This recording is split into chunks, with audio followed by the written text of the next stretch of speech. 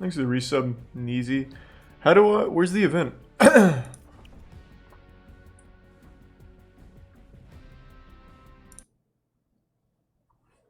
One sec.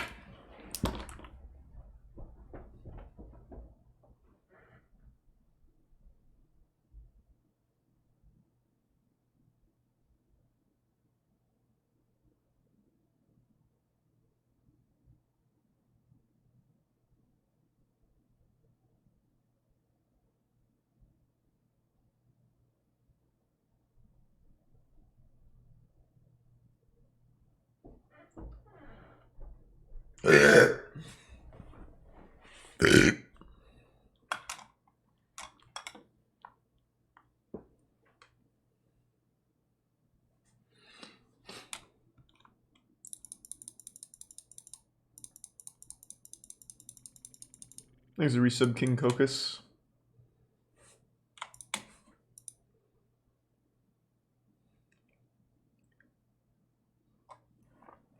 Yep, we do every Fortnite event.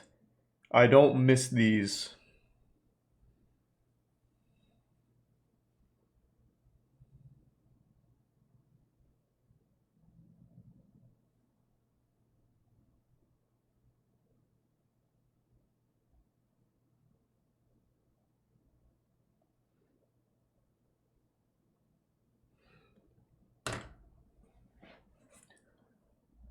Which has been your favorite so far? Galactus. When I killed Galactus and saved Fortnite, oh, it was euphoric. I felt like such a hero. I allowed all the kids to continue to enjoy Fortnite. Galactus came and tried to shut this shit down and I said, no sir, eat this battle bus, bitch. So yeah, definitely Galactus.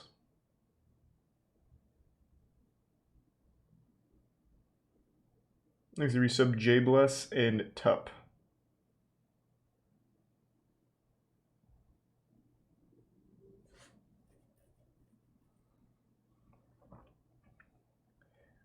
Nope, I don't play Fortnite. I only ever turn this game on when there's an event. Because I love their stupid events, it's so cute.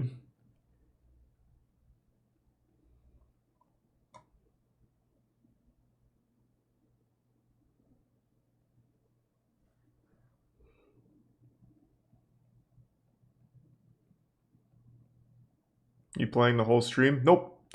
Once the event's over, I'm off.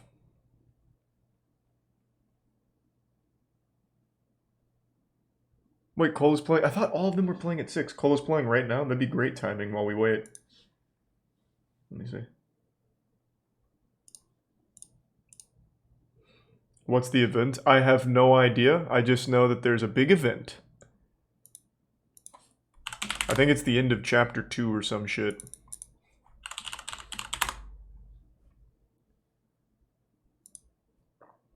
I'm here with our cover star.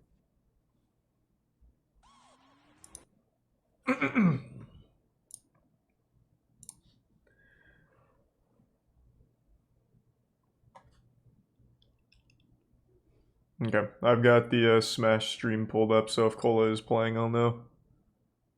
Cola is playing, now I know. Consistently going for only blade beams, and that one time he went for up B just as a way to get out of like shield pressure, but he's been doing it as a way to make sure that Ling never thinks he's just gonna randomly. Is he playing Ling Ling right now? Challenge him when he goes on an aggressive approach. At the very end there, up a stop. God damn, that's early. Thanks to the resub, Blizzard King and Erica. Spot dodge and you're not taking a punish. Cola is the living exemplification of the mentality of use it or lose it. You have a meter. You are going to be able to make. Thanks to the resub, PewDiePie and Bits Hour. Holding on to it, waiting for the perfect situation. Sometimes the best The situation. resub, High Hopes in Tier 1. The goal of Limit is not Apocalypse. to use it when it is best. It is to use it at a good enough time. Ooh, thank you for the 10 gift subs, not Square approved. Congratulations, Thank you, now Square. have the potential to be able to get it again, because it's better to hit Yeah, I've got Fortnite queued up. than it is to hit one perfect. We won't miss it. I don't think we've had a match so far where people have just not. Oh, Cole is playing Cloud. This has been crazy to see. Oh, Jesus Not only the Christ. level of This is the scary. but also the level of the player who you just look at to expect to win as being. Thanks for 5 gift subs, Lando.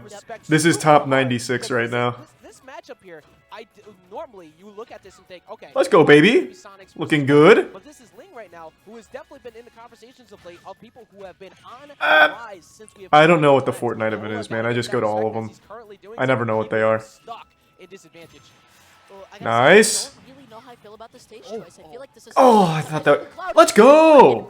Good shit, Cola. Thanks, Thanks, Risa Renown and Tier 1 Fnatic. That many places to go. Cloud was able to reposition himself, and Cola found that uphill. And now all of a sudden, look at this stock lead. This is a nice lead. Let's go, Cola. Let's extend it, stretch it a little bit. You've been hiding from me at perfect ranges before. Nice. Guess what? I figured it out, especially with that platform. Now Ling can't do that as confidently anymore with the stock. Come on, up. baby. He needs a good edge guard. He The needs a Fortnite good playlist is guard up? as he Alright, keeps cool. the roll in, gets the nair, keeps him off stage. We'll, of course, go to it after this. Not forced to use his limit, so you got to respect. Ugh. There it is. Ling Ling is playing so patiently right now, and you absolutely have to with this kind of a deficit. Nice. You need to be able to set up one edge guard and Come pull on.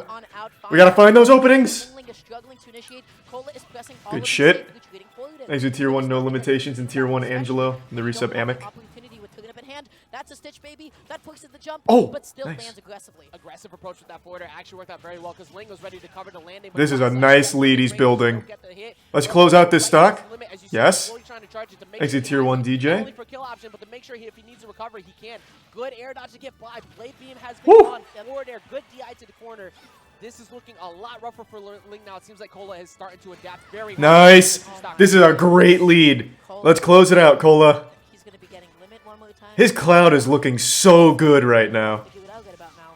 Just Woo! everything that he goes for. Oh god. Yeah, he'll wants do it. He will wants do it. Absolutely will do it. He'll go down there with you because he's up 2 stocks right now. It's best of And 3 he right knows now that because he it's a should top show 96. Exactly why this man is actually not even a contender. There is no argument. He is a top 10 player in the world right now, but gets the hit. This is Thanks to Tier 1 Alinci. I was gonna say this is doable. Then The he got resub smacked in the lanyard. face off of an angel platform. So I got a little bit. I had to shut up real fast. But But now that's all of Come on, a sudden, Cola. Ling Ling finding his Close follow, it. Just Ling close Ling it. Just close it. onto the board, and always remember that Ah. at any point can and will be edge guarded. Come on, But when you baby. got limit on deck. This is where it starts to get exceptionally scary. Cola holding on to it for a little bit longer. Oh, Force nice. the shield Fuck down yeah. so Easy. far because of Good all those shit. players. Let's go, Cola. He might come out there, then he finds the forward air. While still Love to up see it. in Love to see on it. that position, there's not really much you need to do. You're up a whole stock. So Ah, even if he fuck, gets that was back good. throw, you're still up a whole stock. You have Alright. So the playlist is up? No, it's not. I got pranked.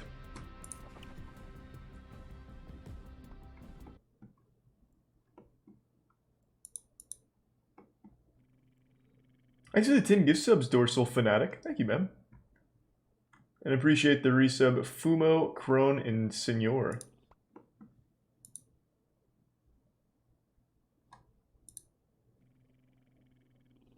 Fortnite still exists? Yeah, some people still play it. I only come on for the events.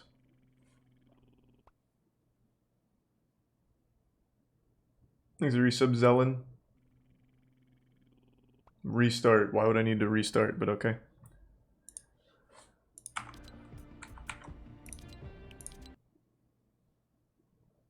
The playlist isn't up. I just tried. But I'm restarting. Thanks to the... I already said that. Thanks to the resub Pizzuto and the Prime Lemon.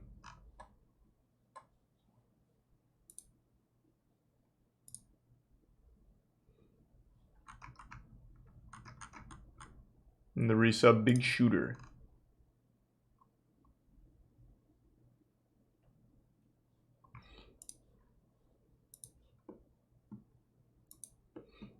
Thanks to the resub Tootsie Pop and Eric and Brody. Okay, it's reloading.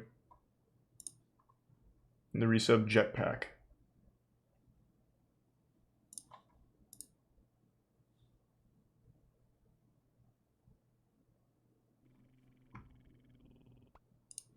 And the resub Triple Universe. And Jax. And the bits No Limitation. And the resub Zalcor. Thanks to Prime Neo. Is Fortnite still a thing or is the game dying? I don't think many not kids play it anymore, but I'm sure it's still popular with kids. I'm really not sure. Thanks for resub. Dementiva.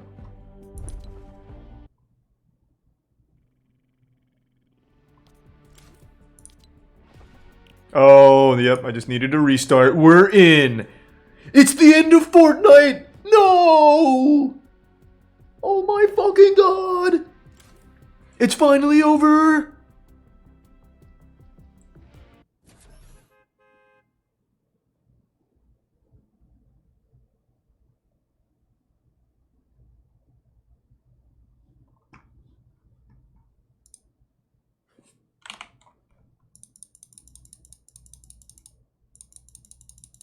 I bet this event's gonna be great.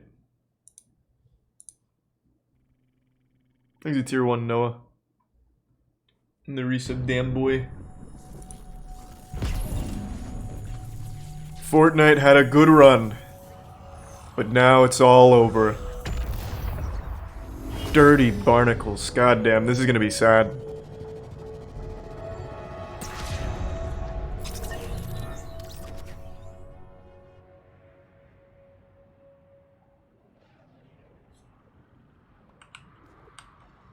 Look at all these kids, they're stunned right now. Probably crying. They can't even move. Oh, God.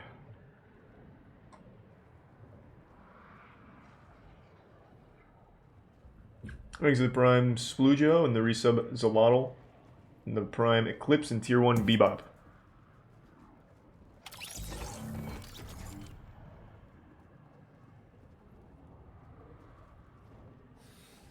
Thanks to the resub Kinpachi. I don't know what event this is. It's just called The End. So, I don't know. Maybe they just shut down Fortnite forever today. That'd be crazy. Thanks for the 5 gift subs, Dip. Appreciate it, man. And thanks to the Prime Monzer.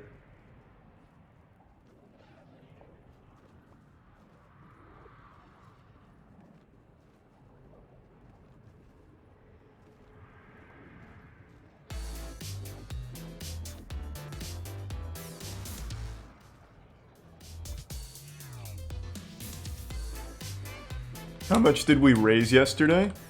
Chat raised 50k for Cure Rare Disease, and then a company matched it all, or 3x'd it, so 150k plus the 50k from chat, so we got 200k for Cure Rare Disease yesterday. It was fucking wild. It was great.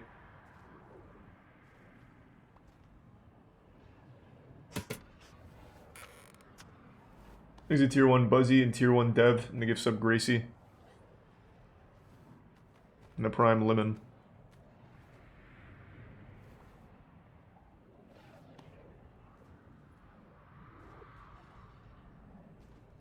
Resub Sam Man. It's the end of Fortnite Chapter 2, and after this they'll release Chapter 3. Or maybe they won't. Maybe they really do just turn Fortnite off forever today. They pull the plug. We don't know. Anything can happen in Fortnite. Naruto's here now, so I mean, shit's crazy.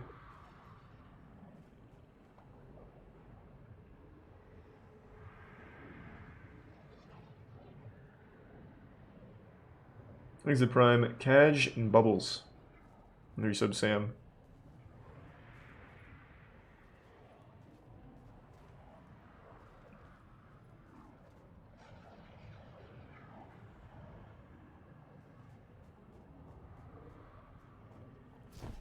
Thanks to Prime, Stev, and gift sub Rebel.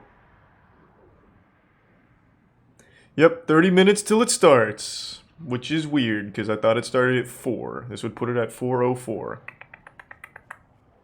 Thanks to the resub. Jupiter.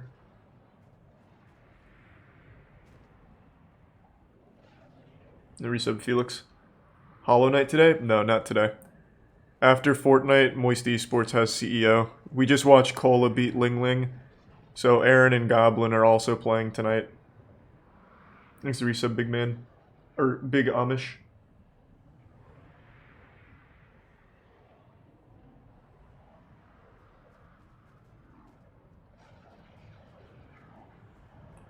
Did you hear about T2 suing the company that made It Takes Two? What? Wait, are you serious?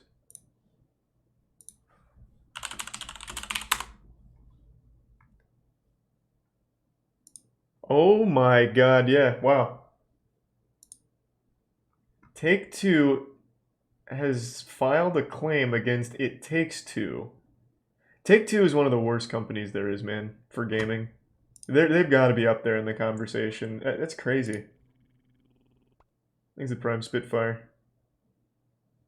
You remember when they went after that YouTuber that spoke negatively about their company?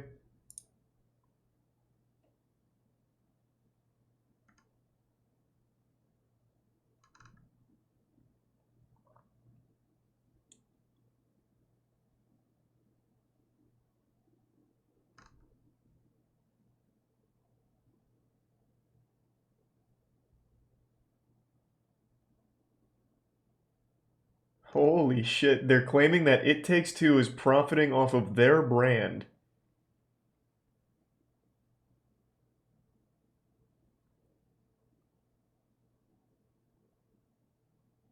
What a dog shit company.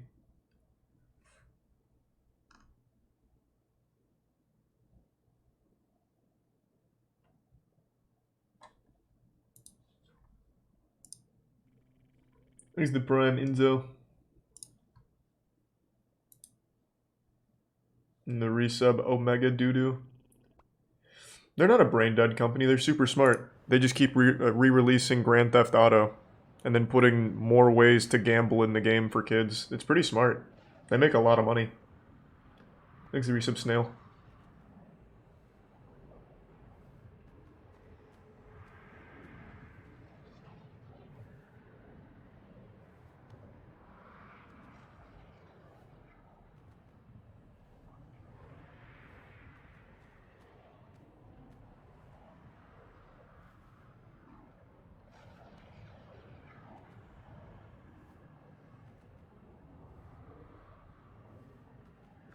Thanks to the resub Wastered.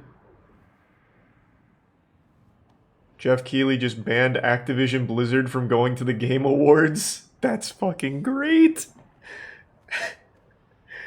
That's pretty good. Jeff laying down the law. Thanks to the resub Capone. And the Prime Josh. I mean, it's not like they would have won anything. What would they win? What has Activision Blizzard done this year at all? Anything? I don't think so. What, Call of Duty Vanguard? As if anyone likes that game.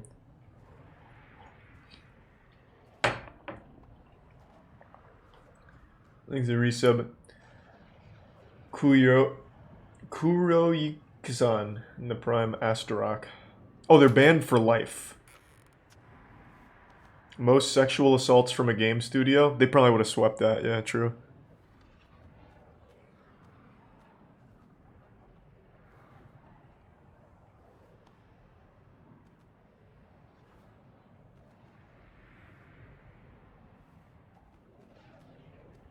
Thanks to resub G-Meister in the Prime Chunky.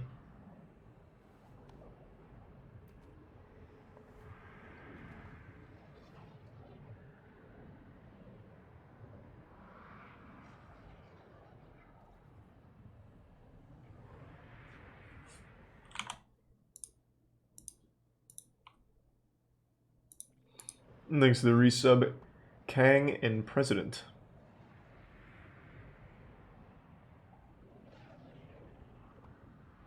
Oh, I appreciate that. Thanks, DJ. Welcome. When can we expect another shitty game night? I want to finish Hollow Knight first, and then we can do some shitty games. So probably like Tuesday or something. I have been enjoying the shitty games, though. We've been finding some bangers. This skin is suck, bro. Wish you changed it. What? It's just an Ariana Grande. I don't play this fucking game, man. I just come on here for the events. So I've had this skin. What do you want from me? I don't play this goddamn game. You'll be fine. I'm sure you can look at it. You don't need to, like, defend your masculinity.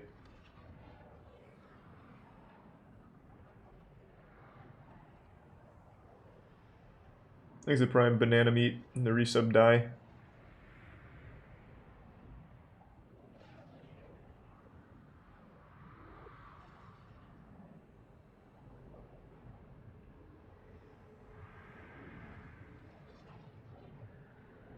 Thanks to Prime Nikki.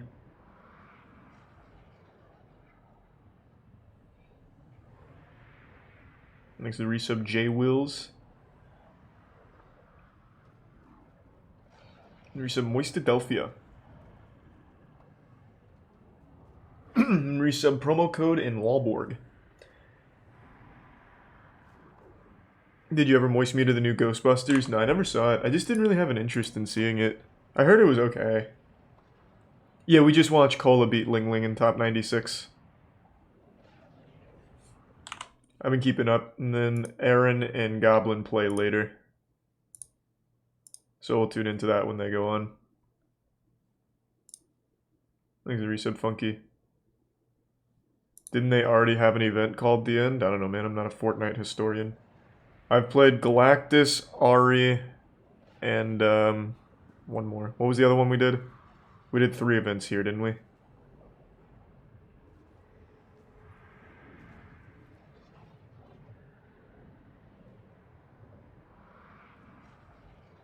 Oh yeah, the UFO. The UFO. Cube one, yeah. I didn't do Travis Scott. I wasn't kept up to date. I didn't do Travis Scott, so I wasn't there. I never saw it. Thanks for resub only music.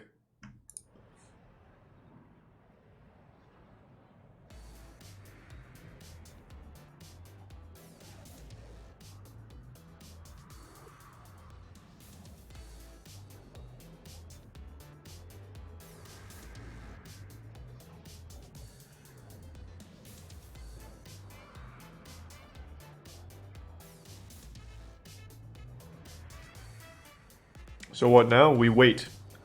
This is the end of Fortnite, goddammit, and we've got front row seats.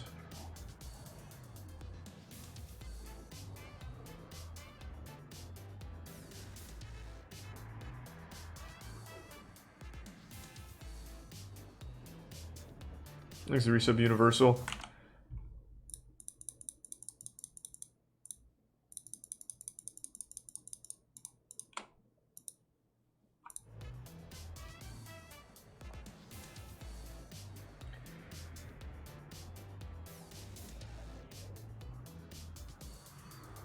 You playing old school RuneScape right now? Yep, still doing woodcutting.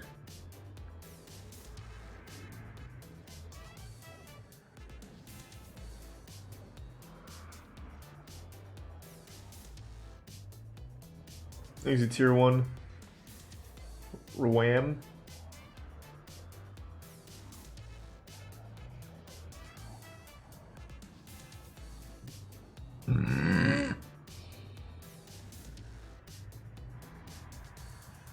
Haven't started JoJo's Part 5 yet.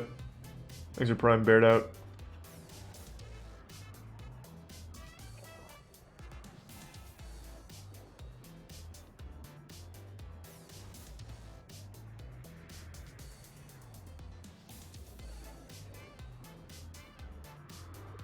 Thanks Resubetio. You should have tried old Fortnite when it was good. It's painful that people don't remember how good I used to be at Fortnite. I wasn't as good at Fortnite as I was at Apex, but I used to play the fuck out of it back before Season 1 and all the way up to Season 3, I think. I was big into the game. Yeah, the Revolver God Legacy. Thanks, Resub Tiffy. But then the game really went downhill.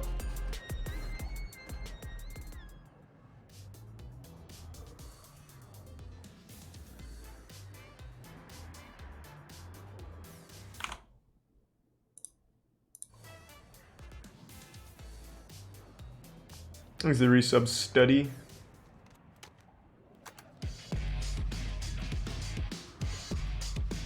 Or you just couldn't keep up with the builds. What?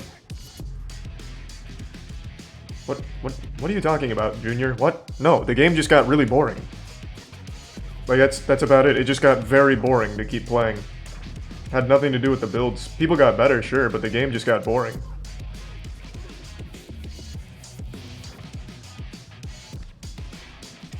Thanks to tier 1 nacho cheese. No matter how many wacky and zany things they add, it doesn't change the core loop. It just got tired.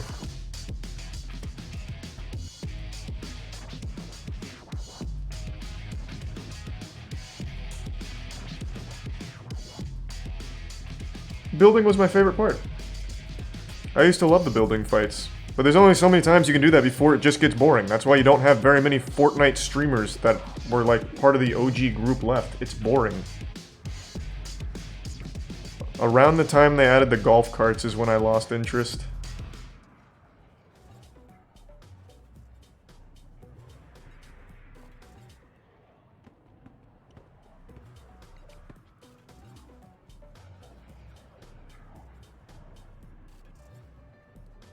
That was Season 5. They started adding golf carts, then yeah.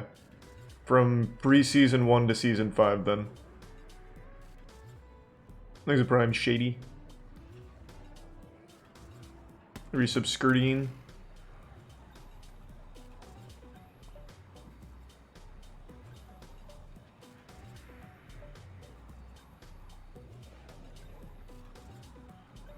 Resub Freddy. Oh, jeez, what the fuck? Thanks for the 100 gift subs again, Super Assassin. Hope you're doing well, man. God damn, thanks for the fat drop. Jesus Christ, thanks for the resub B. Good to see you again, Assassin. I hope we've had a good week. Thanks to Tier 1 JJ. Thank you for the fat drop.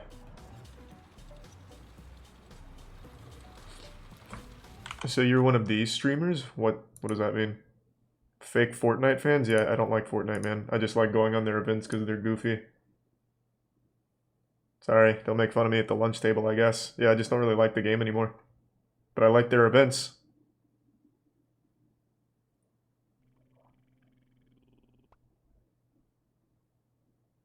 Thanks to the resub Kuru, Noborg, Sloshy, and Juicy. The Prime Zmert.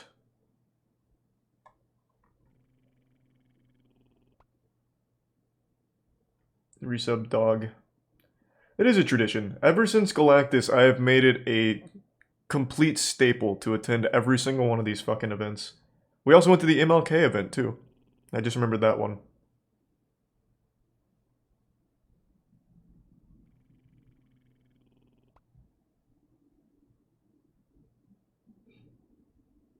Thanks to Tier 1 Jupiter and the resub Toast and Prime Penguin.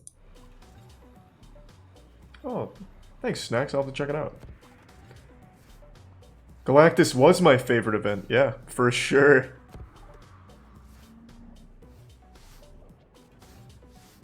Thanks to resub Whammoo. Are all your reactions to the events on YouTube? I think all of them except MLK. That one just felt very weird in Fortnite. But all the other ones, yeah. The MLK one was... I don't know, that was... I don't know why that was added to Fortnite. That just felt very... like, not a good idea.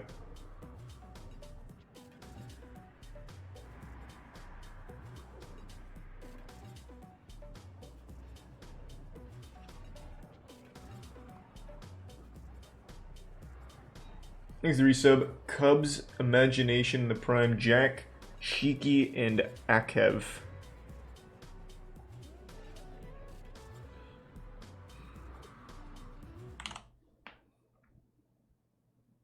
And thanks to resub Confused.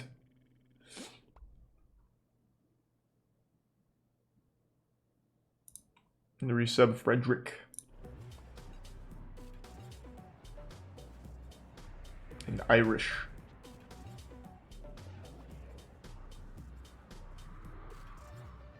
Was Travis Scott completely banned? I don't know, man. I don't work for Fortnite. I have no fucking clue. I mean, Travis Scott might be here today. Anything's possible.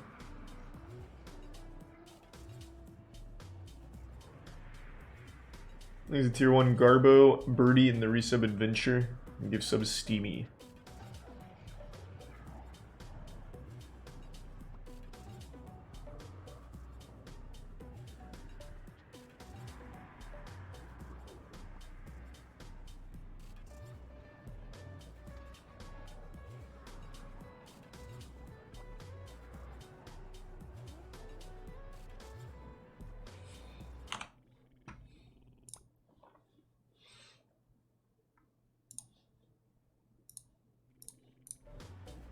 Here's the resub Jammy and the resub Dave.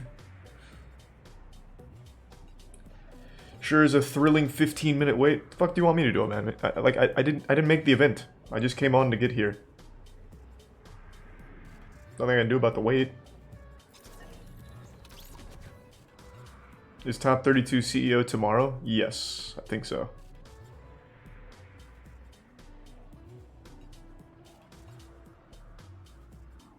Next to resub McDonald's Big Mac. Why don't you move around or do something? This is it. This is it. You see this? This is it. What do you want me to do? Okay, you know what? I'll go hang out with these kids over here.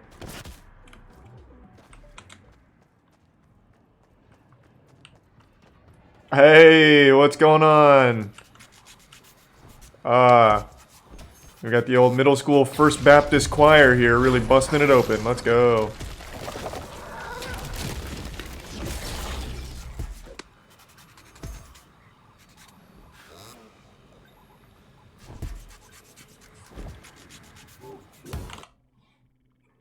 Thanks to Prime Chicken and the resub Ian.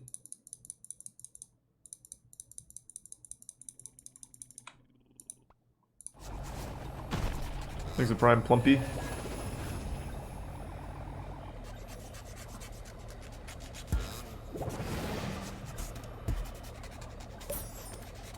Thanks to the Bits Avatar.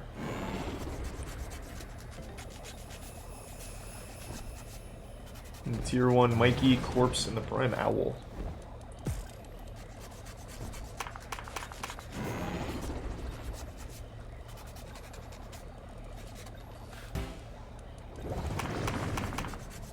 Man, this server's getting lit. Yeah.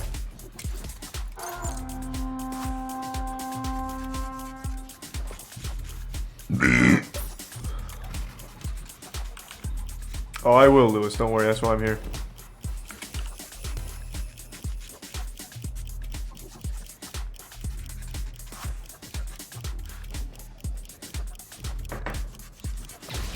Thanks to resub, Brett.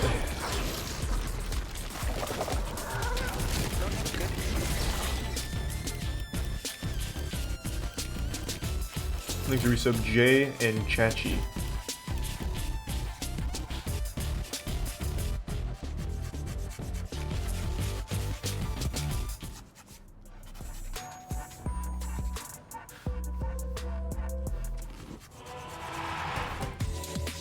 Alright. Thanks to resub, Hellbound and Stains. And Crate. It's like sitting in a preschool. Well, yeah, I guess. We're all just having fun.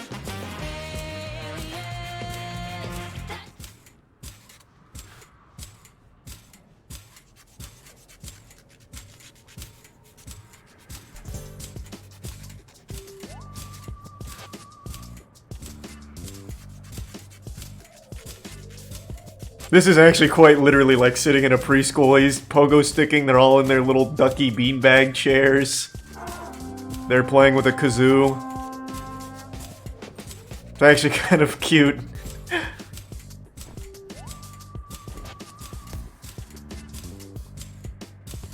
Exhibit bits not square approved in the Prime FIFA and Tier 1 Real Deal.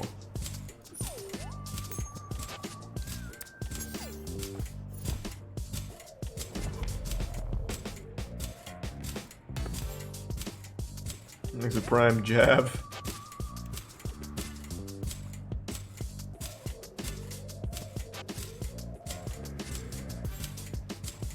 It's not a concert or anything today, it's just called The End.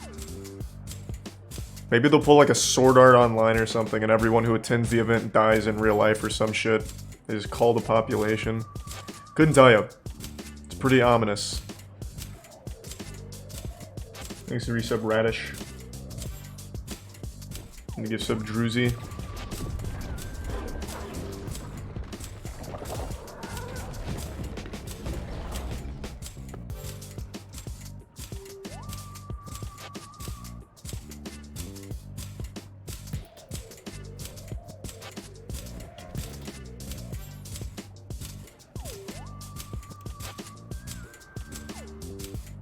Thanks to resub Xylithol. And give sub Chadlos. Oh! Oh! Whoa! Yo! Let's get wild!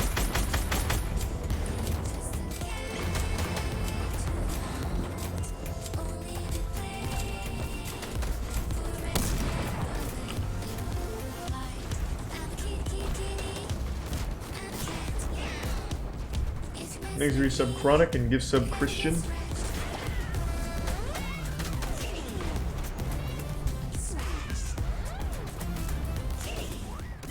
Thanks for resub Demigrations.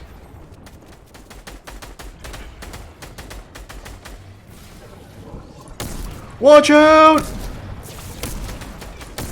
It's giant rock monsters!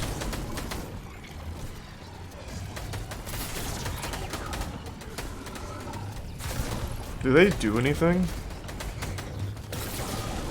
It truly is the end of Fortnite!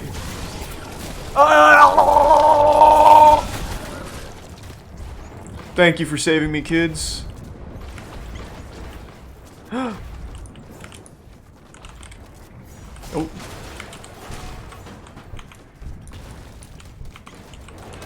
Oh, I'm out of mats. Whoops. I'm fucked. Also got logged out of RuneScape, god damn it. Thanks to Tier 1 March.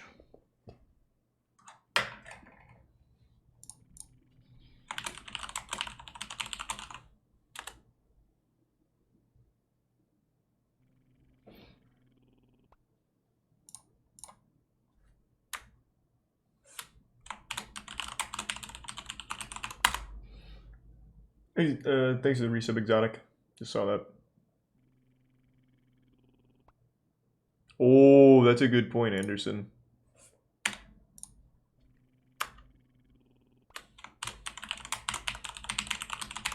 What are you doing in RuneScape? Just AFKing redwoods. I'm at 95 woodcutting.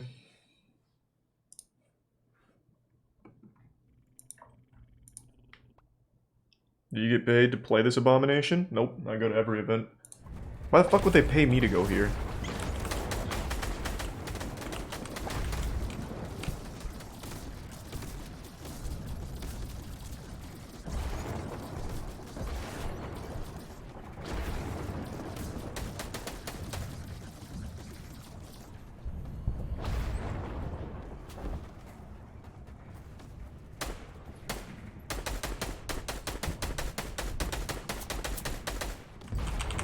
Best Battle Royale game? I don't like Battle Royales anymore. My favorite was always Apex, though. Thanks to the Prime Pepe. Be careful down there!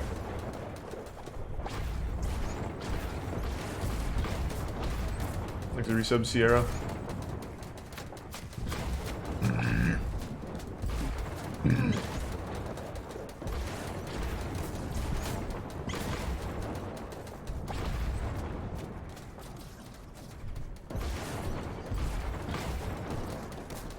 Yeah, I'm still watching One Piece. I'm not saving these kids. Fuck them. I'll let the little rock monsters kill them. I don't care. I'm here for the event.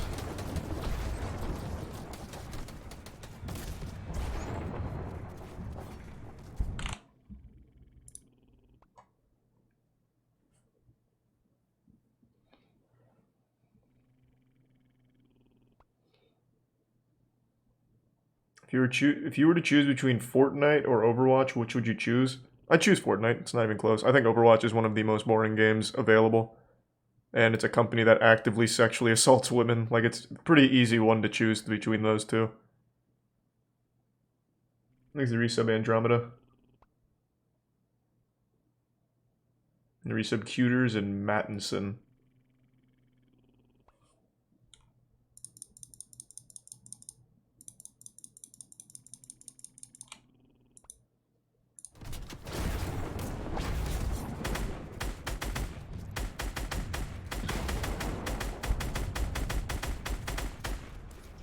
Think you play the Halo Infinite campaign when it drops? Yep.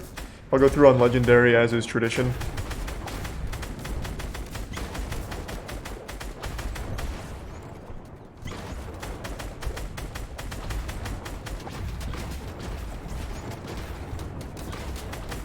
It was Activision, not Blizzard itself, I thought. Nope, it's all of Activision's companies. So that's Blizzard, that's Sledgehammer Games.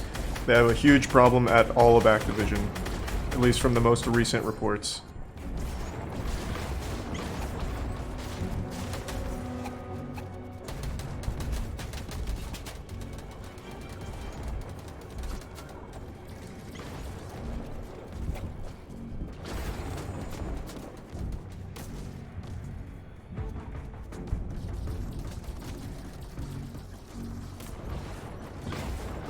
The blue cube will heal you? I don't care. We're fine.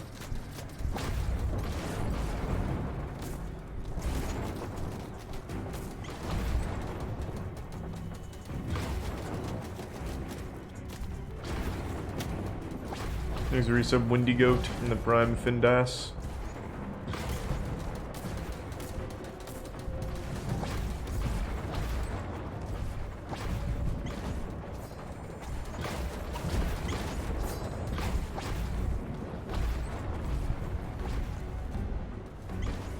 There's a Prime Squishy.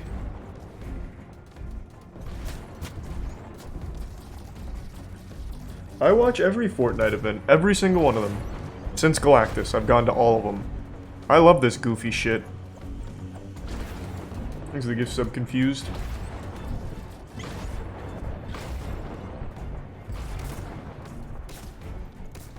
Thanks for the resub, Rudy.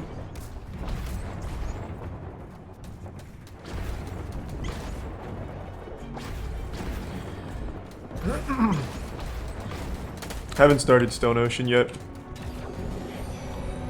Just in case I am going to heal though.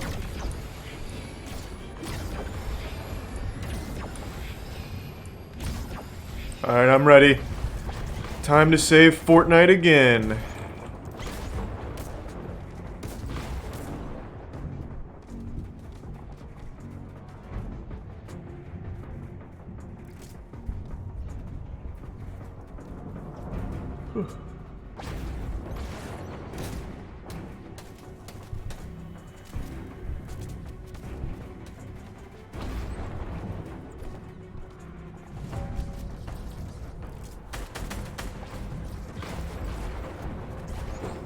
What if you just didn't save Fortnite?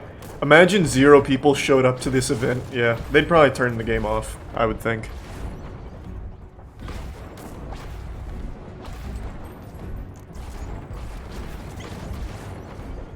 Thanks for the gift sub again, Confused.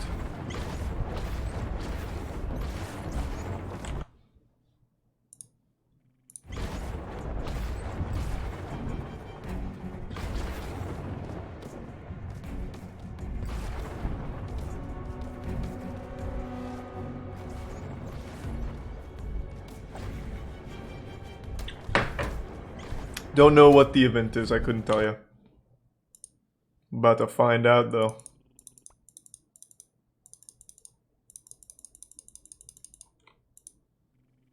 Thanks for the resub, Bobby.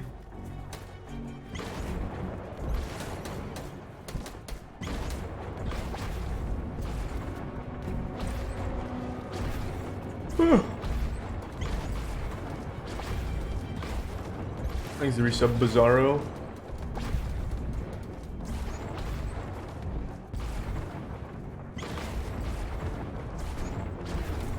Why can I see the corner of the skybox so well? It's not the corner of the skybox. We're in a giant cube. What's the 5 gift subs? Confused? And the Prime Zeta?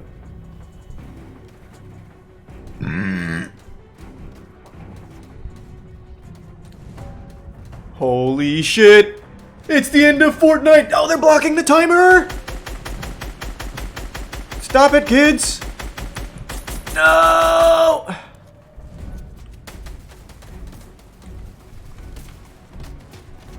It all comes to an end. It's up to me to save Fortnite again.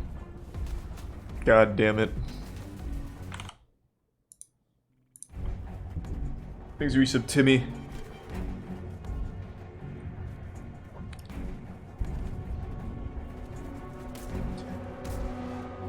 I'm going in. Remember me as a hero. Let's ride.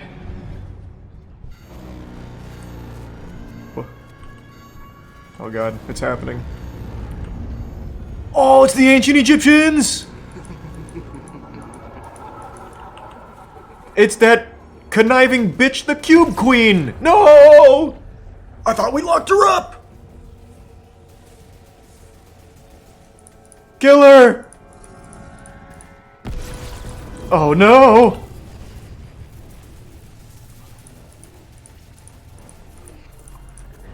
What's that? Is this like the Millennium Puzzle or something? What's going on?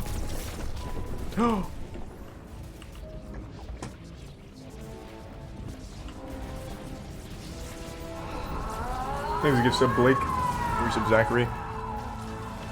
Wait, we can kill her now!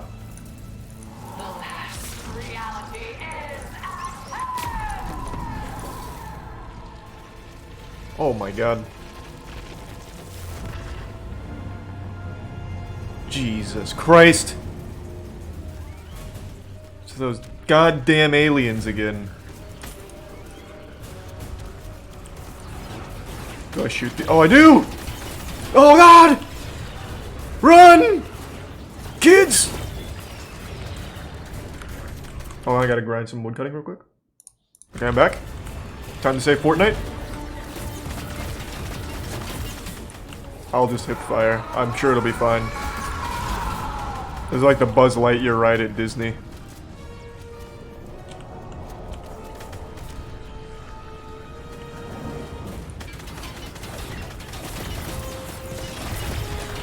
Judgment is at hand. The sinners will be punished! Oh, they've got the right idea. Fuck!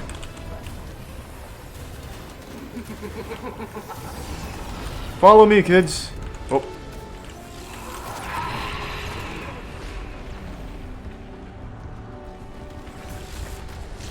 One HP in a dream. Oh god! Ah! Help! Help! Ah! Pick me up! Why am I being trampled? Oh! Ah, fuck it. I'm going in. Oh, thank you.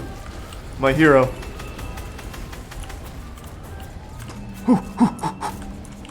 Hey, fuck you, buddy. Oh, I'm out of mats. You're lucky. This guy ignored me when I was on the ground.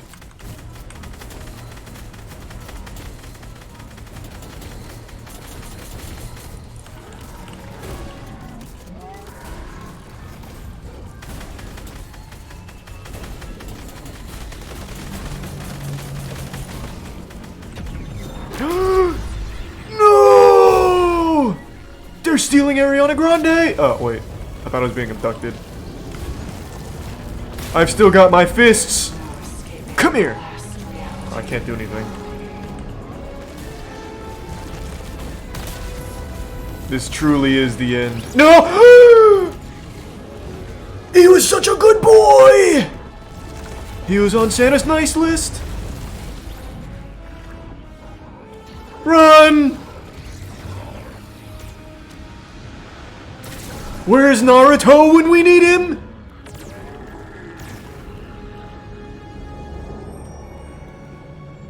Hold on, gotta hit the tree.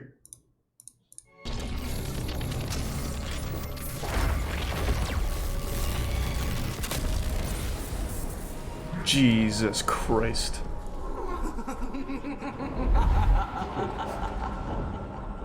All imagined order personnel to escape craft. Wake him up. Oh my god! You It's a just default have to be skin. The hero, Jones. You know what happens to heroes? They, live to fight another day? Not this time. Do it. No, don't do it, don't do it! This isn't personal, Jones. Although I do plan to enjoy it. Would someone see what that is? It's, I don't know who that is.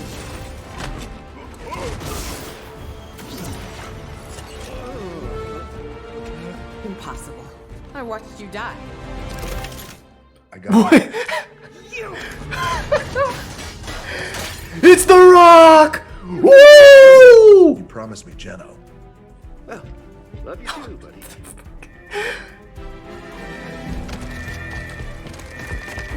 What a day. What a fucked up day. Okay, so what's the plan? Hold on, gotta hit the trees real quick. It's alright.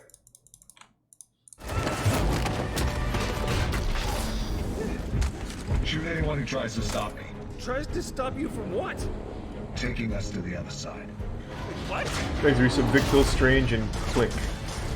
And Passive and Pigeon. Oh, I am keeping this.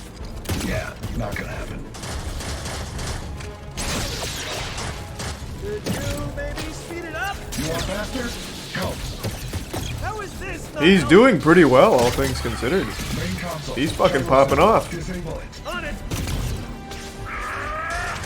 How do I do that? Figure it out. We need Dominic Toretto. Oh, got it. He's the only one that can save us now. It's done. Initiate phase 2.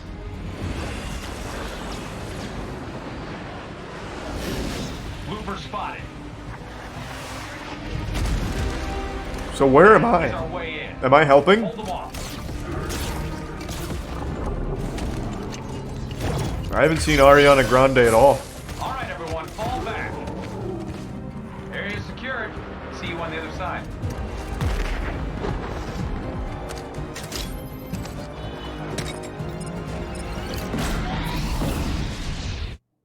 This one's not very interactive this time around. I just feel like a damsel in distress. Everyone follow me to the bridge. We'll be safe. Oh, let's go!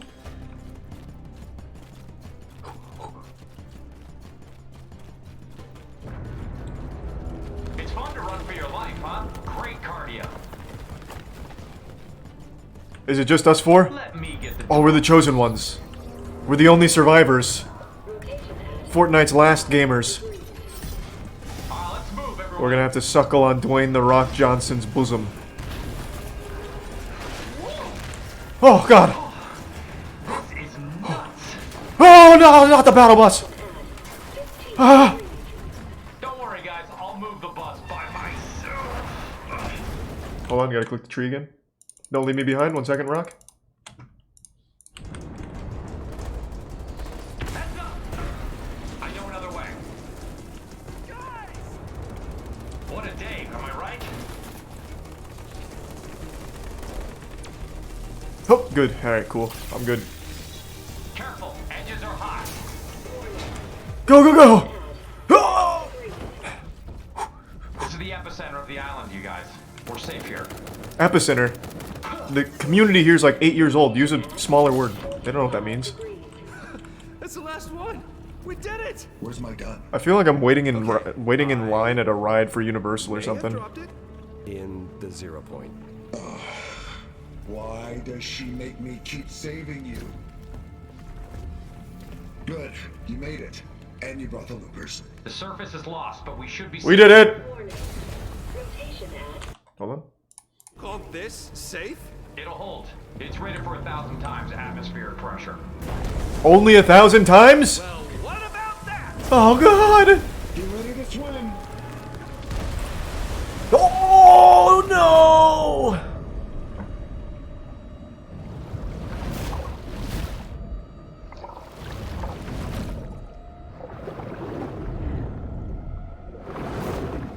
Oh, kind of like teabagging the camera there. Oh, we're good. We're safe. Nice. Fortnite! They're stealing it!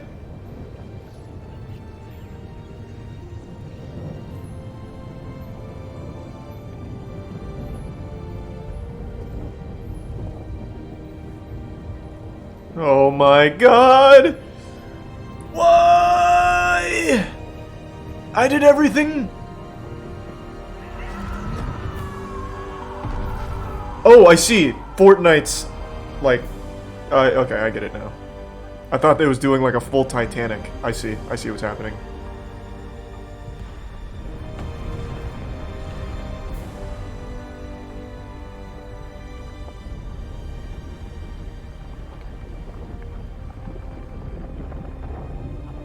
Alright.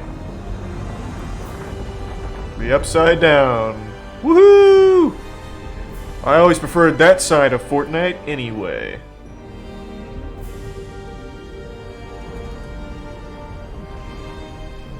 That was pretty cool. Fortnite Island like kick-flipped itself.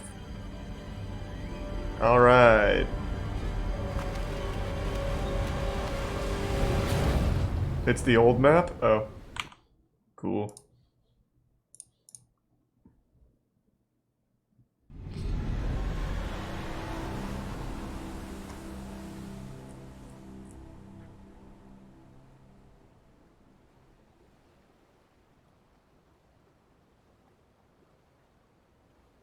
So I'm just stuck here forever, I guess? Is that the end of it? That was somehow significantly shorter than all of the other ones. That wasn't even a full well, it was actually exactly 10 minutes. God damn it. Fucking Galactus went on for what felt like an eternity. And then ever since then they've been getting shorter and shorter. I was just getting into it.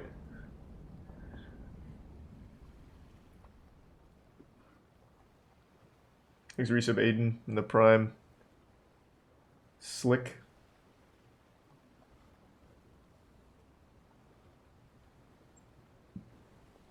What now? Now we wait for a nice fishing boat to pick up Ariana Grande. I'm not exiting. Only cowards exit. Real men wait for hours. Thanks to the resub Arsh.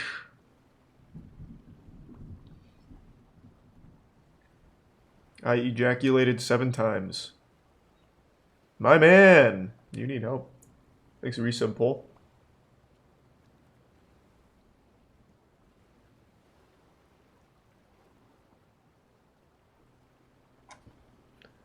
Thanks to resub Cahoots. That was big. Fuck. That was the end of Fortnite. Thanks to Prime Shock. Whee! Thanks to resub Turtle and the Prime Odie. And the resub Manic. The resub Pack, Logan, and Prime Demon. 24-hour stream. Yeah, I'll just sit here for 24 hours. Where's the Cube Queen? She died. The island hit like a fucking hard flip on her. Thanks to the resub Liquid and the Prime Patty. No, it's definitely the end of the event. So now I just exit and wait, but I'll just hang out for a minute. Moist Esports doesn't play for another hour and a half. I really thought this was going to go a little bit longer, but, you know, what can you do?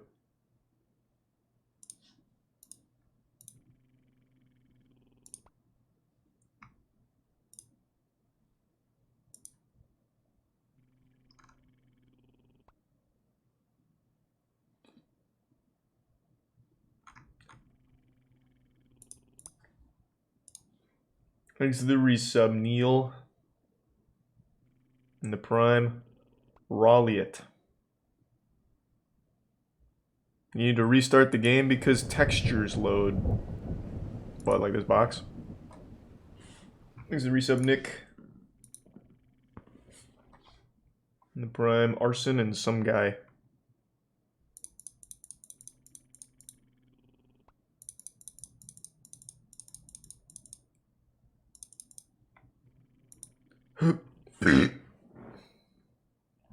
Thanks to the resub Richa and the Prime Stark.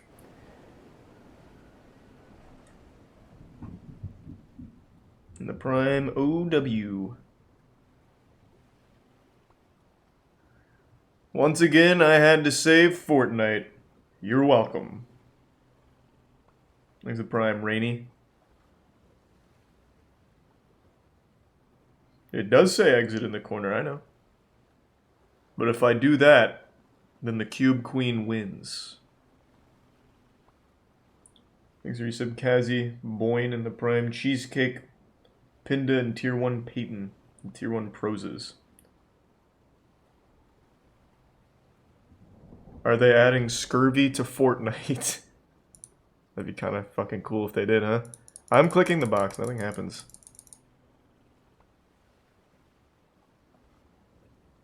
Prime Santiago and Pollock, and the resub Piggy.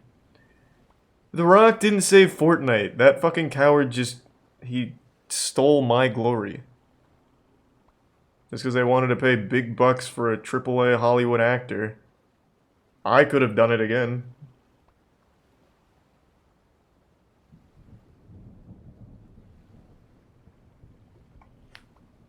Thanks to the resub Urge, Brando, and Anto, and Tier 1 Wizard. And Prime Geo. Okay, let's go to the main menu. What the fuck, what happens here? Oh, that wasn't the main menu at all. I got pranked. Okay.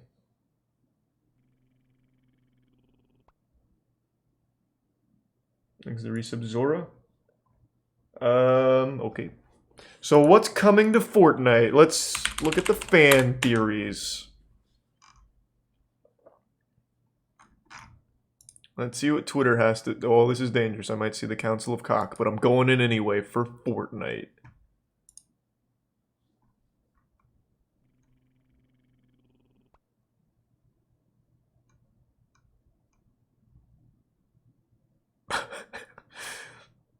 I don't know what I was thinking, to be honest. This is just wholesome. I liked the live event in Fortnite screenshot. Okay, let's look for some theories. Thanks to Tier 1 Mate, the resub Keegan, Logo, Amish, and Kenobi.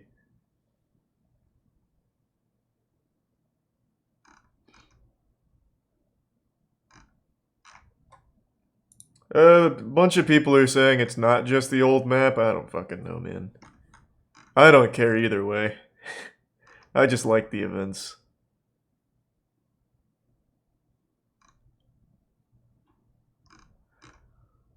There's a lot of people just talking about The Rock, but no one's even mentioning my heroics today.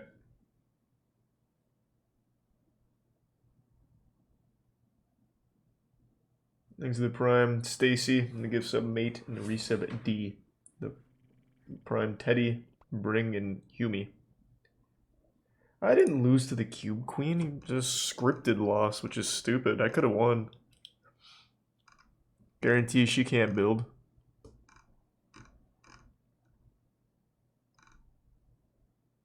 Oh, Spider-Man's coming.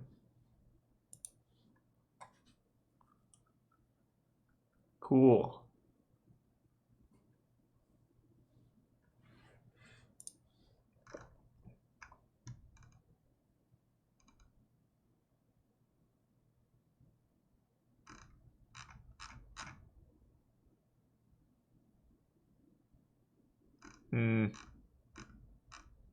Yeah, it's mainly just people talking about The Rock.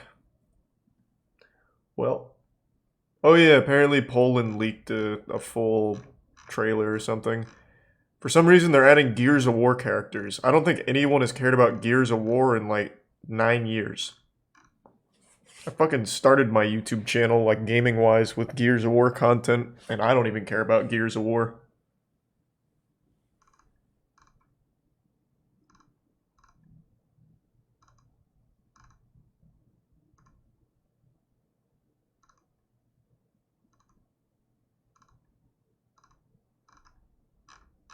Man, really, all people are talking about is The Rock. God damn it.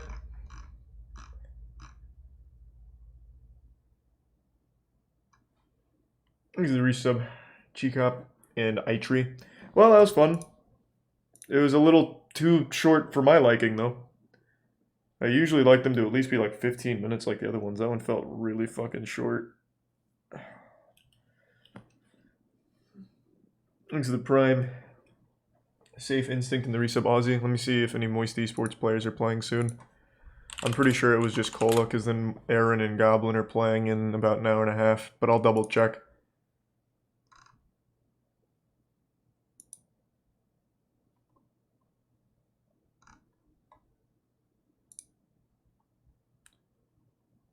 Cola is... Ooh, this is looking good. Cola's in top 21 through winners, so that's nice. And yep, he's the only one right now. Aaron and Goblin, and we'll be playing at 6. When are they going to add MoistCr1tikal to Fortnite? They'll probably do like a big multiverse event for the MoistCr1tikal reveal, I would guess. But, you know, their people will talk to my people. We'll get there. No rush. There's the Prime Wada and the resub coffee.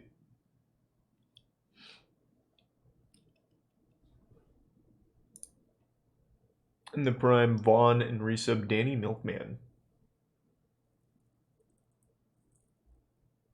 And the Prime Maslin, the resub Prophet, and the Prime Sister Boy.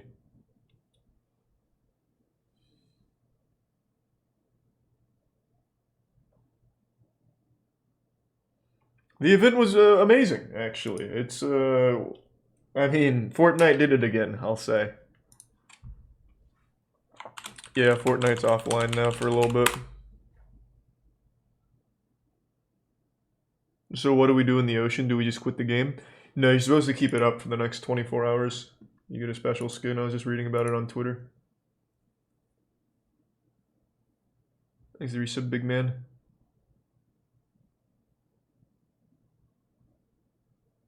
And the resub Doggo.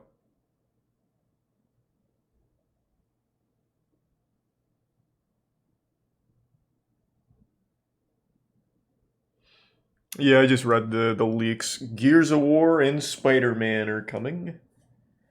Thanks to resub Promation. Thanks for the gift sub Anto. Are you actually going to stay on the game for 24 hours? No, man. I immediately left. The event ended. I only care about the events. I'm not actually going to play it. Thanks to Prime Chewbacca and the resub Matsu. I'm not going to react to the trailer because it was a leak. You're not really supposed to do that. I was just reading about the articles on it. Thanks for resub Cosmic.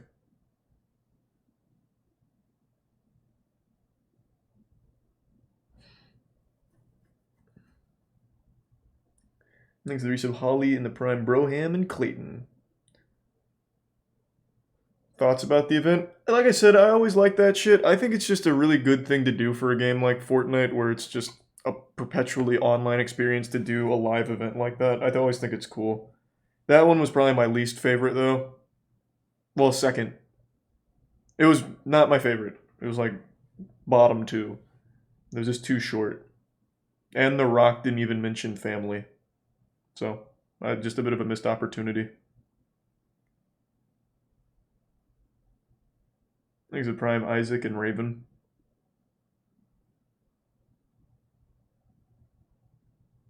Chapter 3 won't release until December 6th. Nice.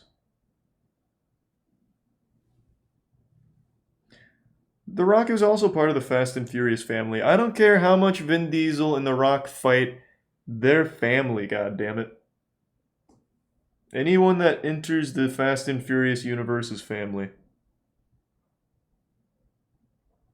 Thanks to the tier 1 Nui? Damn, I'm sorry, I don't know how to pronounce that name at all. But thanks for the tier 1, man. Welcome.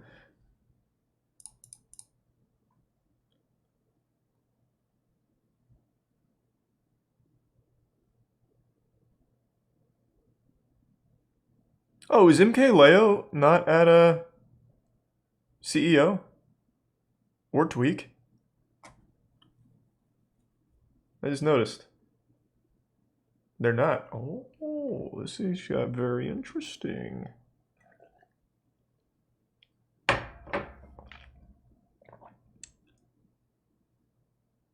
Oh.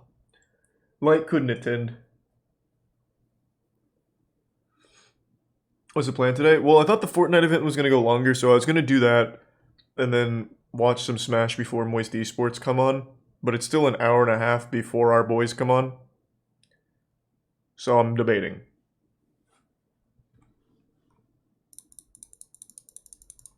Also don't really want to stream RuneScape because I'm just doing Redwoods. I'm just beelining 99s, so I'm not really doing anything too crazy in RuneScape either.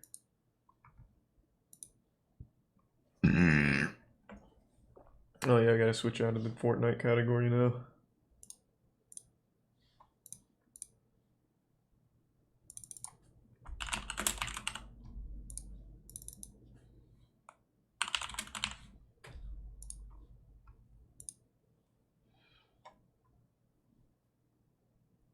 Hollow Knight? Hollow Knight for an hour and a half, though?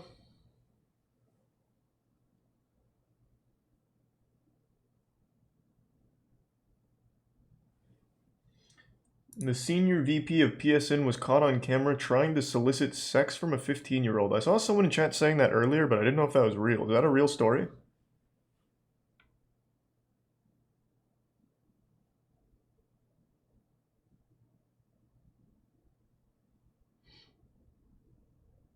Gas station simulator? No, no, no, no.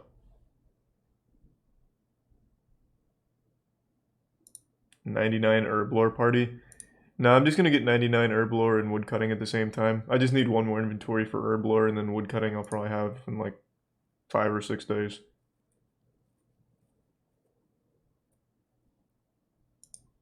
Yeah, give me 1 second. I'm gonna come up with something. But let me send a message real quick.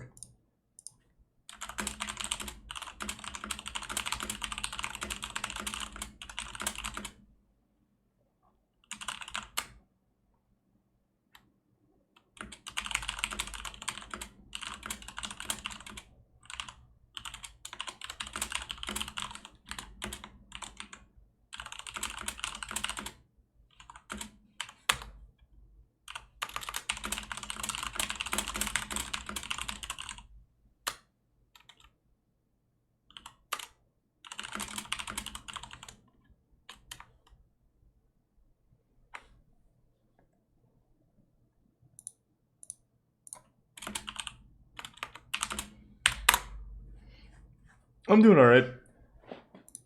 I just had a lot of fun on Fortnite. So, now we're on the come down. We got our dopamine hit. I'm just trying to come up with what to do for the next hour and a half for Moist Esports. Before Moist Esports, come on.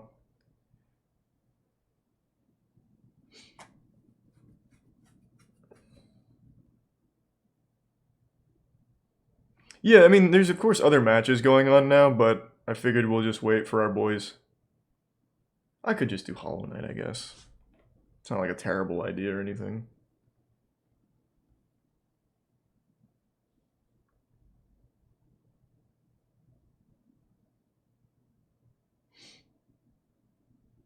Yep, we'll of course watch Hotashi, but he also starts at 6. So all of it's starting at 6.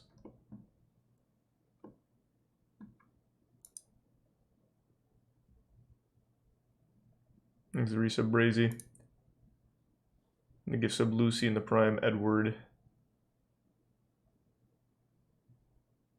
I'm not gonna watch the leaked trailer. That's a recipe for disaster. I'll get my shit taken down so quick.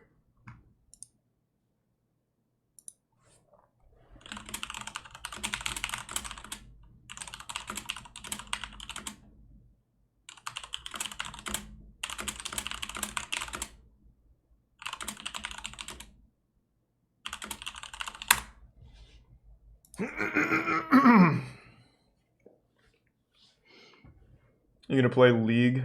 Oh, you gonna play Leagues on OSRS? Yeah, I'll probably play Leagues. Fortnite is up. I'm definitely not playing Fortnite. I'll tell you right now, I'm not playing Fortnite.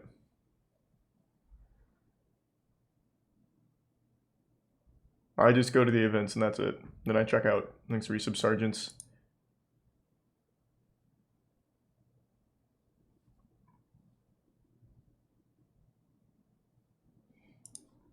Yu-Gi-Oh! Singapore got taken off YouTube, so we can't watch it anymore anyway.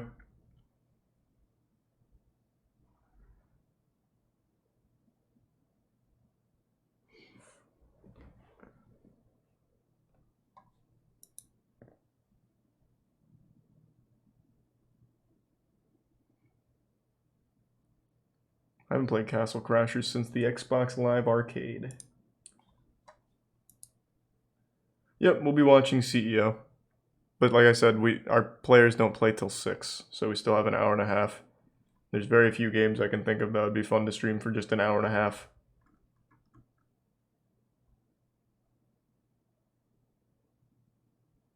Thanks for the bits, Dragon. That sounds sweet. Can you send it to me on Twitter? Because I can't click links. Thanks for the Prime Strain.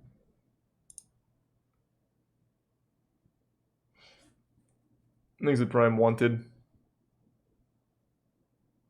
I'm not opening any Yu-Gi-Oh packs. Thanks, Resubsonic.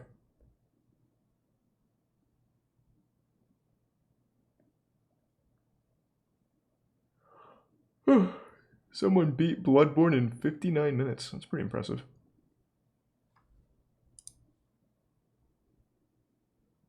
Thanks, Resub Lucy.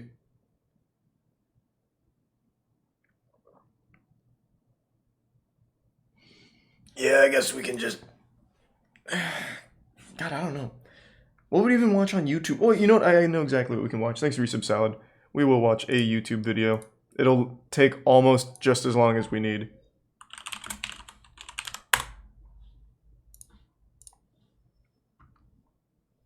The part 2.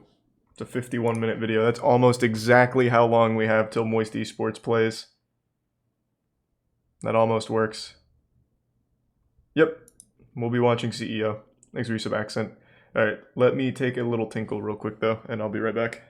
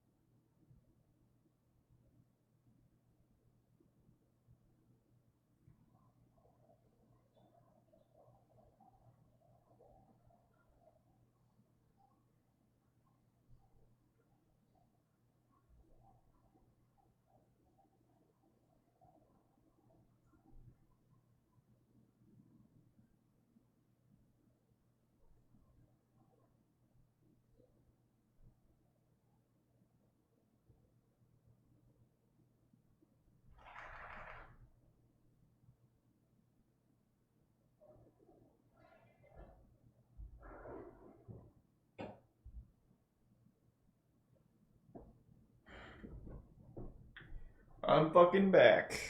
Oh, thanks in the Prime. Spyman. Does he play old or new RuneScape? Old. Alright, let's ride.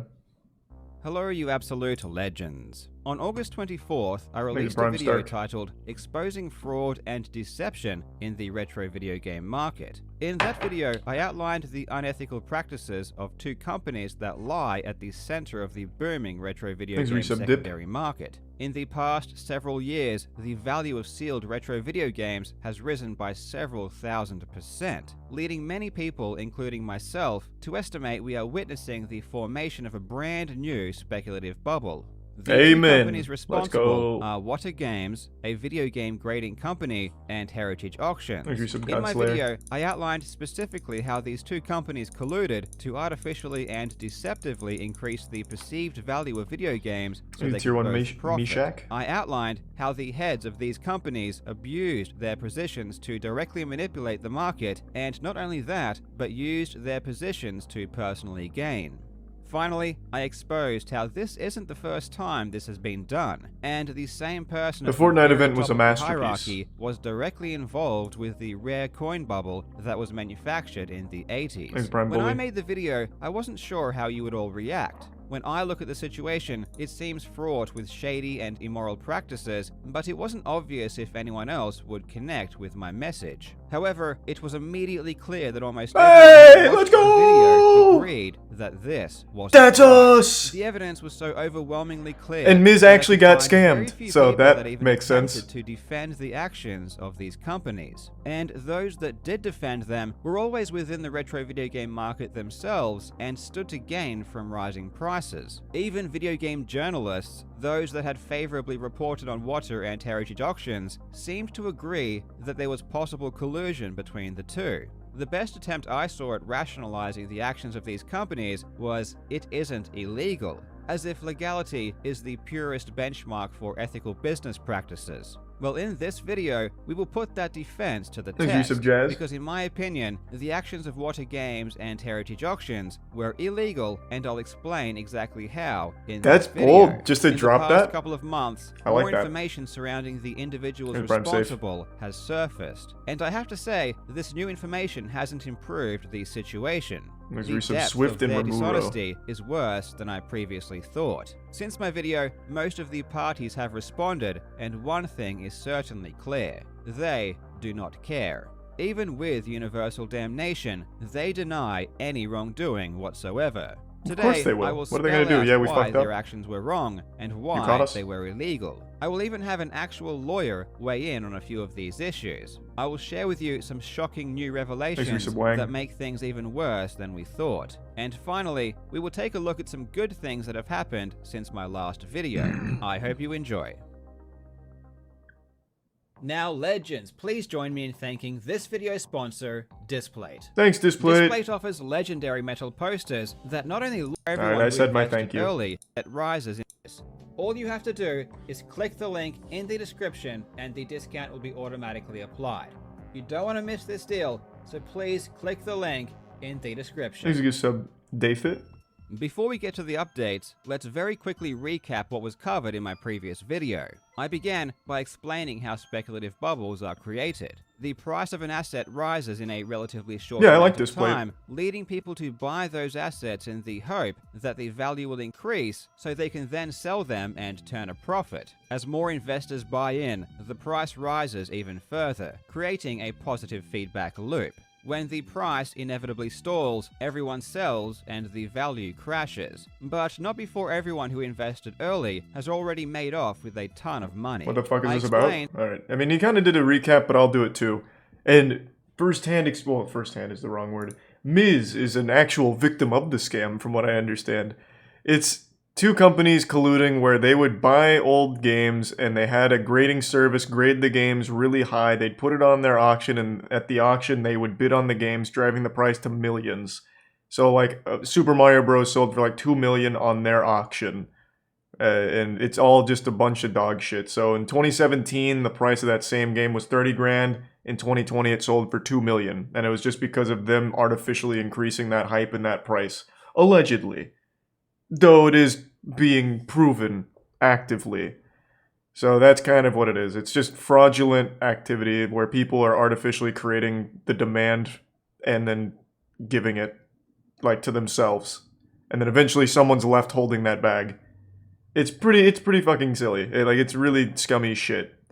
And they also don't even bother making the grades look accurate. So he was showing a couple of them in the last video where the games were damaged. Like the entire outside of a Tomb Raider case was like scratched to shit. It looked like a cat went wild on it. And it graded it like a 9. And sold for like 15 grand. So it's just a big scam. And how in the retro video game market, there are two institutions that lay at the very epicenter and stand to gain the most. The grading company, which in this case is Water Games, and the auction Is it a more house, elaborate which rug pull? in this case is Heritage Auctions. Okay. Grading. I know everyone's like in on cryptos and stuff now, which is good. You're aware of crypto scams. It's not really like that, so it's not a rug pull. They're trying to create this market by pumping all these numbers up. So ordinary people like Mizkif will see a game like Final Fantasy at 8.5. It sold for 6 grand to this auction.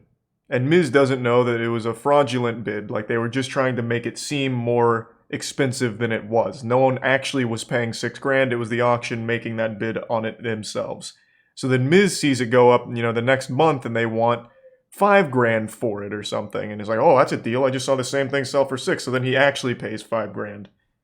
So it's not like a rug pull. They're just trying to pump the numbers of all of these games so that way they can profit off of it.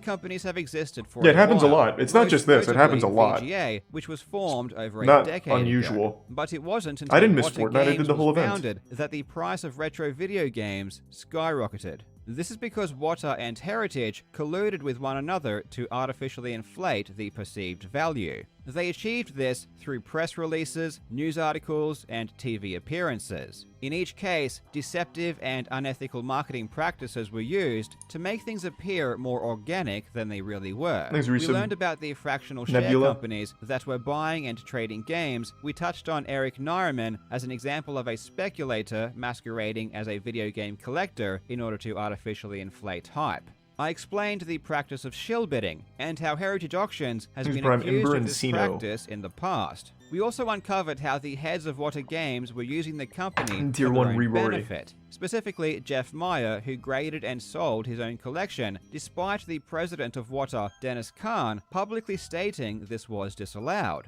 Finally, we explored the rare coin bubble of the 80s, and how Jim Halperin, the chairman of Heritage Auctions and buyer of the Super Mario Bros. Cart that arguably sparked this entire new market, was directly involved. I believe the that's response to this video from the public was overwhelming. Everyone seems to be in agreement that the way Wata and Heritage went about things was wrong. Even news outlets picked up on the story, and it was posted everywhere. Even the responses from collectors was mostly positive, and they agreed that more transparency was required, especially when it came to population reports, which to this day are still nowhere to be found. Many collectors disagreed, however, that we are currently in a bubble, and in their opinion, the value of games are only now getting to the level that they should have been years ago. Disagreed entirely. That's copium. Market, those that are that's people that really want to capitalize off this artificial inflation. And from the conversations I've had with investors in this market, I believe that many of them really do genuinely think that video games are worth this much. Nope. And they are. The metrics that make me suggest a bubble is forming is the speed at which these prices have increased and the deceptive way that new investors were brought in. In my opinion, you can't have such a dramatic shift in the value without ongoing consequences. And in this case, I do think the rapid rise in prices will lead to overvalued games. But at the end of the day, arguing about whether or not this is a bubble doesn't do any good, as ultimately, only time can tell what the truth is. What I really care about is the unethical business practices that were conducted by those at the top of the food chain. And speaking of which, both Wata and Heritage did respond to my video. Unfortunately, the responses were underwhelming. Let's start with the statement given by Wata. Wata Games is the trusted leader in collectible video game grading, and we're honored to play a key role in this booming industry that we are incredibly passionate about. We're humbled by the support of our thousands of customers who trust us to provide accurate and transparent grading. These claims in this video are completely baseless and alright, I'm convinced. And it is unfortunate that Mr. Jobst did not contact us to give us the opportunity to correct him. Apparently, despite my nearly hour-long video containing mountains of evidence, sources, and justification, Wata believes my claims to be baseless. They also claim that I never attempted to contact them, which is a lie. Through a mutual third party, Dennis was told directly that I wanted to speak with him, and he was well aware that I was producing a video, but he decided to not contact me. The response from Heritage Auctions was basically the same. Heritage Auctions wishes it had been given the opportunity to respond before the video's publication, because there are numerous misstatements of fact and inaccurate conclusions contained within the piece. Heritage strongly refutes any allegation that it or its officers are involved in shill bidding, market manipulation, or any similarly illegal or unethical practices. The common thread of these responses is that they refuse to comment on the blatant conflicts of interest that I brought up in my video. In a following press release, Heritage did go into more detail and actually admitted something that is truly shocking. They confirmed that Jim Halperin was a stakeholder in Water Games, which means he was a part owner. This admission surprised me, because it makes the situation far worse, as we will get into, and it's not something the public would ever find out if it wasn't disclosed. SEC filings confirm that Water securities were offered and purchased, but don't show who these stakeholders are. We also heard from Jeff Meyer and Mark Haspel, which we will take a look at later in the video. But first, let's take a closer look at the deceptive marketing practices that Water and Heritage used, and why I believe their actions broke FTC regulations. I imagine they did. Like, I feel like most people know that. The regulation that we need to become familiar with is Statute They didn't even bother defending themselves. 255.5 in Title 16 Thanks, of the recent Code of disaster. Federal Regulations, called Disclosure of Material Connections. It states, when there exists a connection between the endorser and the seller of the advertised product that might materially affect the weight or credibility of the endorsement, such connection must be fully disclosed. An easy example to illustrate this rule is that social media influencers such as YouTubers need to clearly state that they have been paid or sponsored by a brand before they endorse them. This can be as simple as saying this video is sponsored by before saying the company name.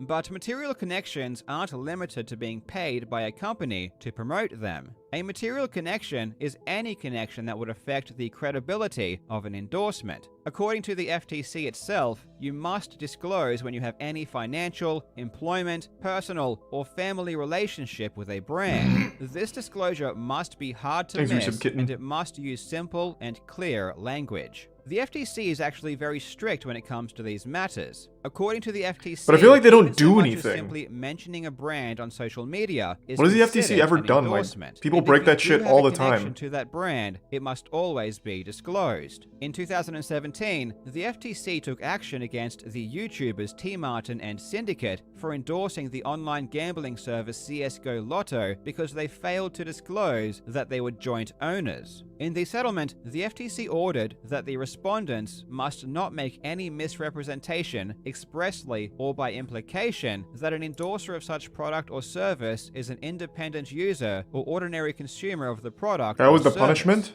Furthermore, it was also ordered that they must not make any representation, expressly or by implication, about any consumer or other endorser of such product or service without disclosing clearly and conspicuously and in close proximity to that representation any unexpected material connection. The order clarified that clearly and conspicuously means that was the punishment? Required disclosure is difficult to miss, and most notably, it must be made through the same means through which the communication is presented. In other words, if a press release is made endorsing a product or service, the disclosure of any material connections must be made through that same press release. Quite literally, their punishment was them just reciting the rules. And then claim that it was public knowledge, so you didn't have to. That's not how the law works. Let's apply this statute to some scenarios we spoke about in the previous video.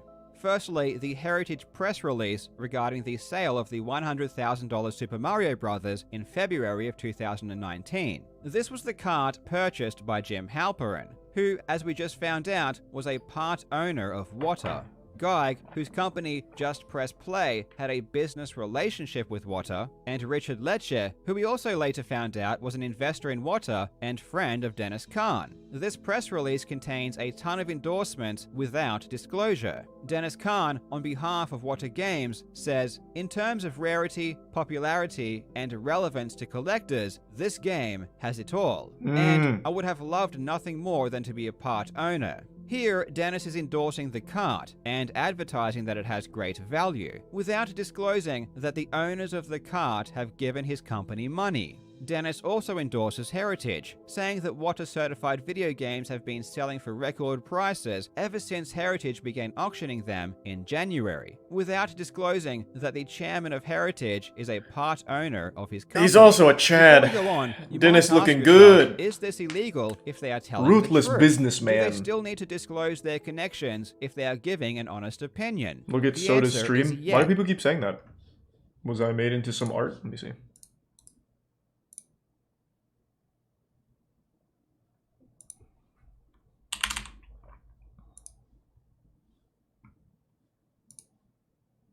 Oh, wow.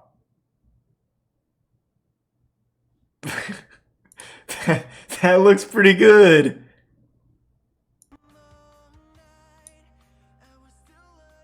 There, we're down here, baby. Let's go.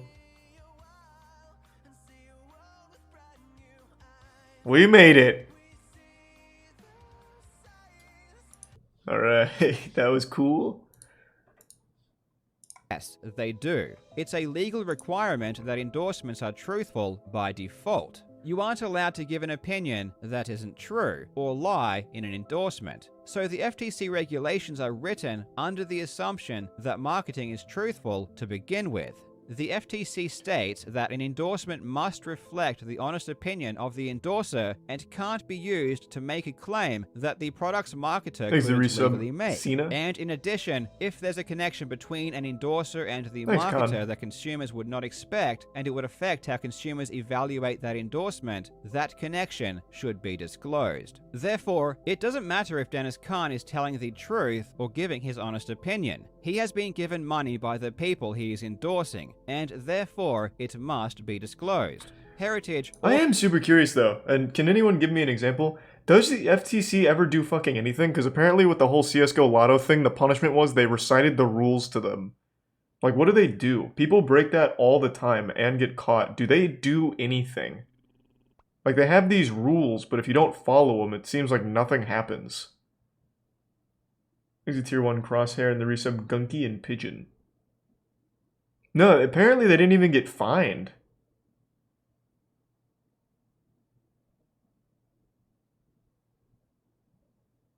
Did you see that the top stream on Just Chatting was a botted stream run by crypto scammers? That's kind of fitting for this topic-ish in a way. Thanks for resub Fur. The FTC is like speed limits, simply suggestions. That's the impression I get. Like, it seems like there is absolutely nothing that happens if you just decide not to follow FTC guidelines. Also endorses Wata Games, without disclosing that the chairman of Heritage Auctions is a part owner of Wata. So what you have is two companies, Wata and Heritage, with deep, unexpected connections, endorsing each other without disclosing anything. This press release is only scratching the surface, however. 10 days after the purchase of the Mario Kart, Ars Technica wrote an article titled, "Why is this copy of Super Mario Bros. Worth $100,000? In this article, Dennis Kahn states that this kart is the holy grail of collecting. He says that this kart is basically the most valuable video game kart in existence, with the only possible other contender Fortnite event being was amazing, the original Zelda. Kahn compares this kart to that of Action Comics #1, which sold for $3.21 million in 2014, saying that he doesn't think those kinds of valuations are out of the question for the rarest, most desirable video games. And remember, this specific kart is the rarest of them all, according to Dennis Kahn. In essence, Kahn is implying that the value of this kart is in the millions. All of this without disclosing that the owners of that kart had given him money and owned part of his company. By the way, just as a side note, what are the odds that the seller of the comic book that is being used to bump up the price of this Super Mario Kart is connected to Wata Games? Because the seller, Darren Adams, was also a director of Wata Games. What? So you can see there are a lot of connections Jesus here Christ. that we haven't even explored. So here is how I believe this racket worked. Jim Halperin helped create Wata Games by investing into the company. He then used his auction house and his other connections to endorse Wata and increase its credibility. He basically made it the grading company by force, even though it had only just launched. Halperin, along with two others, buys the Super Mario Kart for $100,000. 10 days later, the president of Wata Games, Dennis Kahn, values the kart at millions of dollars. That's an increase in perceived value of several thousand% in 10 days. They then did the same thing on Pawn Stars, where Dennis said that the value of the game has no ceiling, and that he had heard of rejected offers of at least $300,000. Again, Dennis, using his position at Wata, is increasing the perceived value of the kart without disclosing to the public that the owners of that same kart have given him money. The conflict of interest here is incredible, and Dennis Kahn was fully aware of that conflict from the beginning. In the Heritage Auctions press release, Dennis stated, I've seen calling scammers by their real names than to be a part owner, and even though this game was already Brian certified, Muck in I the didn't recent want Forn. the remote perception of any conflict of interest due to my position at Wata. So Dennis admits that his position in the company is a conflict of interest, and yet keeps private the fact that the buyers of the cart were indeed also part owners of the same company. Dennis would repeat this sentiment multiple times. In a New York Times article, he states that transparency is paramount and Wata employees were not allowed to have any games graded by the company or sell those that were. And at conventions, he would tell people that due to the conflict of interest, he couldn't buy or sell games. I remember, I think it was 2 years ago. What a good I guy. saw What a stand-up Dennis guy. At one of the conventions. Okay. I said hi to Dennis. And he said, I want to show you something over here. And I said, okay. He wanted to show me the case they were using for the Game Boy games. Sure. And I said something offhand about popularity. And he said something about, I said, like, the price is going up. And he said something along the lines of, yeah, I mean, I wish I could, sell some of these. And I said offhandedly. Well, I just couldn't make CEO, that's all. Because I just wasn't thinking. You weren't thinking about that. It was a convention. It was busy. We were walking around, and he looks at me and he goes, "No, of course I can't." He's like, "That would be misfit. bad." And so if he couldn't, what I'm getting at is if he said he couldn't do it, that would obviously extend to I didn't other miss people. Fortnite. We watched it all. It We were wasn't there. just for employees. It was for everyone. His statement was for everyone involved. To you personally. Yeah, that's what he said to me personally. And that because he understood as a founder of the company and owner of the company that you can't an executive that you cannot do insider trading. So to speak. So Dennis was aware of that, and I mean made that very clear to me, that day. And like I said, that's an obvious thing. That's not something that should be explained to anyone. But like I said, it was busy, and I wasn't thinking. So he was like, "Yeah, I can't do that." So that does mean obviously anyone else. It's clear that Dennis knew that it was a huge conflict of interest for people within Wata Games to buy, sell, and grade games. And yet, not only did he hide the fact that his directors and co-owners were doing this, but he promoted their carts and helped them profit. In essence, it was all a Let's lie. go. Dennis didn't really care about the conflicts of interest. He just wanted people to not ask questions. He wanted to fool people into thinking that, of course, nothing shady could possibly be going on Tier 1 behind Akalo. closed doors. The owners of Wata were using the company as their personal tool to profit from the sale of games while Dennis covered it up. And there is no better example than Who's Wata's this? own chief advisor, Mark Haspel. Is he new? Is that a new character in the lore? I don't remember In my him. previous video, I spoke briefly about Oh! Mark Haspel, the chief advisor of Wata Games. He looked and a lot how he better was in that intentionally picture. going around buying up games. I forgot about Specifically, him. he was buying the kinds of games that ended up rising in value the most. It looked like he already knew where the market was heading, and his position in Wata Hey, thanks, made Spookity. those Appreciate the actions gift very subs, man. suspicious. Though at the Appreciate time, Josh. there was no concrete evidence of any wrongdoing. However, on September 1st, Thanks, Brian journalist Spicy. Seth Abramson released a bombshell article showing that not only was Mark Haspel grading games, but he was running an entire side business selling them. Abramson discovered this big after man. purchasing some Atari games, which showed Mark Haspel as the sender. Abramson had also been investigating the Wata heritage collusion and recognized the name. If it wasn't bad enough that the chief advisor was breaking company rules by grading and selling games, it turns out that Mark isn't just the chief advisor, He's the prime but Drew. he's also an investor in Wata Games. Oh, let's After being go. exposed, Mark went to Facebook to respond, and his response is hilarious.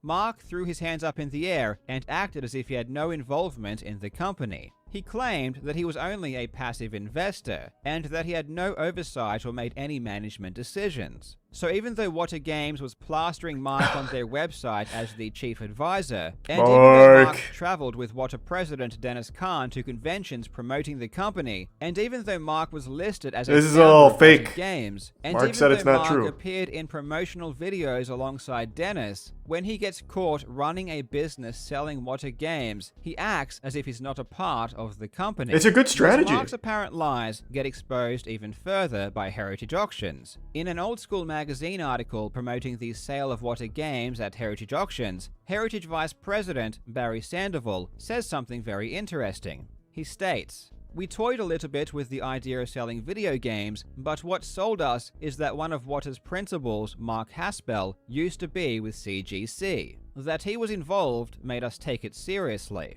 So on one hand, Heritage Auctions is saying that the reason they partnered with Wata Games in the first place was because of Mark Haspel. But on the other hand, Mark Haspel is saying that he doesn't even have any oversight at Wata and isn't involved with their operations. It seems as if one of these parties is lying. In my opinion, well, it's not Mark. They are both lying. It's definitely As not I spoke Mark. about in my last video, it made no sense that Heritage would partner with Wata before Wata had even launched. VGA had been grading video games for 10 years, so that would have been the logical choice. Instead, Heritage made a deal with a brand new grading company with no credibility. Knowing what we know now, it makes perfect sense, because the chairman of Heritage Auctions, Jim Halperin, was an investor in Wata. He had a personal, vested interest in Wata Games. Mark Haspel was just an excuse Heritage used to explain the relationship, in order to hide the fact that Halperin was a part owner of Wata, and this is likely the true reason that the relationship existed.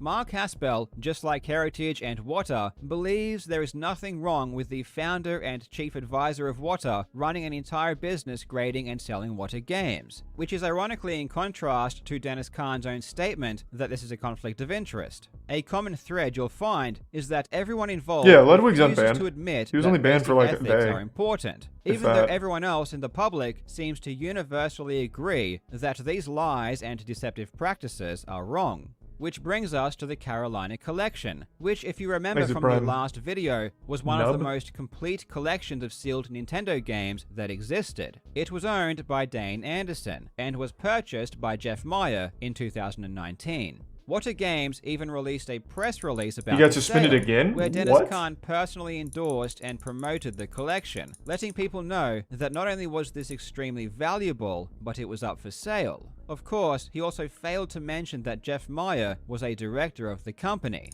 Unrelated, is that true? He got banned twice already? No, there's no chance. It was just from the Baby Shark thing, right? Let me see. And it was only like a DMCA, or not a DMCA thing, the Baby Shark people took him offline, and it was only for that day. I'm pretty sure it's just one. What would the second one have been? Yeah, it's only been once. And he is literally streaming. Yeah, 100%. It was just that one time. Baby Shark had a little rampage. Which, and I sound like a bit of a broken record here, broke FTC guidelines. After my video was released, Jeff did respond, essentially saying that what happened was okay because he wasn't an employee. But unfortunately, not only does the FTC not agree, but the public doesn't either. Surely one of these people has talked about this, right? Jeff Meyer. He has a YouTube channel, right? Surely he's talked about this. I really want to hear what they have to say. Because this seems pretty ironclad. Someone said that Wata Games is going after Carl for this video. Carl is always getting targeted by the weirdest people. Like fucking Billy Mitchell. And now Jeff Meyer's statement. Billy! Here, I'll put it on screen. Oh, actually, this is dangerous. This is Twitter. Might see the Council of Cock. Jeff Meyer's statement. No one at Go Collect, myself included, was consulted on any of this content. The allegations against me and Go Collect are untrue. I was never employed by Wata. I held a board position because I was a late-stage investor in the company, and I resigned from my board position in January 2020. I would welcome a live stream interview with Carl Jobst. And then Carl responds, my point here seems to be missed. I never called Jeff Meyer an employee. My point is that being a director is worse than being an employee because you have stake, control, and ownership of the company, which was never disclosed to the public. Yeah, I mean, that sounds like so irrefutable. Like, how do you even go against that? Because he was an active director of the company. Like, it's like, what do you even say? Like, no, fuck you, your dick's small, you're wrong. Like, what do you do? Like, you can't do anything. And I stand by that. Jeff is fucked. Jeff is dumb. He is a dumb guy. Care about the obvious conflicts of interest. It makes it hard to believe. Imagine I just copyright strike Carl's video. Doors when the things the public can literally see themselves are provably deceptive. Now, the reason I say previous owners is because in July, Wata was purchased by Collectors Universe, which I will briefly discuss at the end of the video. Jeff also responded to my claim that he shut down the database Nintendo Age after purchasing it. His response was kind of bizarre though. Either he doesn't understand or remember Yeah, we'll be watching what CEO at Nintendo 6. Age was, or he is simply lying. Jeff states, I did not voluntarily shut down Maybe give some Nintendo Age, Crimson. and it was a forum, not a price guide. The Nintendo Age forums were never taken away, nor were any of the forums' information or discussion. He is correct in saying that the forums were never taken away, as they were moved to his website, GoCollect. But Nintendo Age wasn't a forum. Nintendo Age had a forum, but his description of Nintendo Age as a forum makes about as much sense as saying speedrun.com is a forum just because it has one. Nintendo Age was first and foremost Is Carl the a same guy who used the database, bot and on its role as a HiveMind? No, you're thinking database of Quinn. was always its primary function. You can see on the old website that the forum was merely a tiny section. The majority of the website contained information on every single Nintendo console and every game you could imagine. It was collated and created by passionate collectors over many years, and they sunk countless hours into building it. If you wanted to know information about any game, including its rarity, cost, variation, and much more, this is where you would go. This Thanks, Resub database Peanut. is gone. It no longer exists on the internet except for the limited pages you can retrieve through the Wayback Machine. I find it impossible to believe that Jeff doesn't know what he bought, so my instinct is to believe that he is intentionally being deceptive about what Nintendo Age was. And it wasn't just Nintendo Age either. Jeff also bought Sega Age and PlayStation Age. Again, they were databases full of thanks for the information raid. about games. Everything PSP? is gone. Claiming that these websites were just a forum is insane, Thanks and for that, it's so pig. obviously proven to be a lie, it's astonishing that it was said at all. With all of that said, Jeff, unlike the other people I spoke about, did Oh, reach sweet. out to me Welcome. and wanted to talk. Unfortunately, we haven't yet, which, to be honest, is entirely my fault, but we will talk soon. Perhaps there is some misunderstanding here, and it will be interesting to hear what he has to say when we speak. Until He's not then, gonna have it does anything appear as interesting though to he's say, I can still tell you being right now. deceptive, Jeff but seems I do very think, dumb. given his willingness to talk, that we should hold final judgment until then.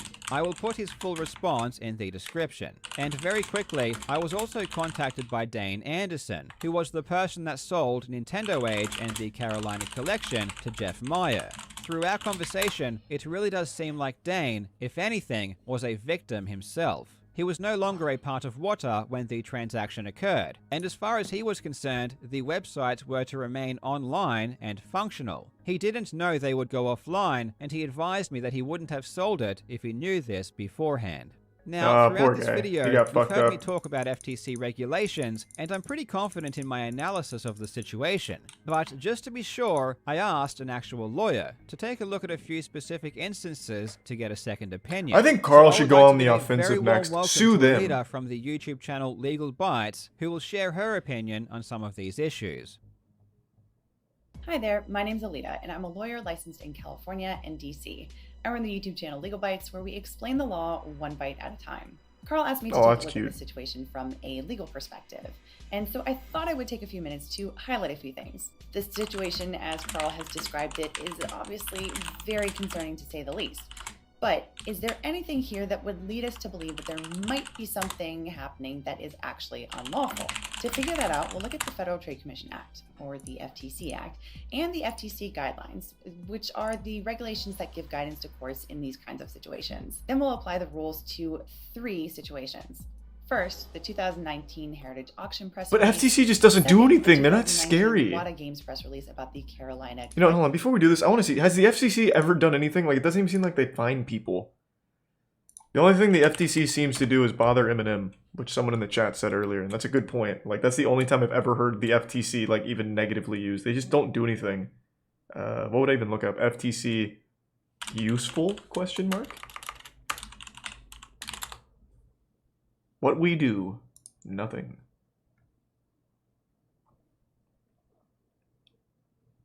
Like, I understand their mission, but I just want to see a case where they actually, like, find somebody or, like, someone went to jail because of the FTC or some shit. Because it really seems like all you do is just get told to stop. Like, hey, can you follow our rules? And then you still don't. They're like, hey, well, this time will you follow the rules?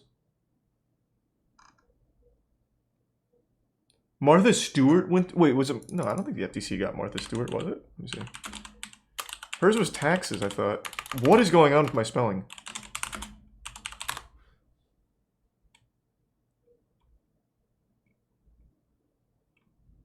She was indicted on charges of conspiracy, obstruction of justice, and security fraud. That sounds like it's out of the FTC's jurisdiction. That's a lot less, it's a lot more serious than just not putting hashtag ad in your stream title. It was the SEC.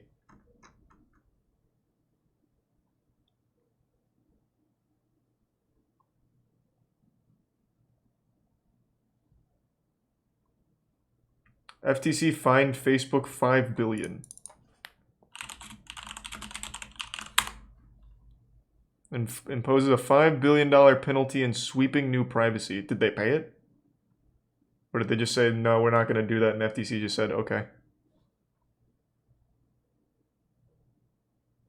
They did pay it. Okay, so it looks like it's good for billion-dollar companies. Thanks a prime chicken fetus. FTC is blocking the NVIDIA ARM merger right now. Okay.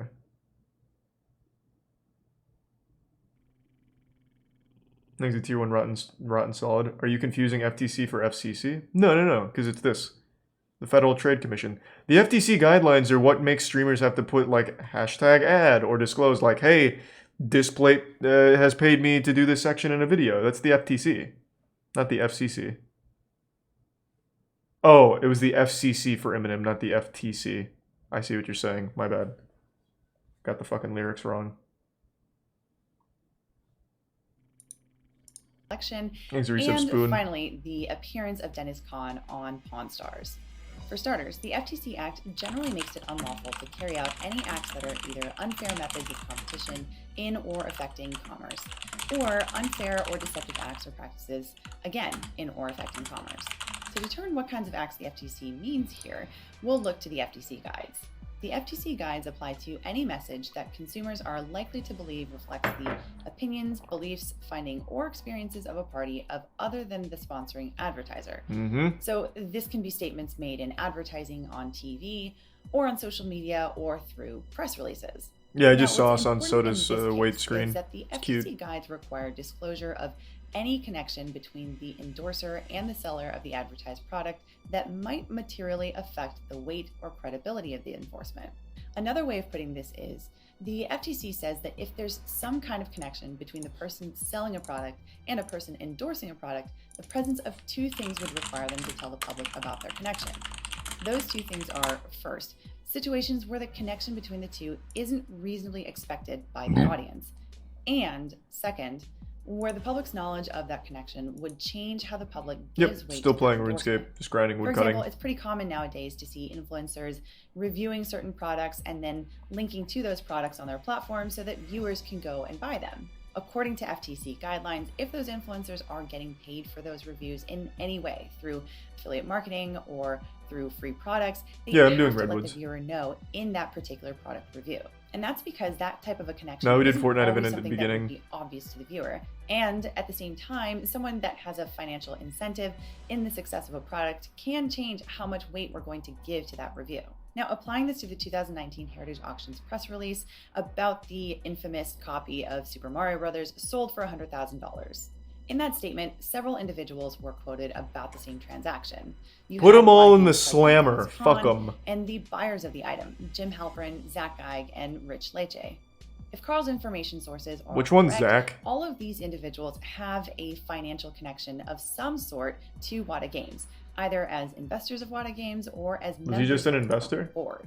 So applying the FTC's requirements, we first have to ask ourselves whether this kind of a connection is reasonably expected by the audience in a transaction like this. And it's reasonable to say no, that we wouldn't expect there to be a big deal made about some outrageous sale of an item between various people with financial interests common to the certifying company. So that's the first question in the analysis. Let's move on to the second one. Okay. The next one is, if the public knew about that connection between these people, would they give less weight to the endorsements made in the statement? To lay that out, it's important to understand what in this whole scenario is giving weight in the first place to the crazy valuations of these retro video games. And the thing that gives arguably more credibility than anything else here is the fact that there was an actual sale transaction that happened and that people are hearing about that sale. It's reasonable that most consumers would assume that a transaction is proof of the actual market price. I don't assume that is, anymore. It's a common idea that the real value I don't of the assume item shit. is the market price, or the price at which the market will support. Specifically, the point at which the buyer and the seller will agree to transfer ownership. The reasoning behind that is, of course, the buyer isn't going to buy something if they think that the item is overpriced. For And legal likewise, reasons, on the you other should hand, the seller isn't assume going to shit. sell something to someone if they think that The they price? can get a better Yeah. price somewhere else.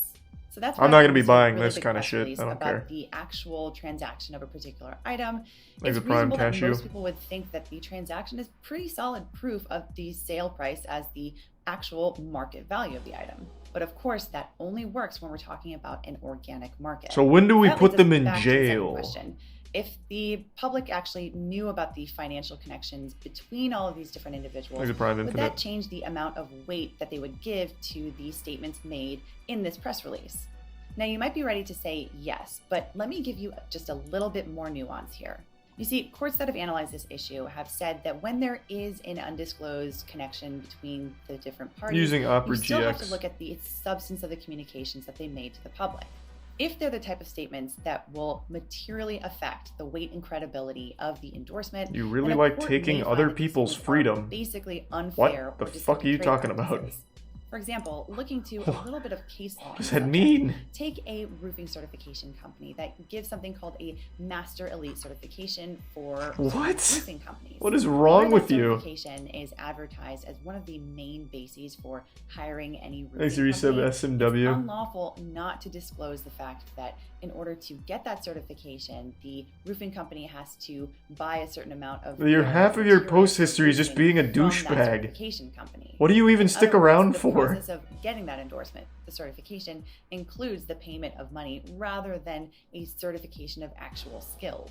And that's because without that disclosure, the public would never know that a Master Elite certification means almost nothing about the actual skills of the roofing company. I don't know. It just means I guess that the I'm roofing stealing company freedom. Bought a bunch of their roofing materials. I couldn't from the tell ya. certification company. Now, it's important to note that courts don't treat all statements in this way. They do distinguish between statements like the Master Elite certification Here's a tier is 1 T-pants. important for hiring a roofing company, and other statements that the courts would call mere puffery. Courts will say that mere puffery statements are more of Did you opinion, kidnap someone? subjective in nature. I guess that They guy. can't I'm really holding be him hostage in false chat. He because they're still really just like speaks, exaggerations but that just to are be an reasonably asshole. expected to a certain extent. So I guess I'm of holding the him seller As hostage. to the degree I or don't know. quality of his or her product. Looking back, I've taken at the that roofing dude's company freedom. Example, statements by the certification company that the Master Elite roofing companies are professional and dependable can't really be proven or disproven. They're kind of just typical sales talk. Thanks to the resub And wiener. because a reasonable consumer can usually tell that mere puffery statements are really just sales, those kind of statements generally are not going to be actionable, even when there's a financial connection that's not disclosed to the public. So in Thanks, this Resub case protein with Light shake. Games, and particularly with the Heritage Auctions press release, we need to figure out if the statements made here are just mere puffery or if they're the kind of statements that materially affect the weight and credibility of the endorsement. I think at the Some end of the statements day, I don't are even just care if it's general illegal or not. projections, It's still saying that they scummy. think the future So I would never rental buy market anything is from them or likely to trust change any of those forward. people. Because most reasonable consumers I think that's like understand the that no one correct can really conclusion to predict the draw. future, a court would And you likely know look what? at Put them in the most slammer because I don't like them probably anyway. mere puffery. However, I'll this take starts to their skirt the fucking edge here. freedom. When we look at the statement by Khan, where he says, WATA certified video games have been selling for record prices ever since Heritage began auctioning them in January. While many video games sell regularly for 5 figures, breaking the 6-figure mark shows that the hobby's upward trajectory indicates no signs of slowing down. This statement about what this particular transaction means for the overall industry is arguably very misleading to the public, who The doesn't whole thing's have misleading. I think at the end of the day, it all just boils down to it still shouldn't be accepted. It's almost time for our boys to play.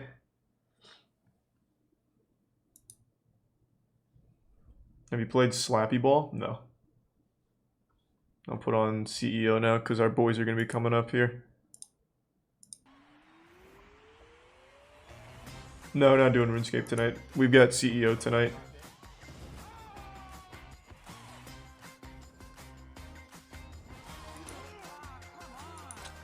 Yeah, unlucky.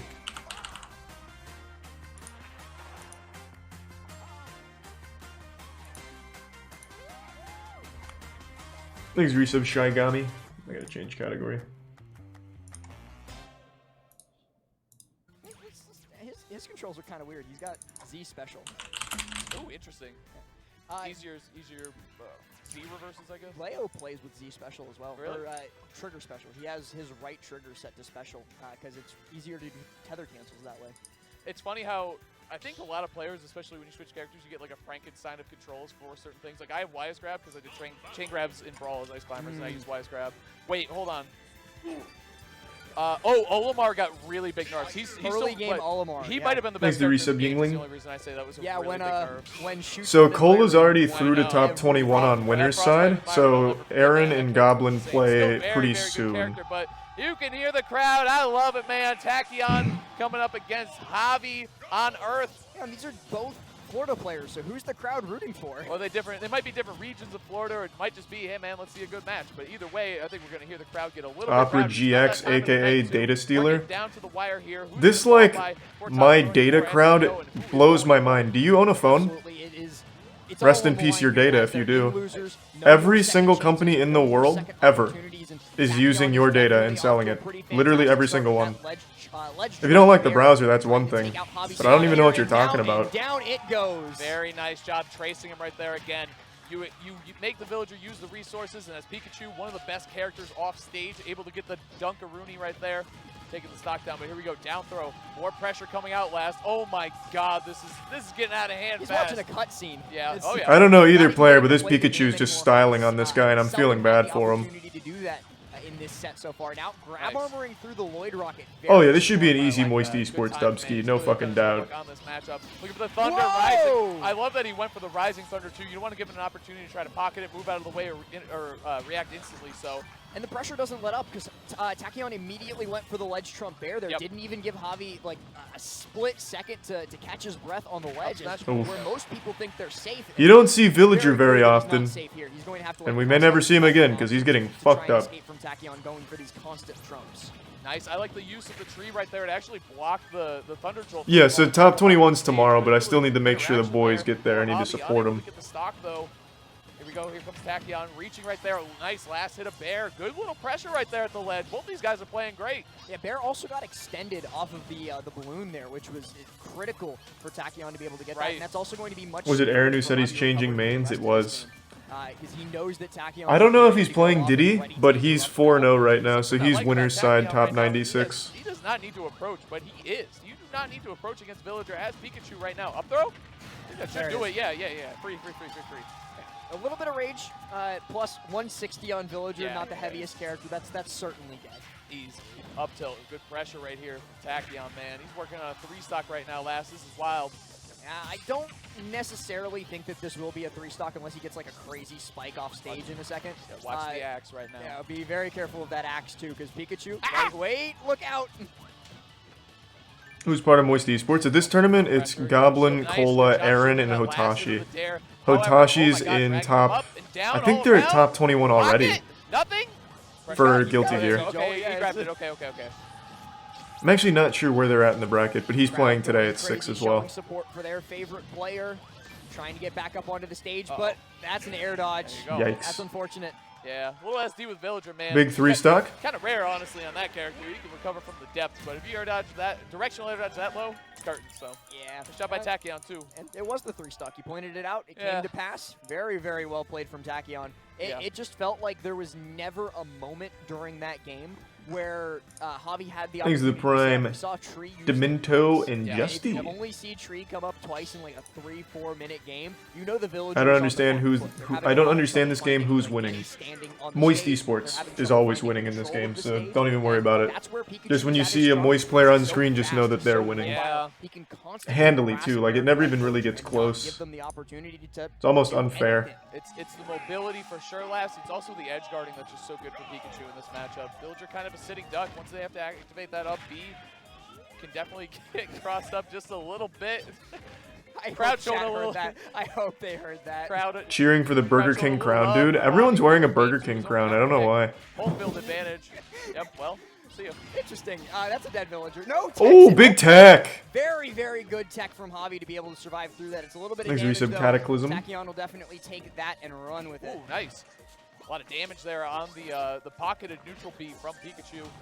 Nice job. Javi all of a sudden finds himself with a slight lead here. Got the tree down too, like we said. It hasn't been easy for him to do. It looks like he wants to close the gap here a little bit. The thing I like on this stage for zoners too is if you BK is selling Whoppers for 37 cents. Bro, they can't give Whoppers away. Whoppers fucking suck, man. Everything BK makes is just not good, except their Impossible Whopper. It's like the only thing that they have that's good. Right. But Villager, he can just chill under there all day long. He's got an umbrella for an F-tilt, and he's got an umbrella in the stage. Yeah, creates a little bit of a tunnel. You know what I mean? You're forced to approach him through like 1 of 2 lanes, basically. And especially if he sets up tree on one side of it, it's literally just a, you must approach me down this hallway, and I'm ready and waiting. Yeah. Well, and obviously opponents are going to look at the stage and say, I like it because it closes the gap a little bit, but Slingshot covers more of the Burger stage. King onion rings are the best. I've seen a lot of people mention their onion rings. I don't remember the last time I got them. A lot of the time. Like, some people try and take Min to small stages like Smashville, but that's her arms most cover of the literally time, the whole you, stage. like, you just took away your own safe space because now she covers the entire stage in one. Thanks to Prime Reskin. I like the stage for Belmont. That's why I always think of the theory of the stage in that way. Wow, he just forward air at the end of that tree. Not getting hit for it, though. Very nice job. Tachyon holding on to his first stock still. Forward air, though, not for very long. See ya. Bye. Oh, but immediately fires back just off the Angel platform into an up smash. Tachyon not giving Javi the opportunity to pull. Make an onion tier list? No, why would I make a fucking onion tier list? Yeah, we'll see what these guys can do with the. Oh, nice. I think he jabbed right out of there, so it was a trade right there for Tachyon to get out of that up smash. Definitely a good trade in that situation. Otherwise, you're in that whole fireworks show, 4th of July stuff. 1%. Exactly 1% between the two of them. Nope, MoistCr1tikal isn't playing yet. They were a 1% differential. Goblin and Aaron should be on pretty soon, though. Right now here in game 2, Tachyon took the first game, but Culver's does slap. I love Culver's. Well in game 2 last. Yeah, that's impressive too. Like getting 3-stocked in game number 1 and then coming in and making it like perfectly even in game 2. That shows that you have a lot of adaptive. Thanks, Resub Profit. And Javi definitely making a show of this. He's down, but he's not out. There's a creative idea there. Thunder Joel activating right when the up B was activated for Villager. Do you play Smash yourself? Not well, but yes. Up being as Villager, so I like that idea crawling across the stage too. He's That doing it looked again. like the startup of grab too. It looked like Javi was about to get a grab, but he just got beat out by Ooh! down tilt, and he chased so deep there. Tachyon once again in full control. Javi on his final stock potentially of the tournament. It was a good idea to be reverse that to. Hold on, pressure. Okay, he's either SDIing or he's just DIing away very well. Either way, he's falling. Thanks to Resub Pregnant Bird. Here we go, man. Forward air coming out. Thanks to give sub gold. Down. Like I said, I like how Tachyon still approaches when he doesn't have the lead right here against Villager. I like it. Oh, God! Gets the shield out in time, manages to get around it. But yeah, like you said, Javi, some fantastic DI or SDI. I'm not entirely sure just to escape these. But lightning loops at low percent are still going to build up the damage. 52 now on Javi and Tachyon. I don't know either player, but I'm pulling for the Pikachu.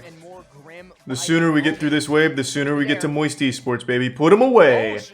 Throw him in the toilet. Let's fucking ride. Thanks to Resub Viper. So seeing less of those from Pikachu is a top tier character. Pikachu's really good. Just not many top players play Pikachu. Oh my God, just sneaking around it. I can't believe that. Thanks to tier 1 CJ and the gift sub Cycle. The needle to get back to ledge there around that. Very impressive from Tachyon. Like, oh, but he is going to get caught by. You mentioned it during Javi's last set. The linger on that up tilt, the 2 hits as well. It's a long-lasting and a very strong move, so very good to cover neutral space with. Yeah, neutral space and a little bit of jump too. You know what I mean? Reaches up with that stick a little bit. Is Villager highly outmatched here? I don't know. No one plays Villager. I couldn't tell you. Oh, especially the Thunder Jolt ready to go. He's got a little shield damage. You might go for go for the grab. He's going to try to recover high. Yep. I like that Javi used the F throw there, even though he might have been able to get a little bit more off down throw because he wanted control of the stage. Right. Oh, that might be unfortunate. Oh, I was going to say, what a conversion, but the DI was even better. Barely living right there. Off stage, he's chasing him deep. A little bit of flutter right there on the up B. He's living last. We're going down to the last hit, potentially. That was pretty smooth. It doesn't seem like a lot, but with the power of Oh, Axe and the getting weight a phone of call, Pikachu 1 sec. combined, Yep. Javi could definitely steal this away. Tachyon needs to find a way to close this out almost immediately. Now has TJ, looks for the F smash, doesn't find it. Has this is down to the wire. Oh no, he doesn't have a exactly like jump. you said, misses though. Javi, a little bit of a critical execution error, does not get the bowling ball. So now Tachyon has another shot. It was a timing mix-up. Tachyon just waited with the quick attack. Very nice stuff. Barely living right here. The crowd super alive right now. Oh, that's a miss. Oh, miss on both sides. The dash attack was not punished by Javi. He might pay for it too. looking for that I'm get-up back. attack with the Fair, trying to cover as much space as possible. Dare. Come on, Pikachu! Control again for Javi. Tries to get the hitbox extension. Pikachu! Wow. Let's go! Yeah, huge thing in the match. No! We'll talk about it after this set, but man, Pikachu's Fuck! options to be able to Jesus Christ! traps the villager so good. He has to up B here now. Yep, he does it. Watch the tree! Oh, Watch out for no. that tree! God damn George it. of the Jungle shit coming out here, catching him in the face. That's a concussion. That for was Pikachu. some George of the Last time Jungle it's gone. shit. We're moving on to the third game here. Let's go. I can't believe I just heard a George of the Jungle reference. Well, now I'm pulling for Villager, because now it doesn't matter. We're going to a game 3 anyway. Around here. It's shambolic, that's for sure. The crowd okay, hold going on. All right. wild, too. All right, you know what? Hold on, guys. That's game 2, okay? I know you're hyped. You can't do that chance already. Yeah, that feels like just asking for a curse to happen. Yeah. Well, that's the funny thing is, like, what do they, if that's what they do for a game 2 W, granted it was a come from behind victory. He's a really, prime really nice casual. stuff, good adjustments being made across the board. Definitely something to get hyped for, but what are they going to do if he wins this game 3 now? I can't even imagine. Like, want to know. CFL crowds go kind of crazy at times, and going into this game number 3, it's certainly all on the line. Yeah. How are we doing? Are we in winners? Game 3. Cola let's is in go. top 21 winners, The way yeah. game 1 went, honestly, So Cola's in a I'm great very- spot, very and then impressive Aaron and that Goblin are Javi, playing soon. Very impressed with Javi in game 2. Very, very impressed. You got to make big adjustments in this matchup. Let's go, Villager. One of the things, though, that we didn't quite get the chance to talk about on the tail end of last game just because it was so fast-paced was how Pikachu can circumnavigate those traps that Villager likes to set up. And Tachyon was doing a lot of it at the end, but Javi seemed to get a read on it. That's why he got that tree pop, and he does manage to get back to the stage. He's looking to pop the balloons, but doesn't quite do it, and there it is, but only an air. I like that because that was he respected Hollow Knight Tachyon tonight? right No, there. not I know tonight. You can mash out really well. Only around 60-70%. You're not going to get a huge punish on it. You can't turn around and line up a bowling ball or anything like that. So just take the damage, get out of dodge. I like it by Javi. Playing smart, man. Throwing out that Lloyd Rocket, covering that vertical space, making sure that Tachyon can't go high. Popping it with quick with T-Jolt, though. He's been doing a really good job. So is Aaron playing Sora this whole tournament? Wow. Both of them miss. Oh my god. I know the he angle switched from mains. Tachyon, I just are didn't you know if he was serious? playing I'm telling you, Sora that's for one this big thing. tournament. Characters who have to recover straight up from below against Villager, they're going to catch a bowling ball to the dome a couple times. Tachyon, very resourceful with his quick attacks, avoiding them and holding onto his stocks. Nice jump out there by Javi. Light couldn't make it to CEO.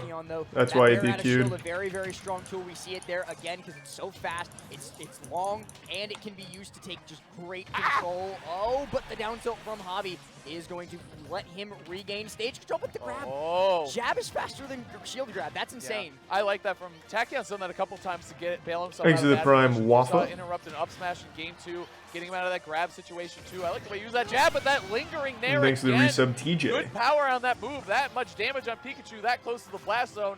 Again, taking down the stock. Javi with the lead here. This is Villager with the lead last. Oh. This is one of the strongest. Oh, up throw?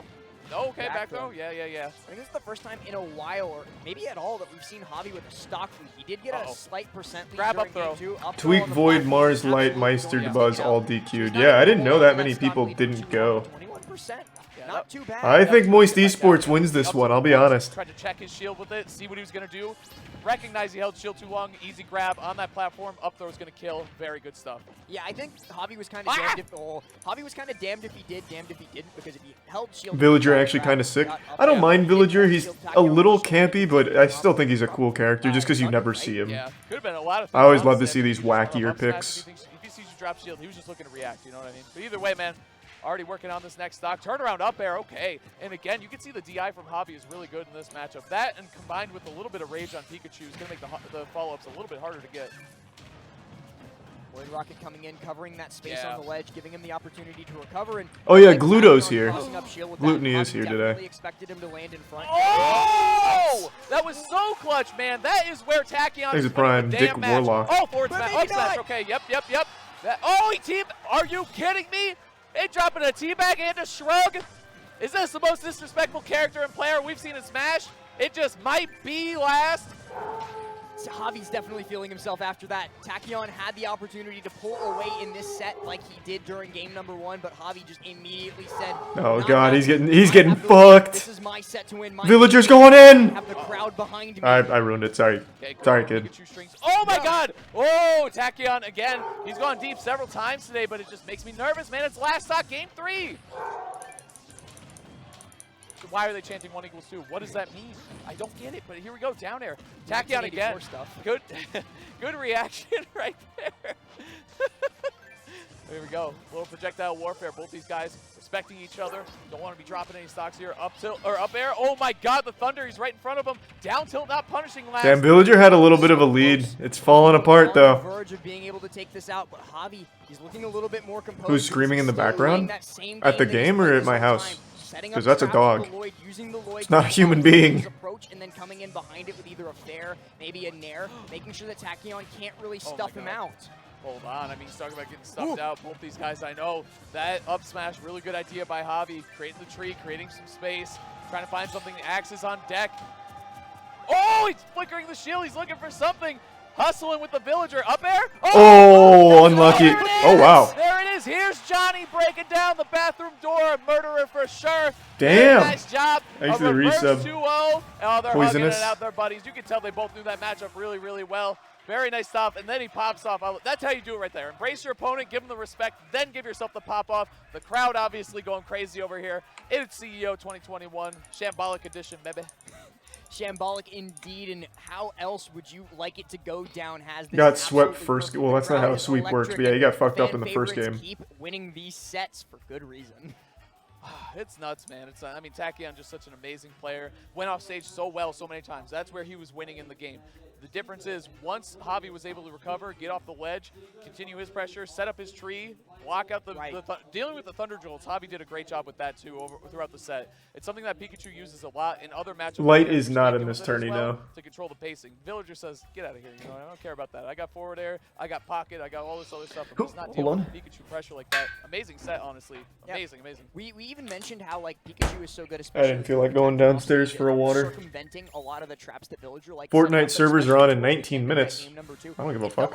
I just go to the events, man. That's it. Like trapping Pikachu at preventing him from going around, and the more it went on, the more that Tachyon was getting hit by that sort of thing. So really good adaptation. A lot of credit to Javi for playing that matchup so well, and he's going to be moving on in CEO for good reason. But next we have a pretty interesting set coming up. I don't know if you heard Cyrus announce it, but I think we're getting Teaser versus Don Quavius. Okay. First time I've ever seen you use that fridge. I use the fridge all the time. If I'm not mistaken, number 4 in Georgia, has a couple set wins on players like Fatality, like Colo, like Wrath. Don Quavius, a little bit more of an unknown North Carolina Greninja, but he's been out here today, he's been taking names, he's been kicking some serious ass so far. So this is going to be an interesting set too, because Teaser has a lot of experience versus Name Fireball in Georgia as well. So Greninja, while may be able to get by on a little bit of matchup and experience against other people, not going to be able to skate like that on Teaser. I mean, the thing, all you got to say with Teaser is, you know, number 4 in Georgia. Greninja mains unite.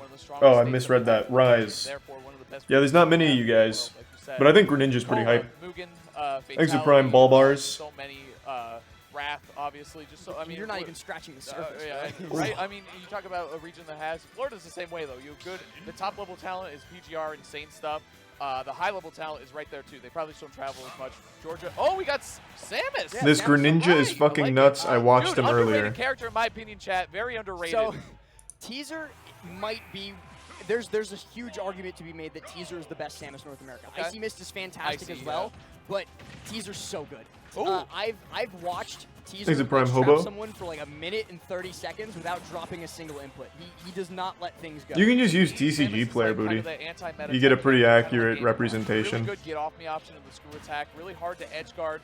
Good weight though on Samus. Like you're not going to get early stocks on Samus as a lot of characters. It's possible obviously, but less likely than most of the cast. And some of the strongest ledge trapping in the game. We're seeing it right here. Most options get covered by Samus. You have to be able to pick the right option, and even then, it's usually a 50-50, right? Teaser covers neutral get up and get up attack with the down B, covers roll with the Teaser plays Cola a bunch, does he? It's so hard to get Is Teaser the Samus? See though, Don Quavius is just going to use the mobility and the slender frame of Greninja to try to avoid. Okay, that answered my question. Yeah, he's the Samus. I can already. I just heard him. Very good SDI in the first up air that we saw. Greninja's slender frame, like I just said, going to be able to SDI and fall out of things if Don is on point with his SDI. So. Teaser so our boys are doing pretty well. Cole is the only one that's played today, and he's winner's side top 21. Are they going to pull the trigger? Or Aaron and Goblin are both 4-0. Different move, but great ledge trap from Don Quavius to be able to put Teaser And in they're going to be playing hopefully pretty soon. soon. Mix up positioning with the mines, but Don Quavius, it cannot be stopped. The back air is coming for you. Ooh, okay, up tilt, looking for the follow-up. Good float away, but still getting traced by Don Quavius. He's got the lead right now, holding down the ledge too. The get-up attack working out. Charge shot, not enough power quite yet. Exit Prime. Oh, the jab, 1-2, almost did it. Coogan? Jab 1-2 is not something that you see too often from Samus. Right. Usually they just go for jab 1 into something else. You don't see the second hit come out too often. Looking for the down tilt to close out the stock, but just tethering back to ledge instead. The uppy out of shield should do it, but no. Fantastic DI from Don Quavius. Yeah. Living that is so important right there. We got 180. You want to give Samus any freebies because right now, Oof, the way almost. Don Quavius is playing this matchup is the way to do Thanks it. for some Make Terry Samus Crews get and super attack, Kovic. Try to get the charge shots going, but just avoid the killing blows. This is where Samus can definitely fall apart a little bit. But there goes Teaser tying it up. Very nice job capitalizing with the rage in the forward air. Oh, fixing his mask while he's on the engine platform. Smart. That's something Hey, that Moki. you hear about how Don Quavius is playing this matchup too. We're doing pretty well so far. Cola top 21 on winners. Charge shots, right? Like, Aaron he and doesn't care. He Goblin knows both that 4-0. 10% They'll be will playing hurt, pretty but he soon. knows that he'll be able Thanks to to Resub ultimately Raccoon. live through a lot of the rest of what Teaser's throwing at him. So he's okay eating those because he can follow them up with a bigger punish of his own. Right. They recover now. Teaser with all the momentum so far. Don Quavius still in the forward air. So good at covering the jump out of the corner. Where they end up versing each other? I don't think they'd end up facing each other till deep into like so hard to get past finals, I would think. everything else. And there's the up tilt, and just like that, one ledge trap, and Teaser takes the lead. That's how it's done. I mean, Exit Samus Prime does sock. control the tempo of a matchup so well. You said last, once she gets you in a bad spot, it's hard to get out of it. That spot specifically being the ledge. Up air though, up B2, and going over the ledge for some extra damage. Yep, I like that. And stage control, honestly. Very nice. Is it tier 1 I launch like fill? that tether cancel up air through the stage. It's just that little bit of chip damage, plus it gets Teaser the opportunity to get on stage without being ledge trapped.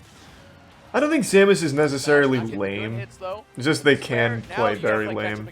We saw that really hype one who beat ESAM in the last tournament. I forgot their name. They were like Icy Mist or some shit. Back to the ledge. Oh my god. And that distance for the tether, like that distance that Teaser is standing at is brilliant. It's just perfect. Yeah, it's so like good. I said, it's just so difficult to get past Teaser, but Don Quavius does actually catch him getting a little bit anxious, a little bit antsy on the ledge. So he does roll past, gets the KO. 89%. Yeah, I know. Light couldn't make it. Saw him live to about 212 on the first stock. So Exit it's tier 1 very, Seth very Rogen. doable for Don Quavius still. But Teaser, In the he's bits in his comfort uni. zone. He's got the lead. He can play as far away as he wants. He doesn't Who are you need rooting to for? avoid Oh, I so don't give a shit here. Teaser's gonna be feeling good here, Whoever but gets us then to he Moist goes Esports off. faster. Oh, what was that? I don't know, man. I thought he had his double Wow. jump still or something. I didn't think he was dead. I thought it was a flub, but not that bad either way. Game Let's one, go. Don Quavius. Wow. As we've said forever, we take those. It is what it is, man. It's CEO, baby. Don't throw away those stocks. On the big stage, in front of the big crowd, at the big tournament, you take every opportunity you can get, and Teaser did There's a just kinda resub Kung hand him Fu. a pretty huge one. That's Don Quavius going Root for up whoever is 1-0 weaker in so set. Moist Boys have an easier time, yeah.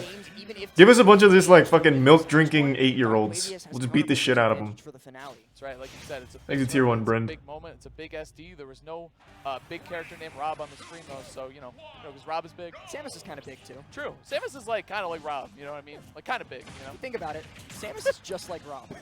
Exit tier 1 Fire Bro Games.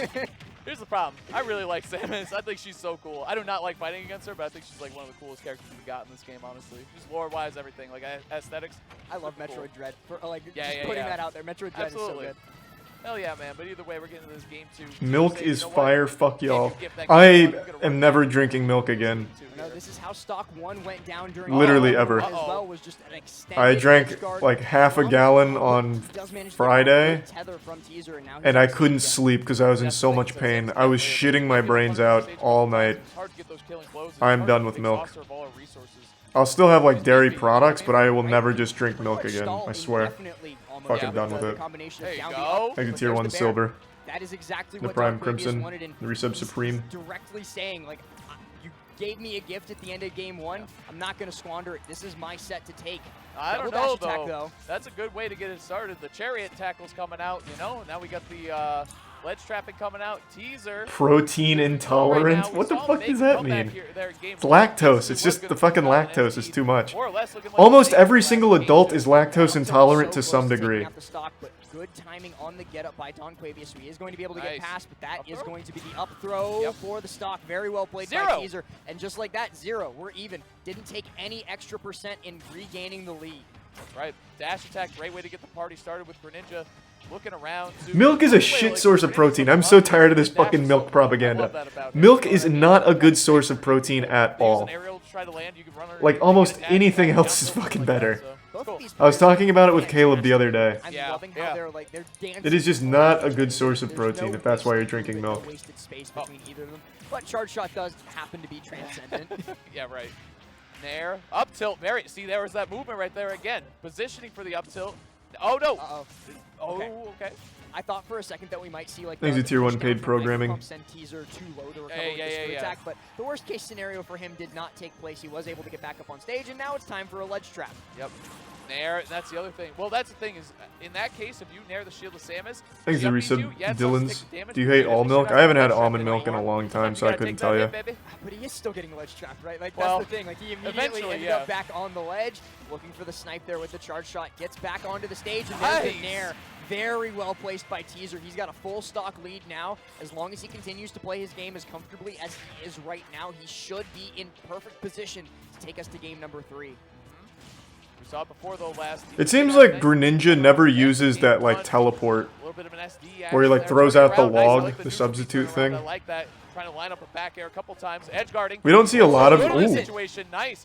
We don't see a lot of Greninja, but the ones we do see never use that. Dude, he's so sneaky with his double jump. I wasn't sure if he still had it left or not. But now thanks, here we go. Stain.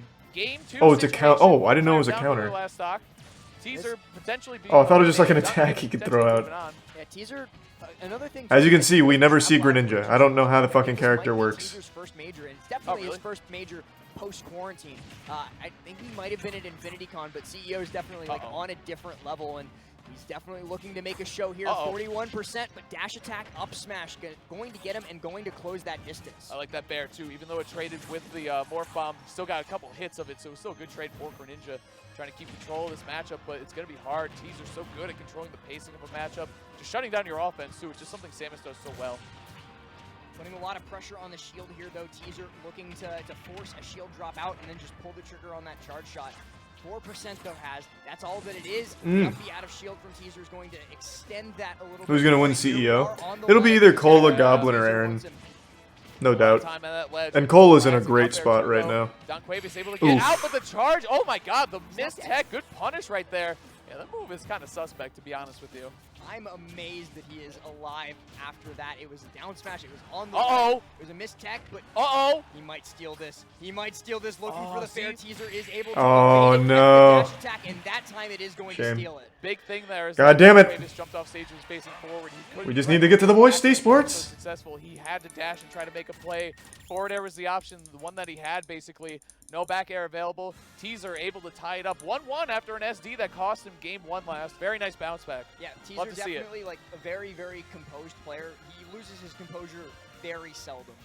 Like it's almost impossible to rattle him, and he's staying confident. Impossible to rattle him? I bet I could. Throw a tomato at him. To make sure that he does not bet you he wouldn't play very well then. Don Quavius' Greninja. 1-1 now, going into the all-important game number 3. Oh yeah. We're gonna see who can take this out. I wonder what stage we're going to. We'll see, man. Good to see about right now. FD. That's a little bit questionable against Samus. Oh yeah, or the crab, I guess. I mean, well, here we go, man. The rising up airs. You can see the SDI from Don Quavius able to fall out of it. Very nice. New thing, man. Him out of the grab with his own mind. I actually think it's better for us if the Samus wins because Cola's played them a lot. Okay, I like the idea, but again, that dash attack just sending him to the. All right. I'd rather get ledge trapped on the other ledge. You know, yeah, I'm left-handed. You know, I prefer. We'll take the scenic route over here. Dash attack should be a punish. Turn around back air, very nice. He needs to capitalize here, and he's doing just that. Does Teaser have a jump? Yeah. He's good. Okay. Yep. He's good that time, but Don Quavius' turn to talk. He catches in there. Back on the ledge right as here. Well, and that's a lot of base on the FD backer. He's a tier 1, like a noob. Right. Yeah, the speakers are right by us too, Chad. So we literally feel it when that FD transformation happens. But either way, Oh, wow. man, Jesus. Sora's not on the map, but that edge guard was simple and clean, baby. That's the thing that's so hard against Teaser, and why we were like questioning so hard why you would take Teaser to FD, because with no platform, you've removed like half of your mix-ups to get around him, and especially on the ledge, that's gonna hurt. Well, and Samus's ability to Yeah, this Samus was really going in. The only reason it wasn't a 2-0, I think, is because of that SD at the end of the first one. Okay, baiting it out. I'm pretty sure he had the lead. Maybe a nair or something threatening on his shield. Went for the up B, baited it out, but couldn't get a punish. Don Quavius taking more and more damage. And look where we are last. Have we seen this one? He's back center stage. Yeah. Back center stage now. Nair on the shield is easily going to get up B. That's the thing against Samus is she gets the lead, she charge shots, throws these projectiles out, hold shield. You get flustered, you try to hit her, and she just shields and up B's you, and then you're gone again. And then you're getting put back in it, man. Rinse and repeat. Back to square one, and well, this is where we've seen so many times throughout this set up tilt. alone. Is it tier 1 uni? You can't re-grab against Samus. You're going to get up tilted every single day of the week.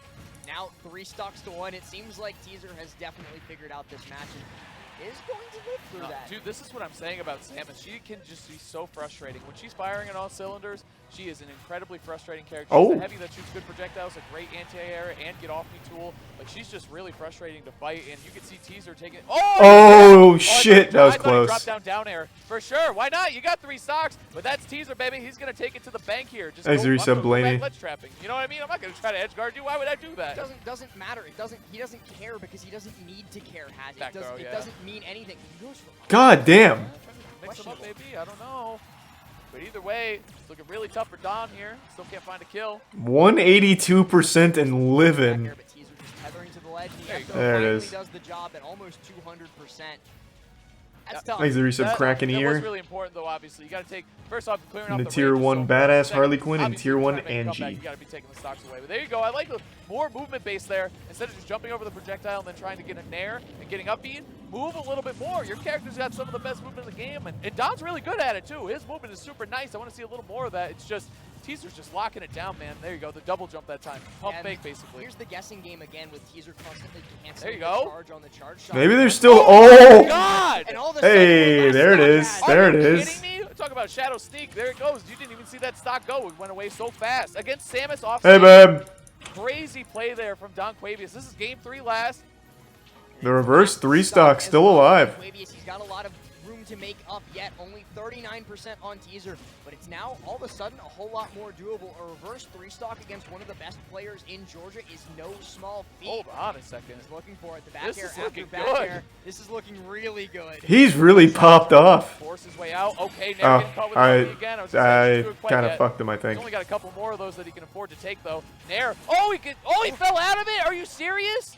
Was that like insane SDI or was that luck? Because I don't know. Yeah, no, I don't know. This is tough. That's the way the ball bounces, and here we are still in. Oh my God, no way! Oh! Sit down, Teaser. You can still win this. It's not over yet. Do not let it slip through. Jesus Christ! Oh no! Oh no! What a heartbreaker. Thanks for Prime Glow and Ready. There's the hug between that's unlucky. I feel so bad for him now. He almost brought that back. Man, what a great set right there. I mean, that's fucking tough. What else can I say? Hit after hit. Game 3. Okay, I gotta pee really bad. Give me just 1 second. I'll be right back. A little shield work right there would have done it for him, but and we'll fill this up as well. You never know what's going to happen, especially the way Don was locking down the offense there at the end and defense. That Shadow Sneak off stage is one of the best I've ever seen. So very nice job. Don is sick to watch. Honestly, I mean, they both are. But that was really cool. Greninja, one of my favorite characters to watch in this game. There's like there's JW up in Canada. Yep. There's Don Quavius here, but there's so many cool Greninja players. Tarek over in the EU. That's right. There's a ton of insanely cool Greninja players out there, and Don Quavius was certainly one of them, but Hazmat, we have just been informed that we were having too much fun and the block just flew by. We've got to finish up. Yeah, man, we got to go, but we had some amazing sets today. Thank you so much, chat, for joining us. Thank you, production, for lining it up today. Thank you, Last. Had a blast commentating, of course. It was really good sets, guys. Stay tuned for more CEO action, working our way to the top 24, which is set up for the bracket on Sunday, which is starting in top 24. Already some incredible sets lined up there. Absolutely. Wadi against Cole is going to be kicking it off, and just Sunday's going to be amazing, but we got to get through Saturday first, which is also going to have incredible sets. Stay tuned, guys, and we'll be seeing you.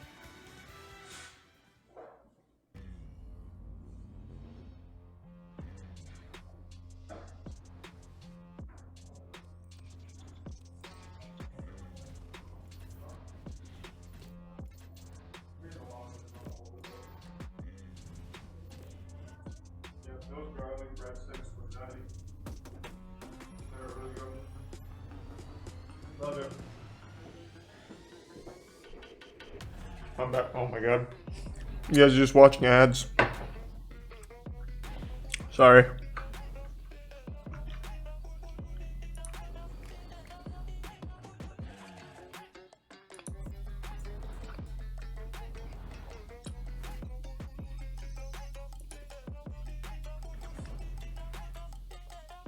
I think coming up next should be our wave.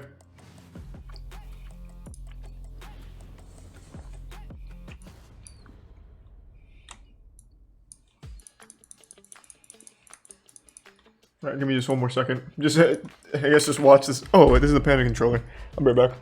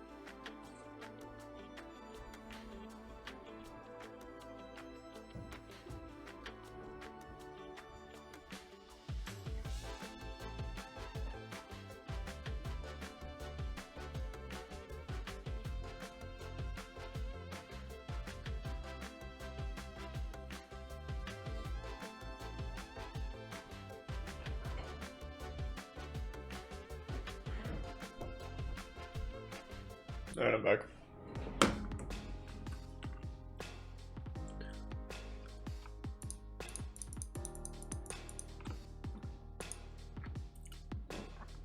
Is this still the controller?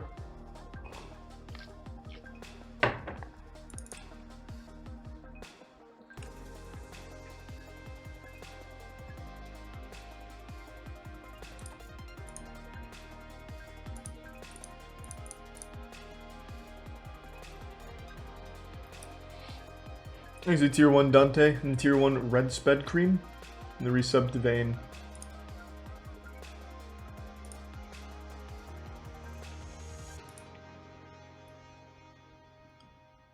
Aaron and Goblin's first game won't be streamed, you can see on the bracket.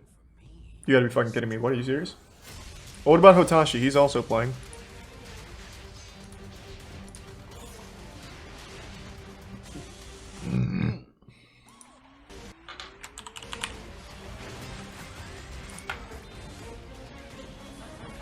Oh, wrong one.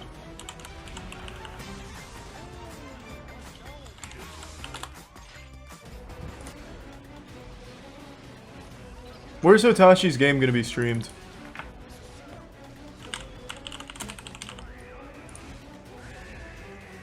No, here. Oh my god. Okay. Milk is a very not good source of protein. If you're drinking milk for protein, you're better off drinking anything else, really. Just eat like a handful of almonds, and you already get more protein from that than you do like an entire glass of milk.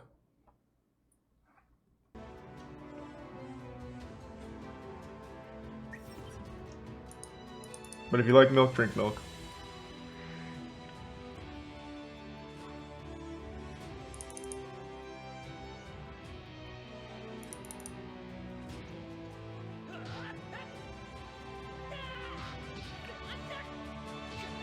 The fuck is this? My Hero fighting? Do people still like My Hero? I stopped watching. I really got bored of it.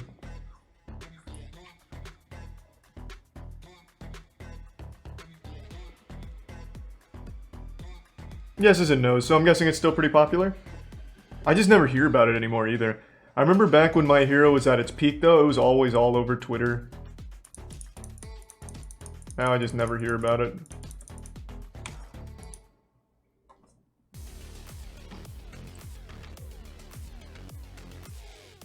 I don't think My Hero's always been bad. I really liked it. But for some reason with My Hero, they have like 5 good episodes and 15 bad ones where it's just them doing school activities that are meaningless and not fun and don't really do anything. Like, it doesn't develop the characters very much or anything, it's just worthless.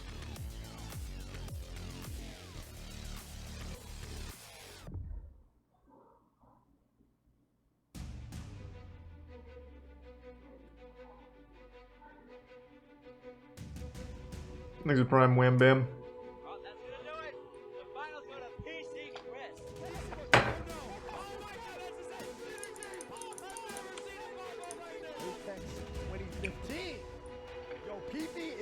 Thanks a Prime.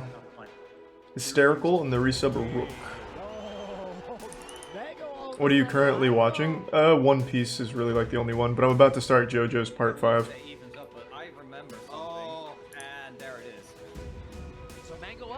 Because I do want to watch Part 6. Part 6 has got my attention. Part 5 doesn't look that great to me, but I'll still watch it just to get all of it. I've watched Parts 1 through 4, so I might as well.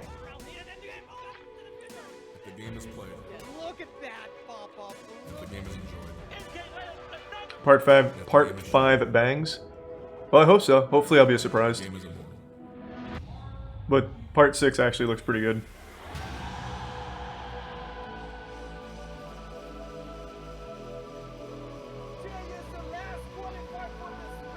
Thanks to resub Meester.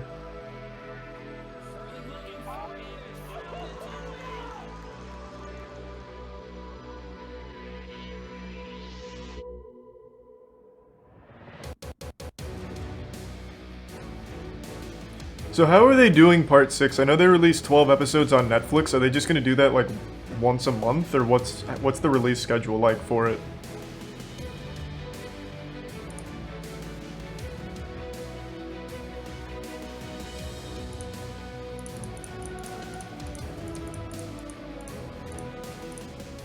No one knows. Okay.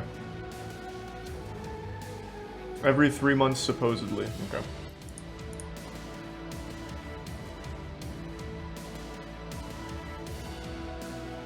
Thanks for resub, Velky Cat.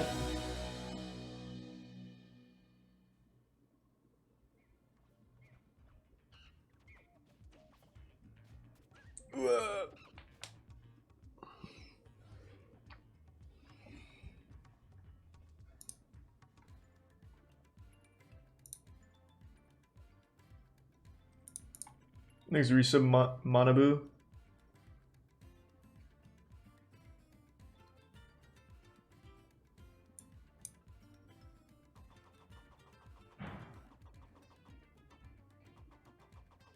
Shonens are for kids, honestly. Completely disagree. I think shonen's just fun. Who doesn't like just really well animated action? I think the adult anime are really weird and uncomfortable to watch. Unironically, like, there's a weird fixation on some of them I've seen where, like, the girls have to look like kids a lot of the time, and it's so off-putting. I know it's like a huge meme and shit, but there's a lot of fucking lolly shit in the non-shonen anime. It's fucking weird. Thanks to resub Tuna, Golf, and Sock.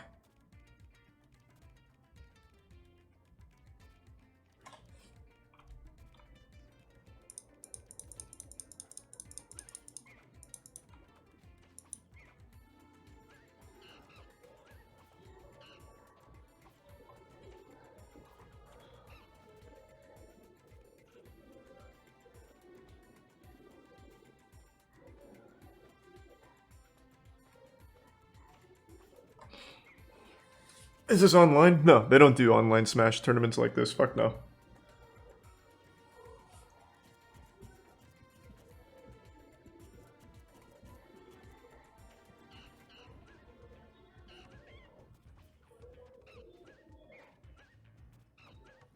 There's resub Porkins. No, they're setting up the next wave, which is where Aaron and Goblin are playing.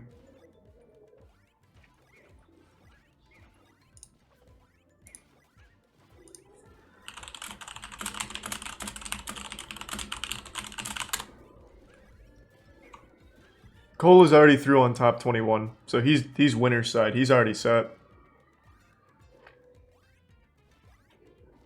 He's good till tomorrow.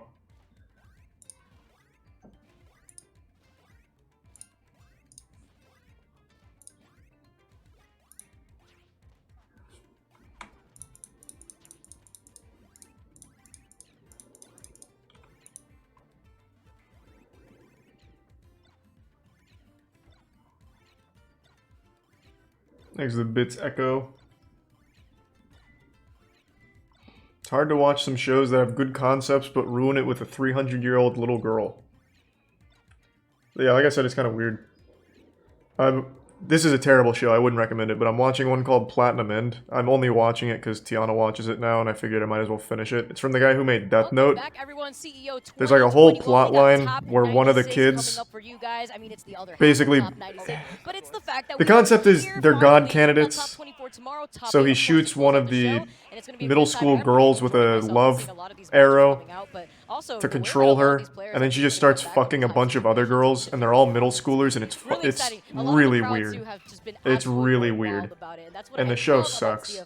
Not just because of that, but the show's just bad. Oh, yeah. It has been amazing. It's nice to see everybody again. It's been a long time since yes, it has been. And just being like, you talk about those close matches. Earlier today when I was on with Dara, every single set. Yeah, so one of the, well, all the god candidates that you follow, like the main villain and like the two others, they're middle schoolers. And the villain uses it to like control people, to kill the other god candidates. So he shoots the red arrow at another middle school girl who just has sex with other middle schoolers and then kills them. Legend of Glintendo. That's the horrible. last time that we actually did that. We just gave him praise, so you already know. There's Risa, Nasu, Yevs, and the Prime Munchkins. But it's, speaking, you know, great people. Great people. Top 5 human. If you do not understand, Zennoto is one of the best people to hang out with. I just don't know why it's always middle school. You can tell the same story with them being fucking college-aged, adults. Like, they don't have to be children. They just don't. It's so dumb. No, it's not high school, it's middle school. They even make a point in the show to tell you a middle school serial killer. So then when you see her having sex with other middle schoolers, they drive it home that she is a middle schooler. It's weird. It's fucking weird. Yeah, and you know, he's been able to still maintain his consistency. He just recently got 33, I believe, at main stage and 17th at Glitch. So, you know, even though during this Wi-Fi era, he has still remained in practice, but playing against the Six Master, this is a Pac-Man player that has been able to put in a lot of work. He already started things off, even though Zennoto just jumping in his face, getting that grab, and already sending him off the stage. And one of the biggest things about this matchup is that Banana gets semi-invalidated. You don't get to get that set play. Oh yeah, Warframe's got a huge update coming out, right? If you're trying to get them to move forward, they don't need to. They don't have to care about that. And that out of shield frame data is so good at boxing with Diddy Kong. It prevents him from finding those monkey flips easy. So Zennoto has to be careful about pushing too hard as he's getting smacked up right there. Has a small lead here, Vicky, but it's not a very large one. You got to make sure you win on this. I like Warframe. I haven't played it in a while, but I still really like Warframe. Be able to still keep Pac-Man at bay. You have the hydrant that you have to worry about. You saw him toss the orange into the water, but look at that. Zennoto unfazed. Feeble. The patience that Zennoto has always had. He looks at you, he waits for you to do an action, and that's exactly what he's going to do. He's going to be able to punish you for that. And with this lead, you see him holding shield more. He had the banana at hand at first, but you can see how tricky this fire hydrant has been. Despite it now being on the top of the platform, the Six Master, he's been trying to make some cheeky plays happen. Six Master's trying to cheat. Like, actually, like, watching the way that Bella's been flying, like, a lot of people get hit in those situations. Don't hang out by ledge too much here. Now you got to watch out for Bella and shield. No, this isn't the same Pac-Man from last time. The Pac-Man you're thinking of was T, and they're one of the best players in the world. I'm unfamiliar with this Pac-Man. Yeah, I know Zennoto, way though. Better to get that or to take that rather than to get stunned, especially at this percent that Zennoto is still living from. 165, now 174 after a hit. He keeps getting punished for trying to monkey flip. Who are we rooting for? Zennoto. I like Zennoto. Watching the fire hydrant here, you see that Six Master has already got this set up by the ledge. Yeah, and the hard part for Pac-Man. Does he have the same name as the Monkey King from Monkey Madness? Yeah. Owowagi. It's a little RuneScape reference. Because if you challenge Pac-Man at the ledge like that, that's a free 70 you just took with that Galaga. Exactly, and that's why he's been able to use. Oh, that actually was a double-edged sword right there. I don't think he intended to actually get right there. Maybe try to DI towards a ledge for ledge invincibility, but the fire hydrant. Thanks, Voodoo. I think part of it might have been because the trampoline's in the way. You're forced to jump over that. So in trying to get into stage position, you already snap ledge. You could buffer roll back on, get underneath that that trampoline, and go back to where that fire hydrant was. So it was one of those moments where Six Master said, "I just don't want you to hit me now, so let me back off really quick." That was the insurance policy right there coming through. I don't know why they're not streaming Goblin or Aaron's first game. Isn't Aaron's first game against Mewtwo King? And now with the Galaga that you were talking That'd be hype about, as shit. he's trying to get something started here. You talk about a lot of the damage that comes out from those screens, but look at the way that Zenoto's playing this. Knowing that he has the lead, he isn't playing over. Yeah, Mewtwo King's in this tournament. He's trying to punish Sixmaster for doing these options here, and he knows that Sixmaster is getting a little overzealous. He's trying to get right into Zenoto's face, and Zenoto has no issue with that. And that's how you let Diddy Kong win, because not only you don't need just banana, but a plus 130 gets a little bit hard for Diddy Kong to actually confirm a KO because you start falling out of down tilt to up smash ranges. But for Zenoto, he's keeping it simple, just going for simple things like those back airs, now forcing him into a ledge shot. The F tilt does hit below ledge now. So have you seen the Smash doc? Which one? There's a lot. You'll have ledge invincibility, but that fair just finds the mark. Doesn't even let him get that ledge invincibility. Can't even get there in the first place. This is mine. Yeah, Zenoto's like, this is my stage here, 53%. Still, I'm seeing here that Sixmaster has been able to punish off of those 96 wood cutting, baby. Let's go. Almost there. You can't really extend past that. Now you can see Zenoto getting some of that momentum, does have banana in hand. Just trying to keep Sixmaster at bay. And the best thing, like the most difficult thing. Cola's Cloud was looking good. We watched the game against Ling Ling. His Cloud was looking kind of filthy. The fact that he got that nair right there is actually huge. Now the damage is starting to rack up Vicky. It's going to be a lot harder for Sixmaster to play like back. You do have that forward smash, but finding that hit is going to be hard because of how evasive Diddy Kong is. Yeah, it's going to be hard to play that patient Pac-Man game where you're going to want to force. Thanks to Resub Drake. Is Spargo here? I don't think so. Worry about that. The orange beating the banana, showing that potassium is not the only way. And now being able to try to get back towards the ledge, mixing it up, manages to get back onto the stage, but this is where Zenoto was able to take Sixmaster stock again. The up smash, the scoop, covering not only the jump, Gluttony's here. Get up two here. And in that situation, What top players have I played against? All of them. He knew in that moment that and I've beaten every single one of them. It's usually not even close. Strong, saw the situation, then changed. Thanks to the Resub Bachelor. Readaptation coming in from Sixmaster, who unfortunately couldn't really get any momentum started on his side despite that first stop. You know what's crazy about this matchup that I just realized is kind of just weird in general? This matchup is like having your parents tell you you really need to eat your fruits throughout the day, but it's the most violent fruits you could ever get. I don't want that banana. I do not want that lemon. I do not want those oranges. I don't want the apple. Why are you trying to feed this to me? All it does is hurt me. I'm going to call it Wiggles. This is not the fruit salad I asked for. Any God Slap updates? Gotta go to game. I was going to keep it a little surprise, but yeah. The animation should be done this month. So for the prologue, we had all of it animated. Same studio that did Skynet. That should be ready this month, and issue 1 fully should be ready end of January, beginning of February. Which Diddy Kong does struggle to kill at later percents, like we mentioned before. It can be hard to find it, so you have plenty of room to. And we completely switched fulfillment centers, so next time, when issue 1 does come out, it's not going to take a month or 2 months to get to you. It's been a true disaster with that fulfillment center we used the first time, even though they had a great reputation.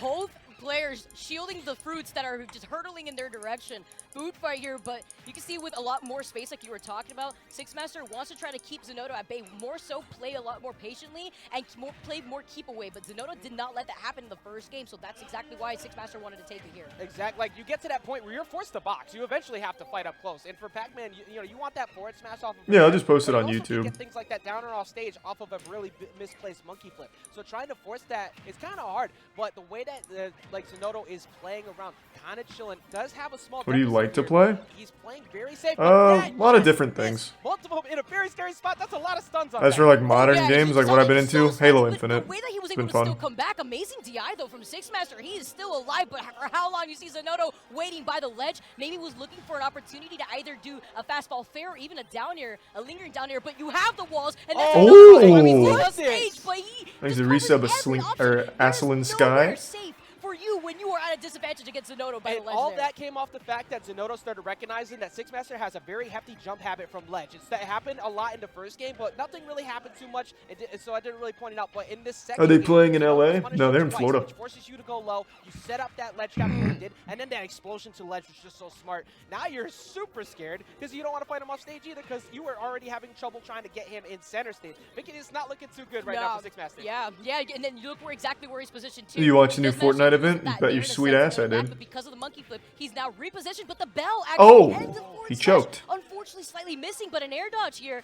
Maybe an opportunity, and it is the down air. You got to take advantage of that. Is Cola the #1 seed? That position, but with That's hype. taking advantage, this is very close here. 58, 0%, but still 2 stocks apiece. and now he's been able to build up that wall again with the fire hydrant. You should invite the Moist Boys over.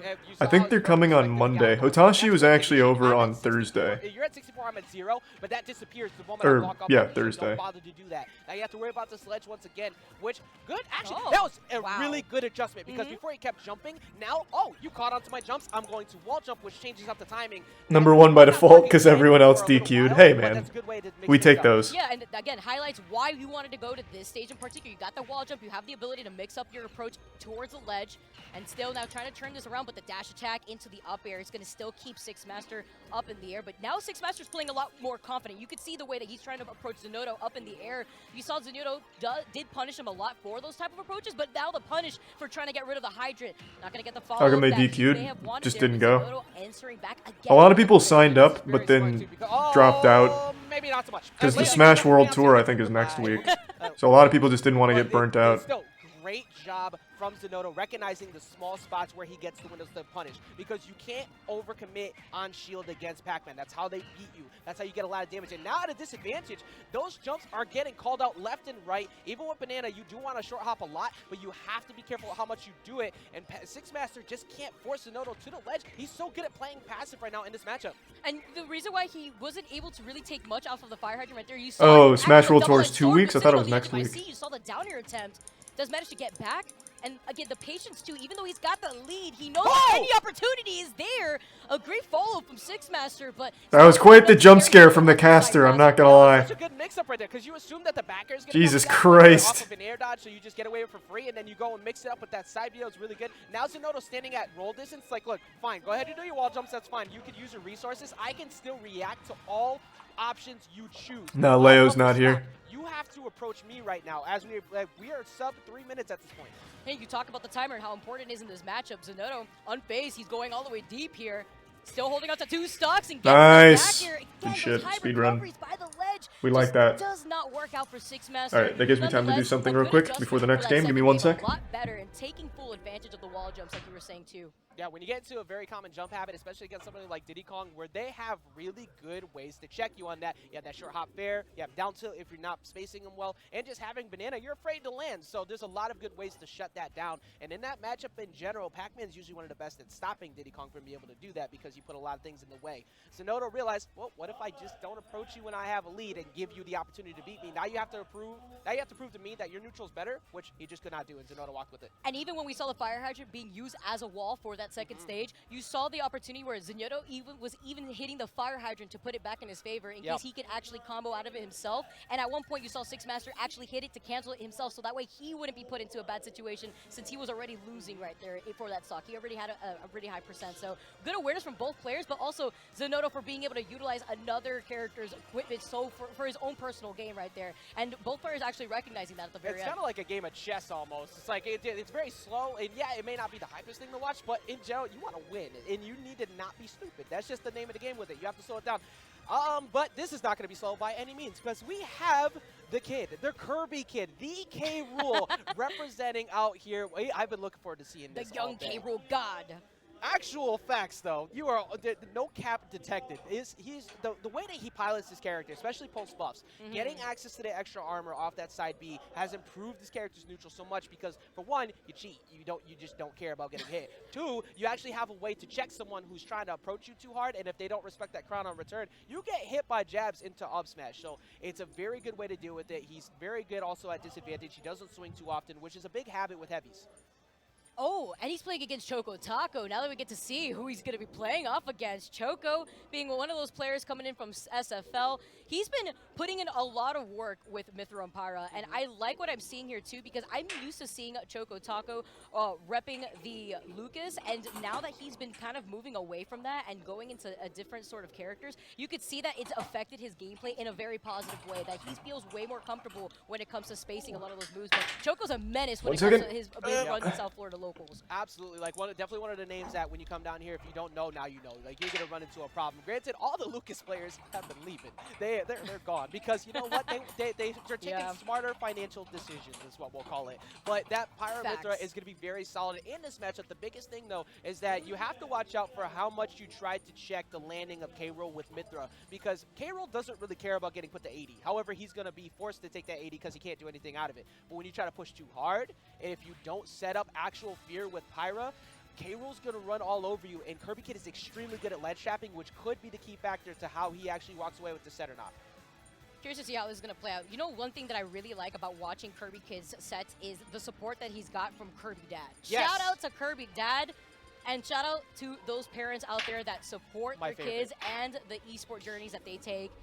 And I'm back. We're in a different time. We are literally looking at the future. Most kids don't actually watch common professional sports anymore. They're watching Twitch. True. Right now. Fuck a lot sports. Of people just watch it because this is something that everybody can be involved in. This is something that you can get together with your family, and I'm loving the fact that growing up, it was a little bit harder for us to be able to actually convince our friends, hey, let me go ahead and chop a video game. You got laughed at. But when you try, but with now, Kirby Dad is louder than SFL at points. However, Purple Guy. Oh, hey, a K-Rool. But we're gonna see the Lucas. That's the voice. Wait, is this Kirby Kid? Oh, it is Kirby Kid. That's Purple Guy. Oh, I didn't even notice. Ed was gonna be in the venue. You could hear him. It's hard not to pull for Kirby Kid.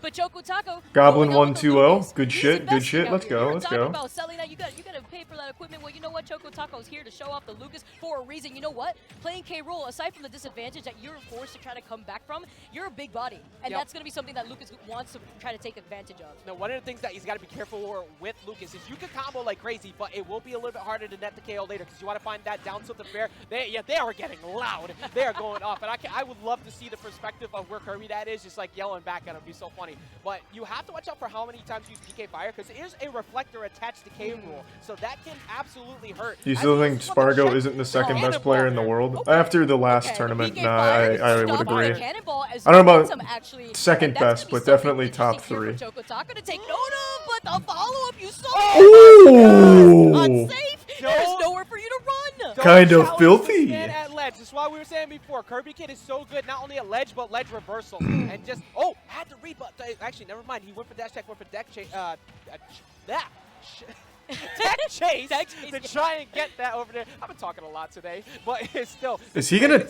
He lives that? Does not get the hit, though, I didn't think K-Rool could recover that So low. far from the very start, and that's what I love to see. Thanks, Resub Ravioli. You see him go through the platform, and you see him trying to get that here as Choco Taco was stuck by the ledge, but Choco immediately answers back. Yeah, I heard Goblin just 2-0'd, so that's good. That's a good start. When you're by the ledge, we saw what happened before for that first off. That was really good from Choco, too, establishing the fact, I know you like the full hop. That's what K-Rool's want to do all the time, so I'm going to anti-air you with this up air and take it out. But this is not a large lead. So 88, almost got the tech chase there. I got the words out that time with the dash attack, which would have been great. Now you're forced, don't stall too much at ledge. We saw what happened last time. Yeah, no, that's exactly what Kirby Kid wants. He wants you to feel that pressure by the ledge. I wouldn't say Tweak is the second best. Top 10, but I wouldn't say Tweak is second best. MK Leo, obviously undisputed #1. Second place, I don't know. I don't really know. Maybe Zach Ray. It'd be Zach Ray or Spargo. You have to make sure you pass the test. You either mash out or you take the forward smash when they read the no mash. It's so hard to deal with, but Kirby Kid reads that all the time.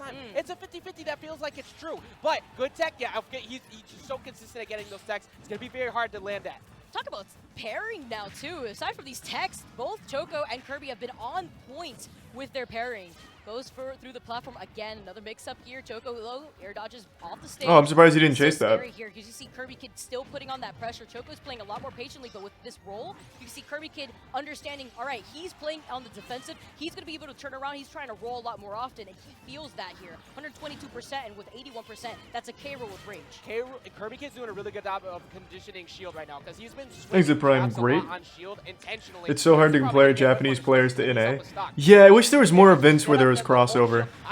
Like, T did super well at the last one, and Zach Ray did really well at Summit, but it's just hard to travel that much.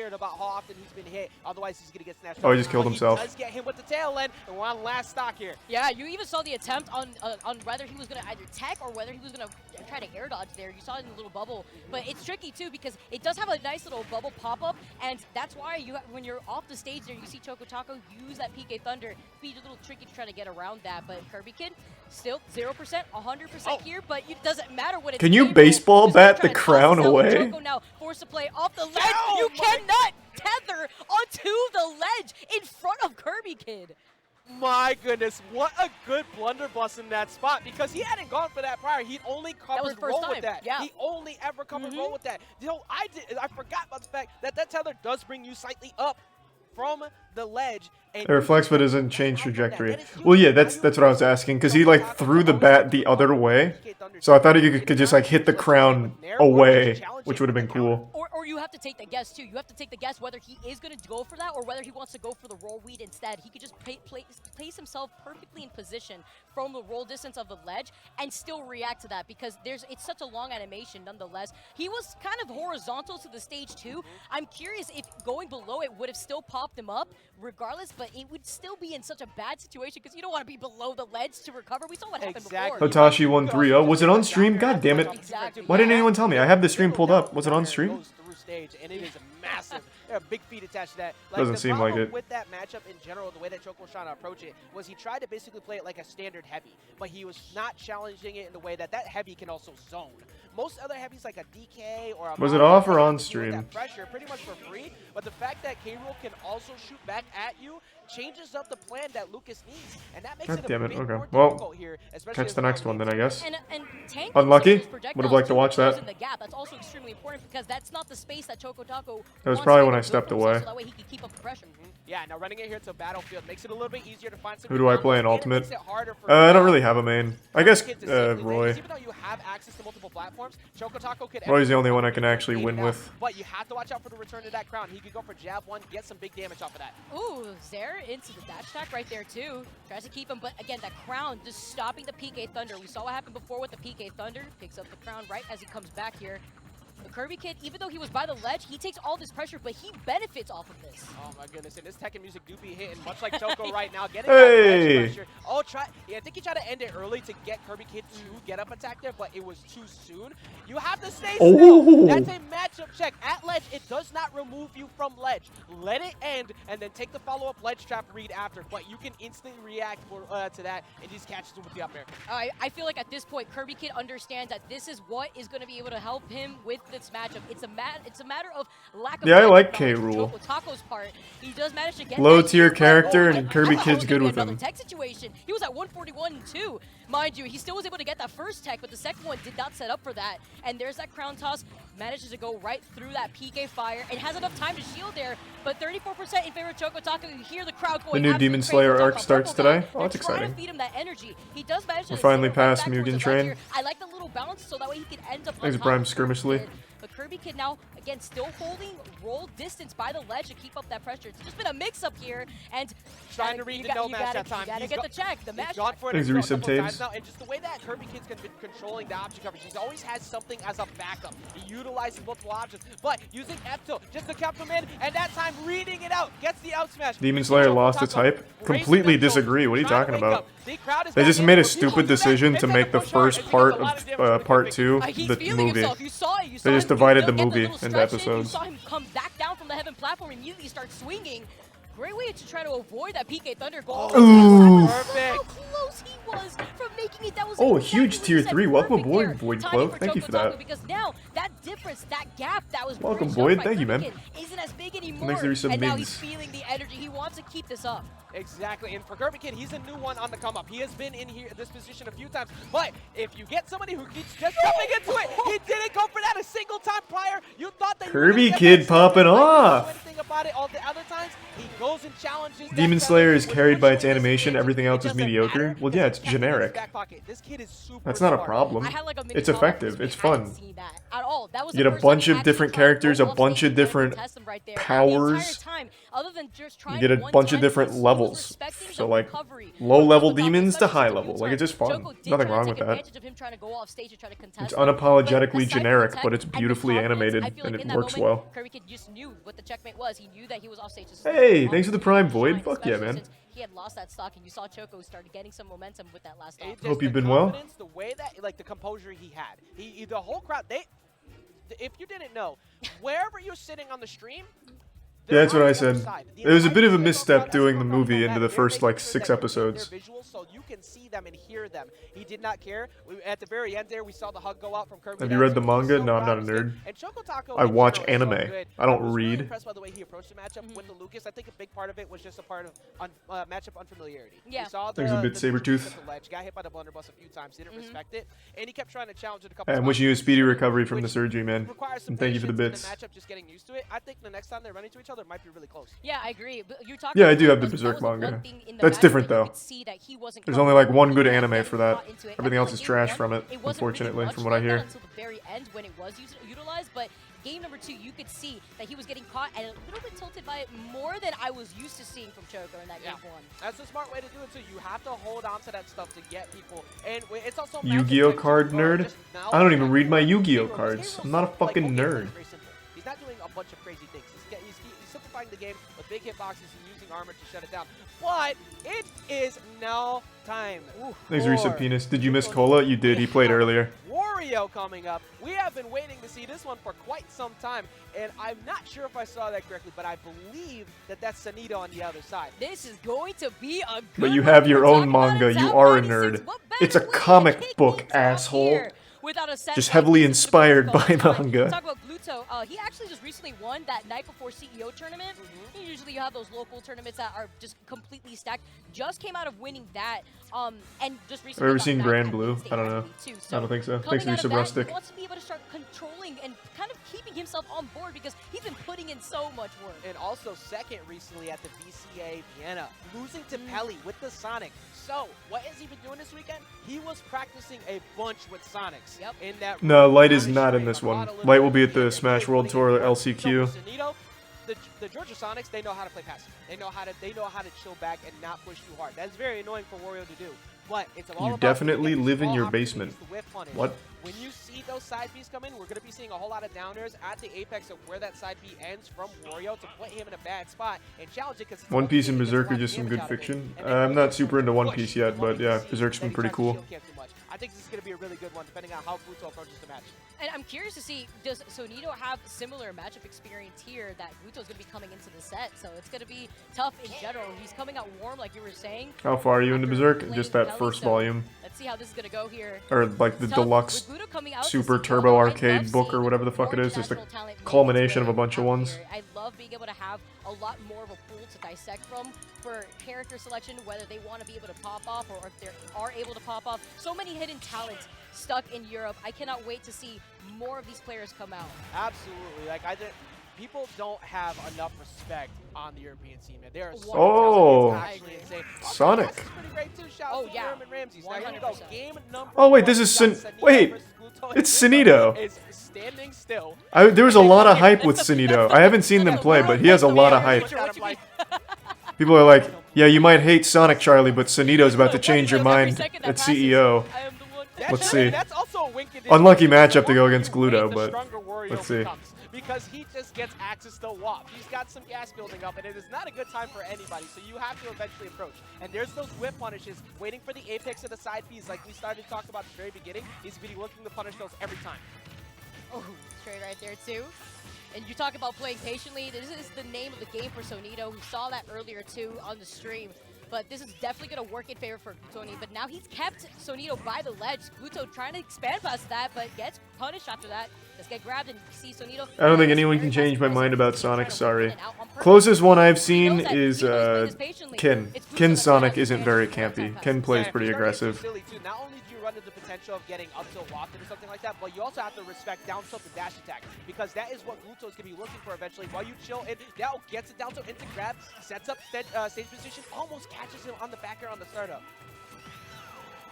Get that dash attack. You see the attempt with the back air, but the high recovery from Sonito just jumping right around Gluto. Wants to try to stay center stage, but it's exactly what you're talking about. The dash attack coming right out of the down. When's the next Moist Esports player up? It should be pretty soon. Whenever you got, it's not very often that you get a Sonic. They're in this wave. But there's this big damage, gets a second in there, but Sonito holding up and out to get out of that string as fast as possible, especially with the rage, to avoid a lot more damage that could have came there. And there's a back air Vicky, but even on town, still not enough. That trade at the very start of the ledge right there too, you saw it. It was actually beneficial for Gluto because he was able to try to recontest the ledge. He managed to get back safely. 134% by the way.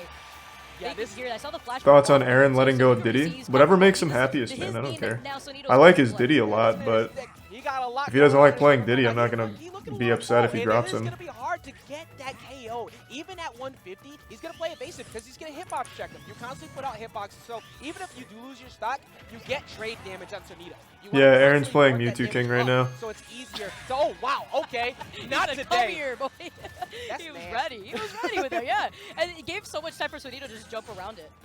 Yeah, very, very smart. What in your mind does Sonito need to do to try and net the scale? Because he's having a very hard time actually opening up in neutral, and he's going to have to push eventually, but he can't do it too hard because that is a very scary looking Gluto right now. Yeah, that's the issue right now. He knows that he's playing this patiently, but the issue is Gluto's at 183. He cannot find a way to close out the stock. Maybe trying to get a grab by the ledge can help him secure this, but the way that Is Wario a fun character? I like Wario. Quite literally spacing him out with this. You see the down tilt again. That down tilt being the key so far for Gluto to start things up. Yeah, just simple and clean. Don't do anything crazy. 195. Oh! You said simple and clean, right? Wow, He just you did. looking He landed on nasty. him. That ain't clean at all. Big guy. Oh my god. I think that's the first time I've ever seen Gluto use his waft before final stock. He usually just saves it to close out the games. That was cool. Good shit. I'm gonna do it right now because guess what? I know I'm playing. Hotashi's on? Okay, we gotta switch. Exactly. Now, after you work so hard to finally find that. Sorry, Sonic fans. Let's ride. Versus Nagaruki match is gonna be. So where are we at in the bracket for CEO If here? you watched the Red Bull Kumite, right? Yeah. And you saw how strong the Zatos were coming into this matchup. You had the Zato from Japan just doing Top 24 for Strive? Okay, cool, cool, cool. Showing like, hey, this matchup kind of is messed up. Oh yeah, So switch we'll categories see if quickly. Macho's taken anything from that and can really use it against Hitachi, who I imagine went in to figure out the matchup more for themselves. Okay, Because there they we don't go. want to lose. No one wants to lose that. Thanks, Reset Mac. It's a weird all the one time. because not too many people actually play on a high level Zato. You know? There's a lot of people that mess around with Zato. Oh, this and is still basics, top you know? 96. But the high level Zatos are what you're going to run into later in the bracket, like right now. And Hitashi's definitely one to do his homework. So That's right. I'm interested to see how much he's done, and we're getting into it, folks. Ooh, we're getting to that point where it gets so hard to predict. Is this a wrestling ring? Yeah, it is. It's fucking cool. I love the way they do it. It's a big wrestling ring that they walk out into. They have their own walkout music and stuff too. It's great. Everyone is just been putting that grind and showing up. Like Macho's won his fair share of like online events, has a good pedigree there, but Hitachi is the person to beat right here. Oh, the Beyblade off the start Yikes. with the counter. Just did a little bit of damage there. Come on, baby. Easy. Corner, big damage We win. off of that Oh, god counter damn it. hit, 8 into the 6-8. Oh, command we grab. drank. We drank. And now just freely doing whatever. I got Bloodgate. So clean. It's so clean. That and out of there, Hitachi looking great out the gate. That was fast. Wow. I think did he just start Jesus with a 2-8 Christ. off the round start? Caught him Hitachi. Half-life already. I appreciate the speed run. Beyblade, you don't press. Don't press. Oh Woo! my gosh, the anti-air trying to just get something. He just makes it look so easy. Got Eddie out. The drills. Where's the moist tag? Yep, couldn't tell you. Doesn't want anything to do with it. You come to me. For some reason, they just don't do it for Guilty Gear for us. I don't know why. It's just Guilty Gear. Wow, the burst. The nerves are there. That has to be it. That was not. Oh, quick game one. What was that? 25 seconds? Maybe? If that? That was fast. That was. My goodness. If you could speedrun Guilty Gear Strive, you'd be playing Nagaryuki. Yes. That character is like the speedrun tech. Breaking everything down, breaking world records. Oof, unlucky. Immediate burst there from Macho. Could have got a lot off of that. Able to set up Eddie, set up the drills, and play it, but Eddie's gone already. Nice 5K. Hitachi is trying to find his way in. There we go. Okay, Frog Eddie. Clap, clap, clap. Okay, the challenge there. Okay. Oh, but the RC does not connect. Well, see, like in Smash, they have moist tag. You just kicked Frog Eddie right out of there because it was the right animation. Like in Smash, they have no problem ever putting moist. It's just Guilty Gear. I don't know why. That 5K doing work, and that 5K, 6K finds the overdrive. Woo! That's Put amazing. a little style in him. Somebody needs to clip that Nagoriyuki just kicking Frog Eddie out of the way. Oh, nice oppose. Big damage here. Macho might get the round if he's all right with it. There Damn. it is. That was pretty smooth. Finishes the job. Thanks to resub, Nina. He doesn't have the tag on Smash GG. Oh, the challenge right off He the doesn't? bat, okay. I'm pretty sure he Macho does. just needed to get a little warm I looked up yesterday. here. I say that too late and cursed him. It's scary because all Hitachi needs is that one chance. Oh yeah, and going with the RC to continue this pressure in the corner, which is insane. Does finally get Jesus. the opening. And then a regular Easy game. throw Yeah, puts just him a down. dash and throw. What a grab. Hitachi on the round board. Macho showing he can make it count. I guess that might be it. I thought I saw it there yesterday, but maybe not. And it's going to set up into that full screen pressure. And now Macho can just chill. Yeah, Arcane slaps, man. Arcane's great. Oh my goodness, there's a mix up. Oh, okay, I like what you're doing. Okay, good time to burst, Hitachi. Come on, come on, come on. back Yes, up, big. Right in, dashes in, Drake. Oh boy. Does that connect? Yeah. That's big. What a Thanks to the resub 2. Hey, 2 unit. Thanks for the Hitachi resub. keeping his eyes open. No handouts here. You put your hand out, that gets cut. Okay, Hitachi under pressure. Nice burst there from Macho. But Eddie immediately dead. Had to click the tree. Oh, he is running in with Clone. Close it, close it. Just 3-0, please. Good block from Macho. Has to watch out though. Nice. Yeah, he drank. Yeah. Okay, one more, and we put it away. Saw you He said, blocking a now little too much. it's time to feast. Feasting on these big wins. 2-0 Hitachi.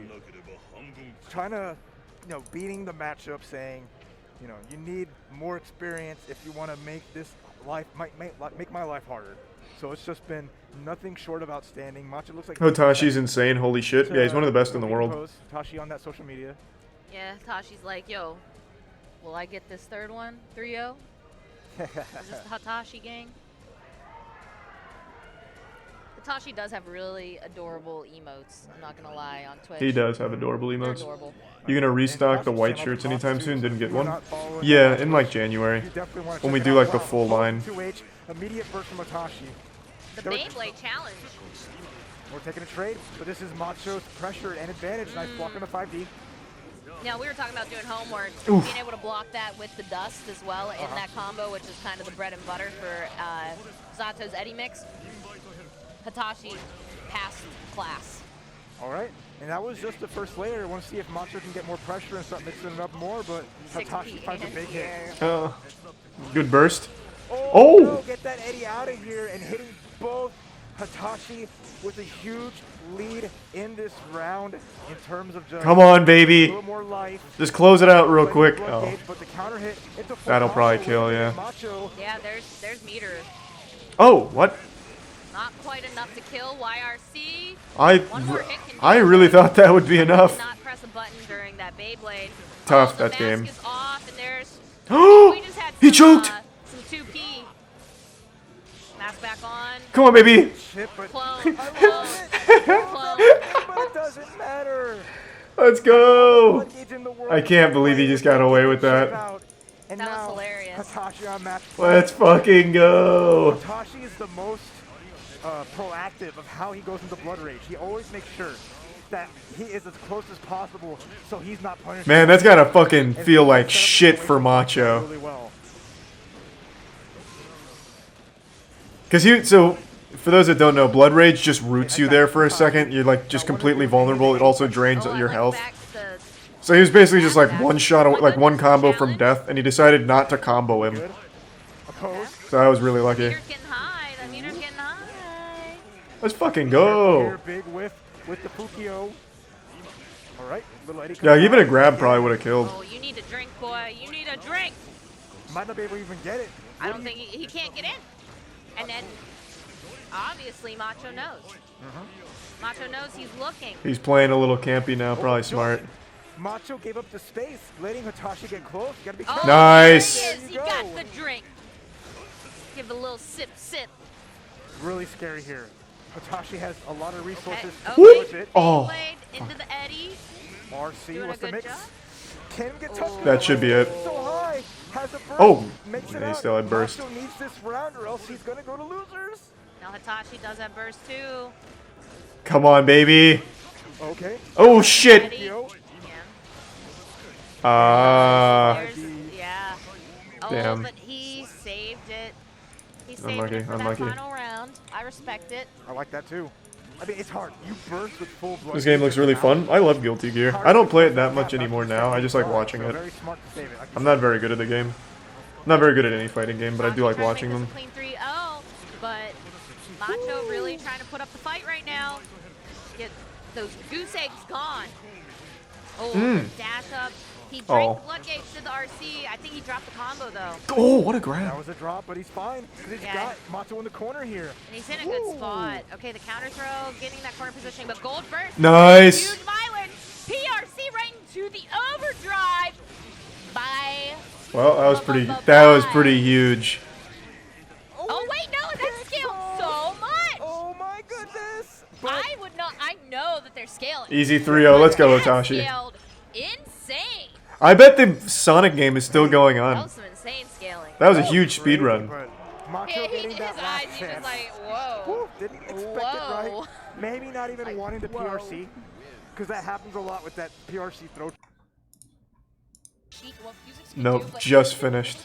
It just finished. That was like a sub 5-minute set.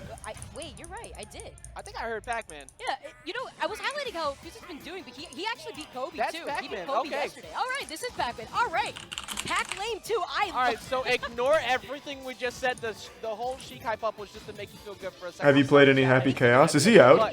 So, very different approach now. Pac-Man loves when you try to swing on shield. Pikachu loves just hovering around shield. Again, he doesn't believe in the word disadvantage. He likes to skip He is? that No, I haven't cutoff. played him then. So having to deal with that pressure is not going to be as easy because we've seen how the Pac-Man players deal with this matchup. It's not He's necessarily a prime the squid. easiest thing in a nutshell, but having that fire hydrate. Oh, and the object coverage.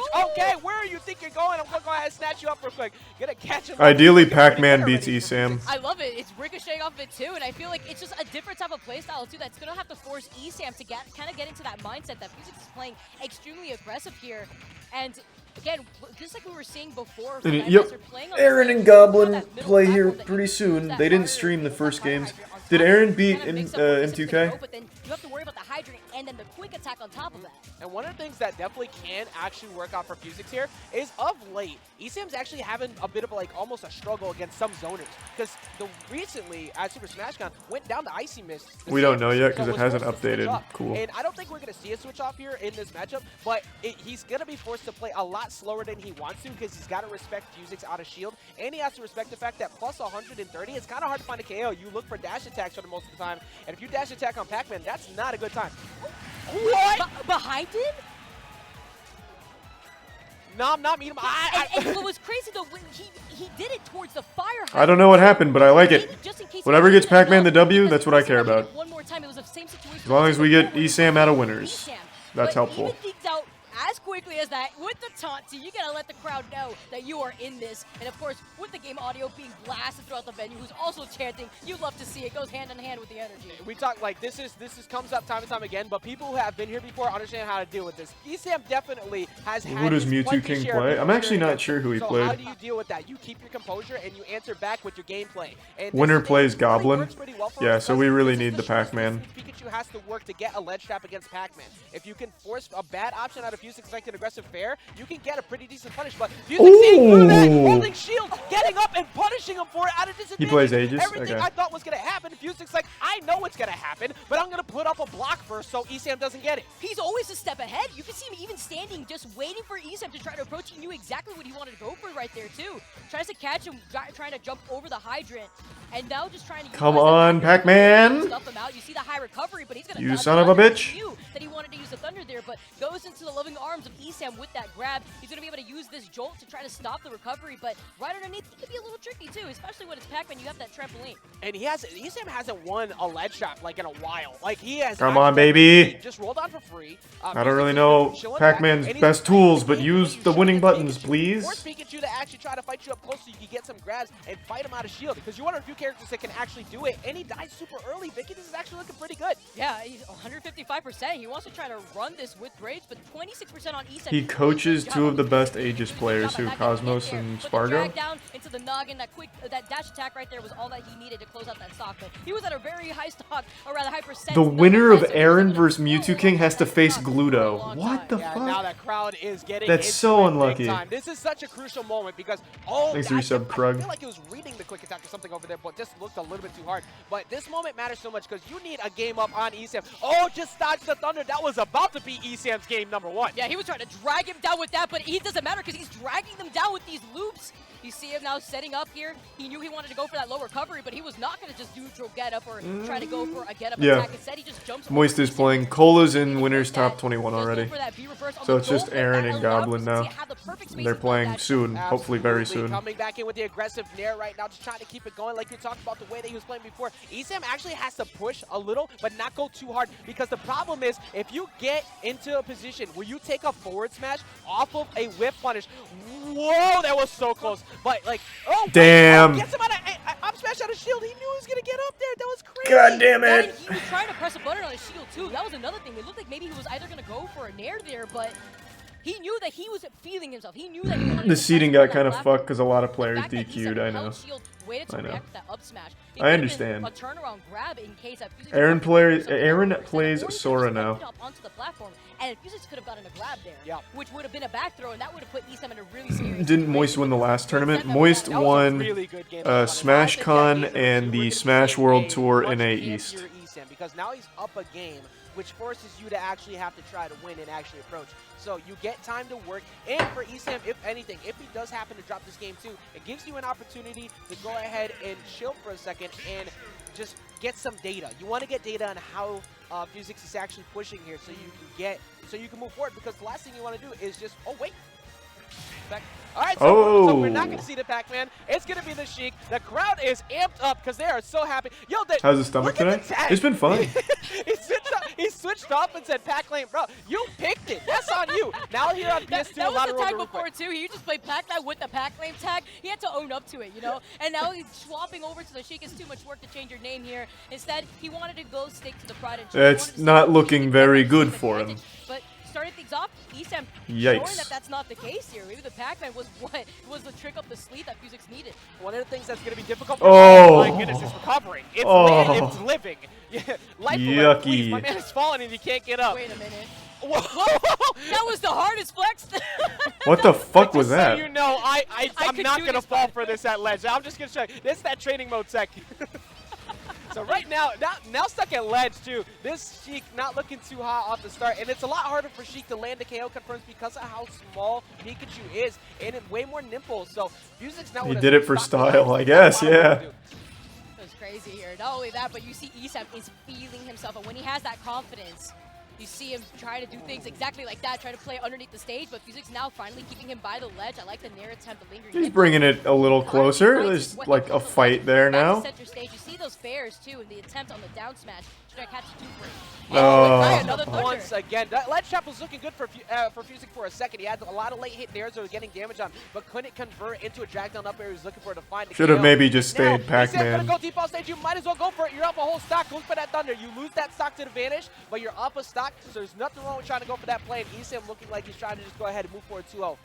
Saw that side beat coming up. Forced ESAM to hold shield. He does get that grab, but he's down an entire stock, and you know ESAM racks up this damage so quickly. Saw the attempt on the up air. Didn't get the second drag down here, but still racking up a good amount of percent.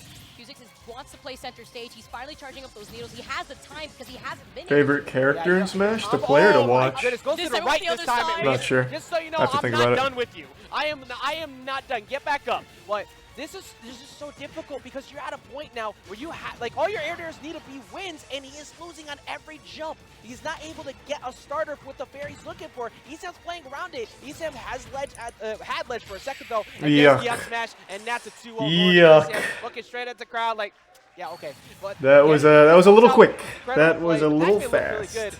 But the Sheik, not so much. It's about the recovery. We were saying this before, too, when we were trying to theorycraft how this matchup was going to look on paper here. The recovery was my biggest concern, because even if you go for a high recovery, that Thunder lingers for so long, and ESAM does it in a way where he wants you to get hit by it so you get spiked in immediate, or either that, or you get sent off to the side blast zone. Even though there's those wonky situations where he gets sent to the other side. Mr. Game & Watch. You big Mr. Game & Watch fan? Still, That's though, cute. he did a way better job at being, or rather, ESAM did a better job against that second game against the Sheik, where you could see that he was much more comfortable with that match. I don't think he was expecting the pack, or maybe he was there, but that was a trick of Fuzik's sleeve that I have not seen in a while. Yeah, I think it ran into one of those moments there where Fuzik's, you know, you have that moment where, like, you know, this is my counter pick. I specifically chose this for this matchup, but I feel way more comfortable on my main, so I'm going to go that. I honestly think that's... Don't you live near this tourney? It's in Orlando, yeah. But I thought it'd be more fun just to watch it here. I was thinking about going out to it, at least for like a little bit, but I didn't really want to make the drive there just to be there for a bit. Because I can't go wild. Like, my friends and I can't go wild there like we can on stream. Like, we can't exactly be going like, put it in his fucking ass! Oh my god! Whip his dick out and then put it in his ass! Yeah, so we can't, like, have as much fun. Control of the game here with the hitbox controller. It is one of the best in the business, of course. So make sure you go and check out hitbox. What happened to Hotashi? He 3-0'd a man in record time. We got XPS5 Bluetooth controller for mobile and cloud gaming. That's actually so awesome. If you're on the go and you want to be able to utilize your controller because you got your phone attached to it, what better way than to look for this, designed by Xbox? It looks really good, and it works for Android too. So, you know, aside from just being able to play any of the games that you want on your iOS, you could also use an Android. And shout out to Tong, by the way. One of the main reasons why this is even happening here at CEO. Make sure you sign up for his event, Festival of Fights, Smash Ultimate, Marvel, Guilty Gear, Nickelodeon All-Stars Brawl, Melty Blood, Dragon Ball FighterZ, Grand Blue, and Fuck was that Xbox controller? I'm guessing it was like an Xbox thing. Yeah, it's time to take your gaming to the next level. Local host out here hosting so many of these games. Not only that, but they have Fighting Game Wednesdays in so many different cities. Definitely. I have seen the Panda controller Kickstarter. They're over $1 million something on that. Tournaments have been popping up, and it's allowing a lot of it's people wild. to now finally compete back in land. And also, finally, you can get access to some incredible cool sticker packs from the 10.0 GG. You see all those amazing emotes there. It's one of the best places to get access to merch and make your own. So make sure you go ahead and check them out. And of course, you want to check out OTC Method. Yeah, OTCmethod.com. Your search is over. That weird controller, yeah. It's an expensive controller, but it's apparently really good. So I guess if you're trying to be a pro, it's at least worth considering. And you guys make all the right decisions. And extremely important as well. Please go buy the CEO merch so you can get access to not just some of the best gear you can get from around here, but all of this does go back to help with all of the canceled tournaments that did happen while we were away. So please make sure you go ahead and check it out. I picked up a couple of shirts. Leo is not at this and also event. The Lord, just the fact that Bailey pretty much saved the Popeyes across the street with that shirt. Exit Prime, small, big, and cruise. Hit the exclamation point Matcherino link in the chat to add to that prize pool. If you missed 8.5, you do not want to miss Infinite. Apostle is a madman. It was such a good tournament. This one's going to be only better. Yeah, it's going to be so much fun. You talk about all these tournaments happening. Smash World Tour. Guys, Orlando, Florida. This is happening in 2 weeks, December 17th to the 19th. With over Can't believe people still get scammed by people pretending they can predict crypto shit. Oh my god, the amount of times I've been tempted just to make an anonymous crypto account. It's fucking nuts. Just random people saying like, yeah, I've made $50 billion off crypto. And then they have like 500,000 followers who all believe it for some reason, with no proof. So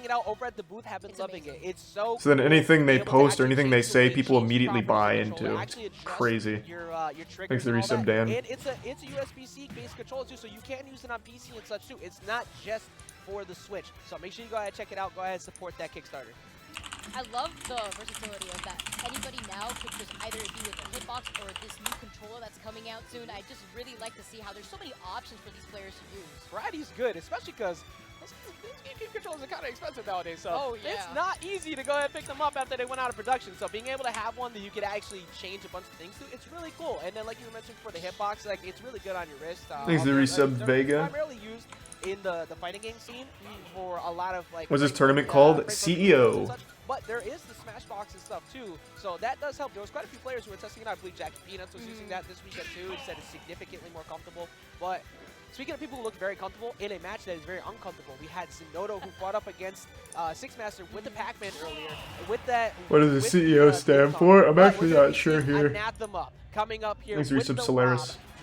Really probably championship evolved on. Anathema is so good, and a lot of people don't know it. He is the Peach Slayer, by the way. Unfortunate for Mutates. He is so good at that matchup, and he's also good at people who play passive, which is exactly what Zenodo does. Yeah, Community effort Orlando. Oh. Florida for this exact reason, but got 17th at Riptide and Lowtide, so that highlights how consistent Anathema is as a player. And starting things off, Zenodo, we saw how Zenodo was able to play. Cola is in this tourney. He's the #1 seed in the tourney, actually. Picking up that momentum here that he's been able to do, and you have to play a certain way when it comes to Anathema. Thanks, Resub Gloop. Does capitalize if you happen to. I'm gonna give sub Grand Alien. Speaking of being able to capitalize really well on people who jump over too much, dealing with the fact that Diddy Kong is going to pressure you when it's kind of hard for Rob to land in general. Thanks, Resub Caparina. More frightening things. Also, your set play doesn't mean as much because I have the same type of tool. Banana's going to find my trip and find that forward smash. That looked a little tricky too. It looked like Anathema actually was trying to pick up the gyro there. Maybe he was unsure too at the same time if hitting that gyro was. Oh, that was close. But trying to pick it up way too late. Zenodo's looking really good today. 131% now for Zenodo, and he's still bridging up this gap, taking so much damage. Anathema, he tries to go for a high recovery, but unfortunately mistimes that downer. That actually could have been great here for him, but the mix-up to no mix-up right there. I love it. The side B by the ledge. He looked at him in the eyes first before actually pulling the trigger. Aaron won. Let's go, Aaron. Simplicity is key in this matchup too, but great double parry there, right? Just get that damage on. Well, I'm also speaking. Oh, simplicity is key. Banana to forward smash. There's no reason to go too crazy. Now, other than the fact that Zenodo went off stage with the monkey flip before, which kind of surprised me. Usually he doesn't do that. So these got a pretty solid lead, and that's not good because actually, never mind. It don't matter. Any Hollow Knight today? Not today. Right now, so Zenodo's also got to be careful. We'll do more Hollow Knight soon, though. You gotta pay attention to that side B. Having to play by the ledge here too. You see the fair, he's playing extremely defensive here with the gyro. It's kind of like some extra insurance so that way he could get back safely, but Zenodo unfazed, manages to hold shield, get that grab, still keep him off by the ledge. Good job getting a reverse, like a counter ledge trap there too, getting that laser up. Oh! That was a good read, he just missed. Using that gyro down to go ahead and tech chase with the forward smash, and that was holding out too on the roll, so that would have been DI out. That might have possibly... So now Aaron's going to play ESAM. And that up smash is gonna or no, Goblin's playing ESAM, Aaron's playing Gluto. Fuck. That's very unlucky, man. That's so sad. That's so fucking sad. Thanks, Resub Chubs. Nonetheless, if it ain't broke, don't fix it. If it keeps working, keep doing it. Actually, this might be some of the best advice for people in lower brackets or pools. So there are people who will play in a match and they almost feel bad because they keep hitting someone with the same thing. Do it. What? Feeling bad? Win. Never me. Force them to show you that they actually understand how. Well, Cola's already in winners top 21. Cola's swept so far. Cola's locked in for tomorrow. And I think they both have a chance. I'm more worried for Aaron than I am Goblin. Gluto's just a crazy player. We have beaten ESAM before, so. Because I just got banana forward smash 3 times. I tried to act out of shield too quick, so what do I need to do? I need to play short hop game a lot more, which is why we're seeing a lot more nairs. Now Zenodo's going to be able to challenge that with fairs, which is what we saw against that set with the Pac-Man. So Anathema's got to be careful how much he jumps because he can get hit by things like that dash attack. See him too with the monkey flip as well. He's got the banana to also catch the jump like you were talking about. So many tools in general. He catches the banana here, but he's still trying to The Pac-Man did not beat ESAM. Up so much damage off of this alone. He sends it to the other side, but we're juggling out here. You got the banana and the gyro that you have to worry about. Finally forcing Zenodo off of him. Zenodo's advantage is really good. Like, so is Anathema's, but Anathema is yet to show it. Like, the way that Zenodo just keeps chasing you down, actually holding out that time to fall off the ledge. Yeah, Aaron versus Gluto is scary, but I believe. He's really scared because that air dodge just gives Zenodo a bunch of data that you were extremely afraid of. You want to grab that banana, and he's going to punish him for that in the future. Yep, that's the intel. That's the download there, too. Maybe trying to adjust around it, though, but the gyro by the ledge. See, the banana also in favor here. Anathema. Yeah, imagine Aaron just 2-0s Gluto. down tilt into the up smash. It's okay. If it's not the banana and forward smash, you gotta worry about down tilt too. And what's so crazy about everything that led up to that is how safe Zenodo kept himself on shield. He had a banana in the way. He didn't let Yeah, Gluto's the Wario. He's preventing him from actually getting stuff going by always having a backup plan to keep himself safe. That's really annoying for Rob because Rob relies on you to be stupid and constantly run into their projectiles and get that damage and not respect them on nair. But Zenodo has done that perfectly so far. Still being able to play this very passive too, not trying to hold forward despite having the lead because he's at 148. He wants to capitalize off of this. See him trying to go for the jump fair, but Anathema still jumping around that, manages to avoid it by getting right on top. Let's go, Zenodo. And the side B by the ledge too, that was a good mix-up because you saw I'm from the future, Aaron wins. Oh yeah, fuck yeah. He had the gyro, but you are going to be sent with a forward smash off the ledge, but that was 107% after it. Yeah, now you have to watch out for that. Good job going up there and grabbing that because if you stayed there, you would have had to take a shield. Everybody got to play until they get punched in the face. That was the meanest left hook I've seen all night. Cola plays Roy, Cloud, and a little snake. Take out the stock before you take out mine. 107% still. Now with Zenodo finally getting that hit in here. 10% hasn't really taken much pressure here, but it's more so that Zenodo has taken complete control over the stage. That's actually surprised here that Rob was able to take him, but Rob is a big boy. I think that was definitely bad DI. He was trying to fade away, possibly trying to drift out of that punish with the I've never seen Cola play Wolf, so I don't know about that. Facing a whole stock deficit. We've seen exactly how Zenodo is so good when he has a stock lead. He's one of the hardest people to actually kill in this position. Almost. Snipe out a stock like that. That was very close, Vicky. Yeah, it's super. And now he's on top of the platform. He still manages to get that up air, but 67, now 75 after hit here. He's using these side beats a lot more consistently to get out of this. Who are we cheering for? It's gonna bite him back. In this game, no one in particular. I'm pulling for Zenodo just because it'll be quicker. If Zenodo wins, then we get to Aaron or Goblin faster. And now for Anathema, that gets into your head. It's like, what do I have to do? I have to get you with a spin to win, let it rip, catching it with the side B. This is still very much doable for Anathema as the crowd has broken up a bit. They want to see him get that game. Finally get to hear the crowd too. They were quiet a little bit here. See the jump right in front of Anathema's face, gets that grab, but this is scary here. He had the gyro, was hovering right by the ledge. He could have gotten the banana tossed at him. And now it's just trying to roll. Ooh, that was close. In. You saw the check from Zenodo with those back trying to catch the roll. Exactly, option coverage, and he faded off the platform too with the back air, so even if it was on shield, he doesn't get punished. Now Banana's in the way. You've died almost every time that's been there. You have to watch. Just fucking put him away. I want to watch Aaron or Goblin. Gyro is only going to be there for so long as he kicks. Get his ass out. He's gotten hit by this every time. Roll read. No, he decides to go for a high jump, and he gets out of that somehow. Oh, and he manages to get the banana, too. He wanted to prioritize that. What kind of rich people's brawlhalla is this? Between the gyro, what? He's sandwiched here. You were saying it already. He ejects his that back air was so close. Oh, he falls out of the side B. How is he still? And he gets hit on the apex of the jump with the back air. I actually feel kind of bad for Anathema there, unironically. That was sad. Rob is still broken. He deserved to get nerfed. I don't want to hear no Rob try to argue with that, even though he fell out. But still, unfortunate for Anathema that it didn't connect, and Zenodo taking another one, 2-0 in a matchup that's all based on... Alright, I think it's going to be either Aaron or Goblin next. Let's fucking go! Alright, another day at work. You talk about top 5 coolest people out here, best people, and, you know, he's one of those silent but dead... Man, what the fuck?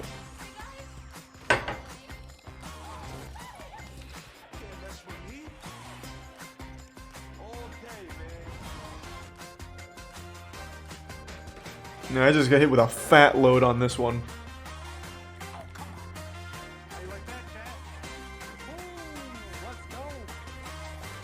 Feel the pain? I don't care. Live like we were hearing before, it's just difficult at the very end when you take it already so much damage. Yeah, Zenodo is just composed. Like that's the best way to put it. It's like, go ahead, get loud. I don't care. Like I do not care because I'm gonna win. Doesn't use ad block. I don't use U block origin or any of that shit. I just use the base stuff. Whether it be the best person in the building or not, you have to believe you are the best person in the building, and you also sometimes have to believe that while a lot of people are yelling at you with Burger King crowns on their head. But we have the return of Kirby Kid coming back up. Kirby Kid. We've gone through this pool. Is he running into ESAM or Gluto? Because we're getting to that point in this side. Oh, it's going to be Mutates. Okay. Okay, I got to say this real quick. I feel so bad. Yeah, I have the ad block on. It just doesn't work on Twitch ads. Thanks for the 5 gift subs, Richard. Thank you, man. I don't know why, but Mutates is so good, but you put, like, a K. Rool in front of him. As good as this matchup is for Peach, that they can't get back. You throw a turnip down and they're taking 300%, and somehow he still loses. So Mutace, home field advantage. This is the opportunity. Let's go, Kirby Kid. Keep your composure. You have the crowd behind you. You performed very well recently too. I believe it was at main stage, taking out taking out Mars. There's a couple other people that on the birthday power up. Can Mute replicate it here, Vicky? Yeah, I mean, he placed 9th, I believe, at main stage. And then before that, he had come out of 17th at Riptide, so he's still been able to also stay consistent. He's also just recently moved to San Antonio, Texas. So, you know what? With that being said, too, and because he was also Nomad for a lot of the pandemic era, he was still... I am excited for the new Jujutsu Kaisen movie. Grind a lot of matchups that he may be unfamiliar with. So I'm curious, because that was the Mutace curse. He's always struggled with those low tiers, like you said. Actually, one of the players that are coming out of loser side is Chunky Kong.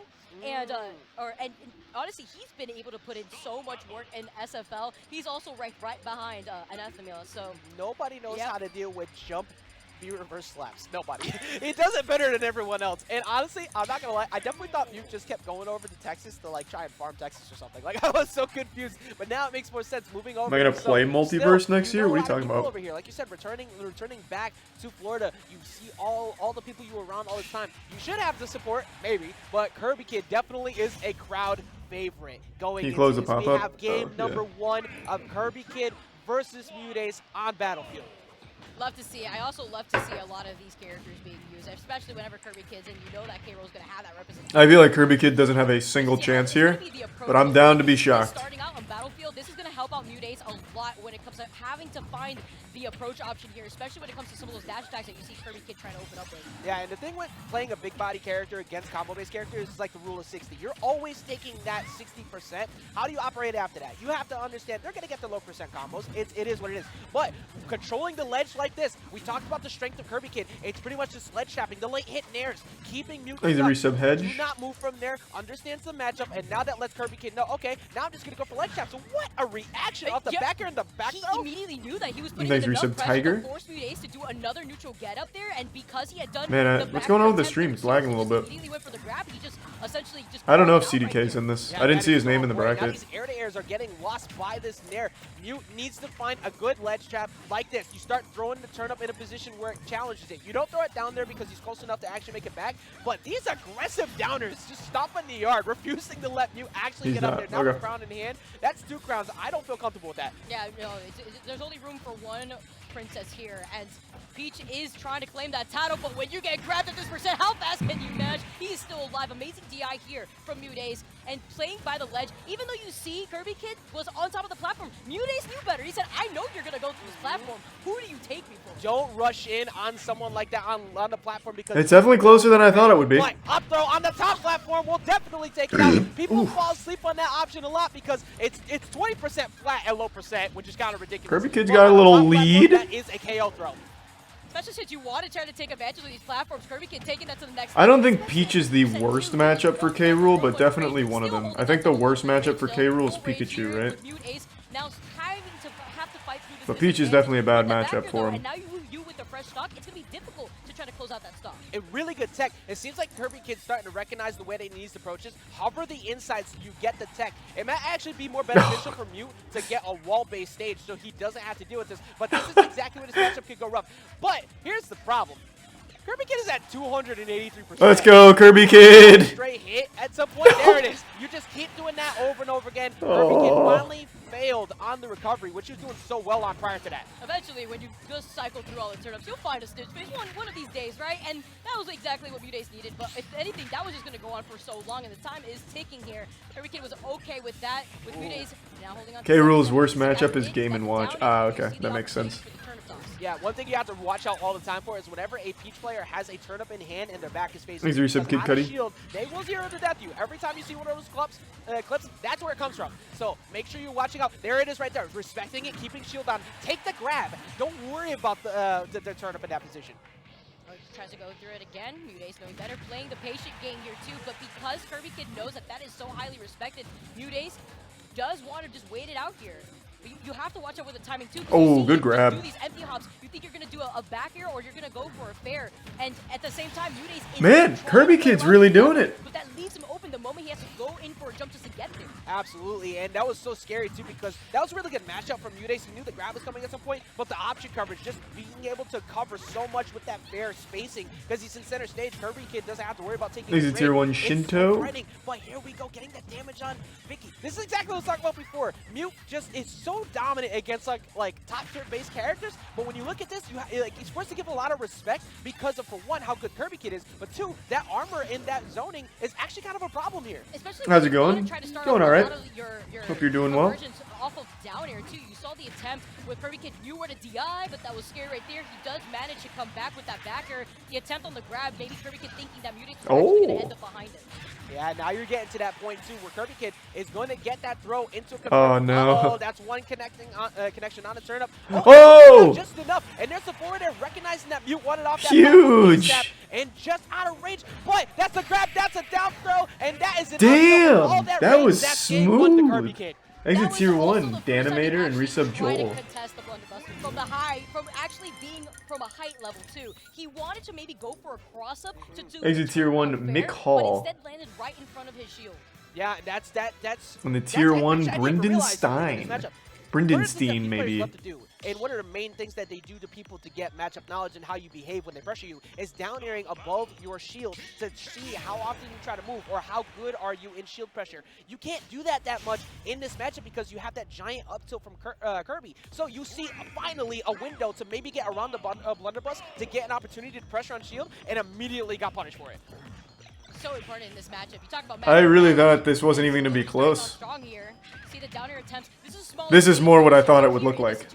Mudays still has the platforms that you can work with, but you now also have a limited amount of space where Kirby could try to run away and maybe try to throw out more pressure off of those crowns. But overall, I feel like the most of the damage has been done on Mudays by the ledge, but it's a completely situation around for this game number 2. That up throw is also gone now too.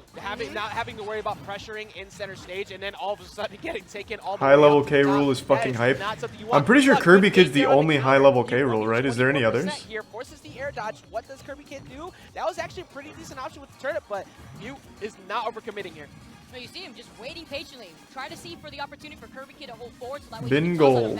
I don't think I've ever seen Bin Gold, but I have heard the name.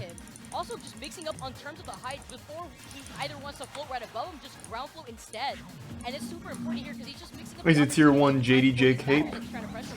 You know, sometimes things just don't go. There you Yeah, go. this is getting out of hand. But had the sour spot in the back there, like, what does Mute need to do to win this play? Oh, that's the back hit of it. Oh, luckily for Kirby Kid, though, got sent inward because that would have been a Peach Bomber off stage. That might have ended up taking a stock. That was also really scary right by the ledge right there, too. I stopped speaking because I got frightened. I got very frightened for Is it tier 1 Fist Taco? Keeping up with the pressure here, though, has been able to fight back. Yeah, this one's not looking nearly as good for Kirby Kid. Turn up now into the back here.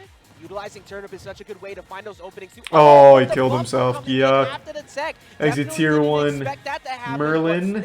Maybe he was trying to air dodge up. I don't know, but that's super unfortunate for Kirby. But no, they're not doing whole tournament today.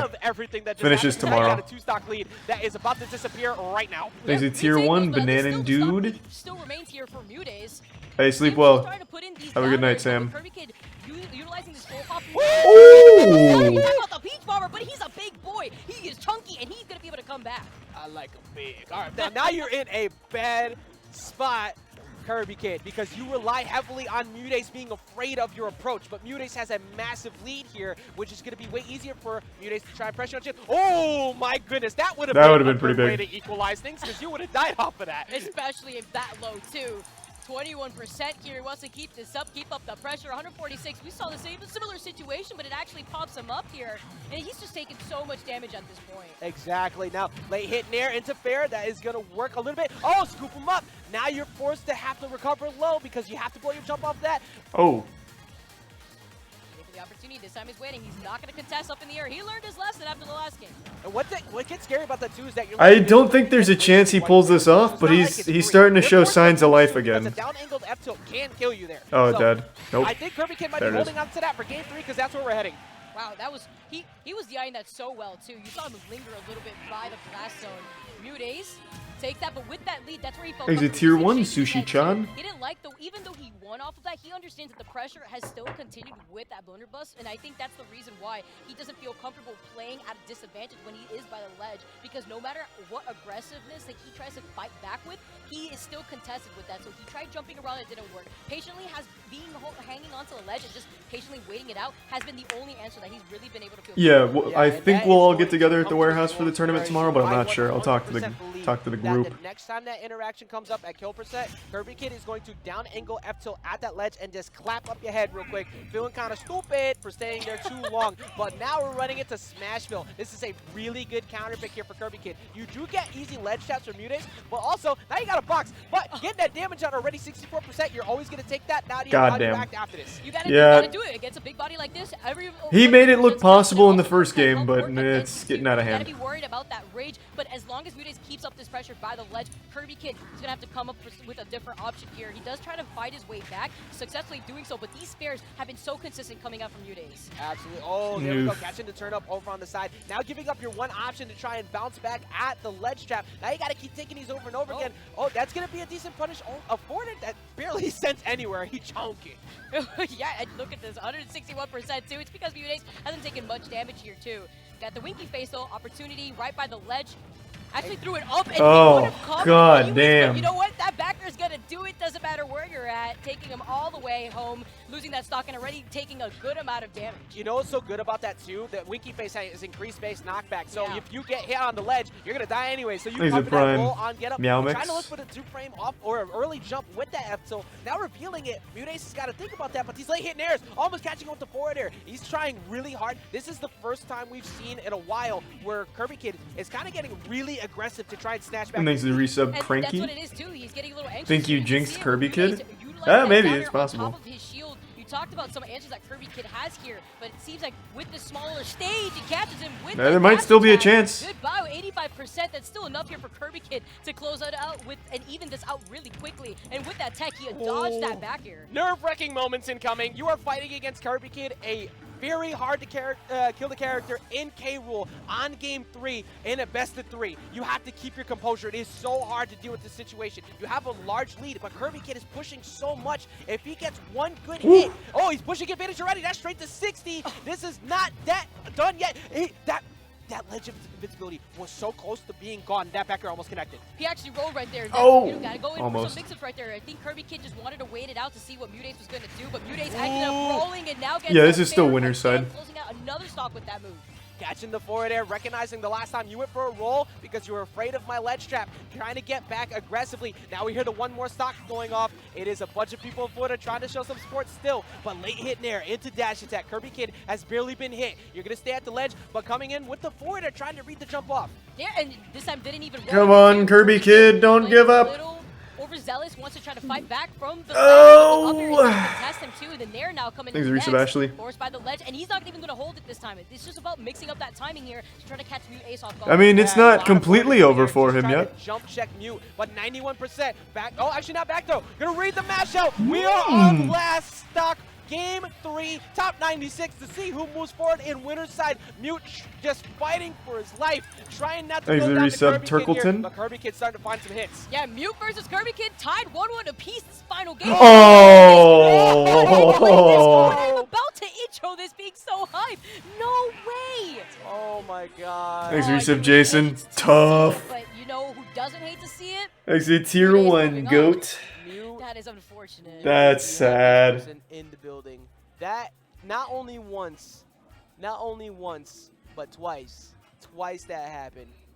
That second game and then that's rough. But for Mute, you happy because you're moving forward. And also got a W against Kirby Kid where that was looking very, very scary, but Mute was able to actually play to the win condition of the game. Unlucky, man. I hate when that happens.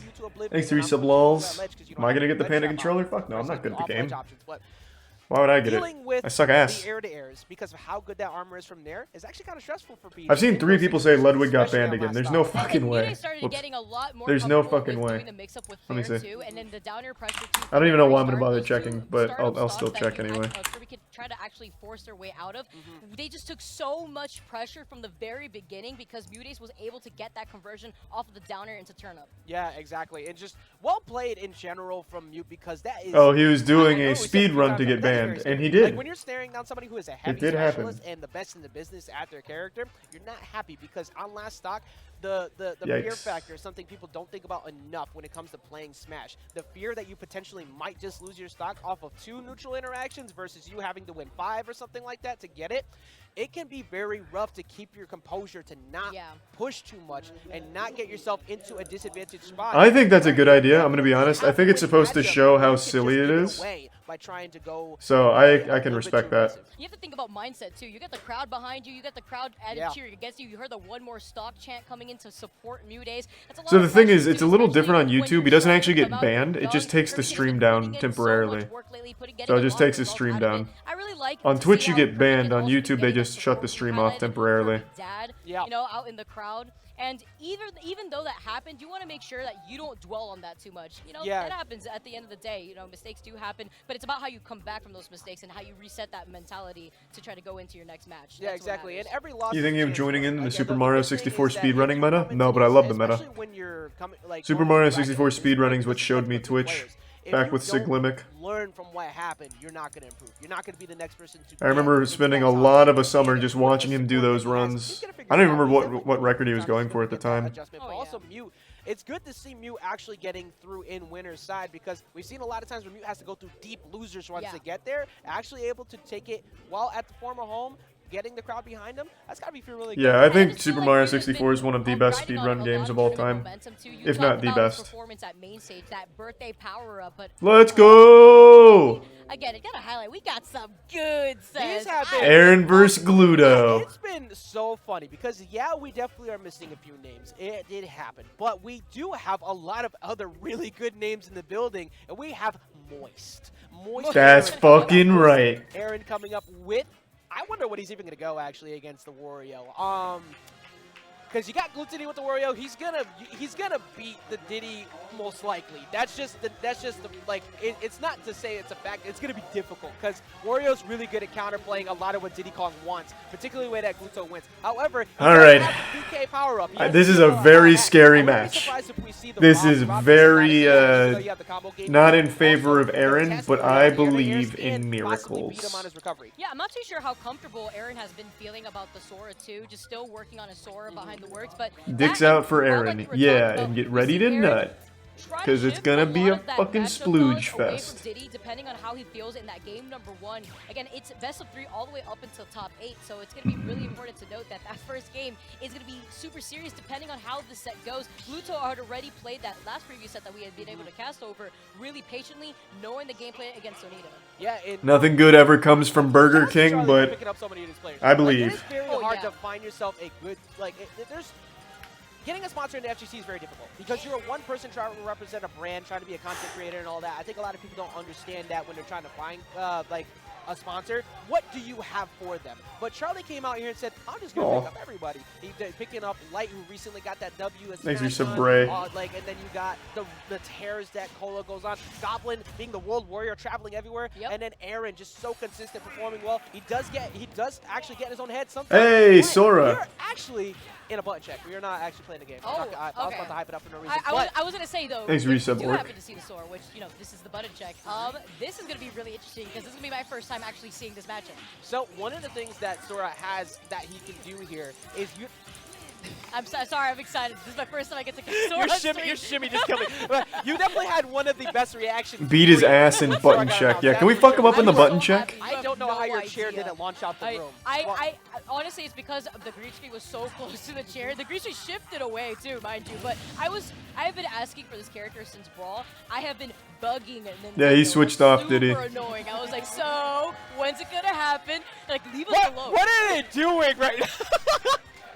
Everyone's saying shake, shake, shake. Oh my god. Yeah, I had no idea we were gonna have twerking lessons out here on the middle of the stage, but so winner of button check gets an extra stock. Oh yeah, so Sora. We already win. It's already over. We win. We win button check. We win the game. He can pressure shield kind of safely because using the fair, especially the Nair, you can fade away from activity out of shield. It's one of the best tools, not only beating people on short hop air to air, but getting people on that. And if you get the hit, nair to falling nair into up tilt up air is a free 37 to 40%. It's super consistent. And then being able to hide from Wario for a long time. Thanks for the resub, Alter Tree. He doesn't die until you actually hear him scream in the blast zone because he has one of the best, if not the best recovery in the game. Alright, I have not seen Aaron Sora competitively. So let's see how it does. This is for top 21. He wins this, he goes to 21 through winner's side. Are we going to be able to see Whoa, first hit! Let's go! And you talk about the tools that Sora has against Wario. You can't good start, good start. Doing, and look how aggressive he is from the gate. 46%, Shit. But Fuck. Shit. Oh my goodness. Gluto underneath a platform. Nice, there's a little something. Like on MoistCr on a platform. They're going to get you to 6 oh, God. for free. But Sonic Blade is a really good option to be able to get out of disadvantage against someone like Wario who's going to chase you down. And you just got to use that. Poking at him. God, that recovery's nice. To get hit by the F tilt. That is really good knowledge because that actually forces Gluto to have to hold shield in that spot. Yeah, nice. You talked about that recovery too coming in. That's going to put in a lot of pressure to force Gluto to have to rethink. Come on, Aaron. Going for that 2-frame here, but he sent Aaron right off of the stage, tries to fight for his way back, even delays the inevitable, but I like the way that Gluto's just holding the bike. He was just going to wait for it. God damn it. You have to get to the ledge eventually. Fuck. Trying to use, like, Thundaga is such a great it's all right. option, yeah. but let's just close this stock out and get it back to even. Got ledge position, but he might get caught by it at some point. You see how Aaron is always shifting to get to Thundaga as quickly as possible, to use it as an anti-air jump tool and try and back him off, but Gluto is just so consistent at getting this damage. That is auto-cancelable, by the way, in -6 on shield, which I learned recently because I tried to punish it and I felt stupid. So you have for Gluto, he has to respect that as a oh, nice. The up smash is also really strong. Doesn't get the KO though.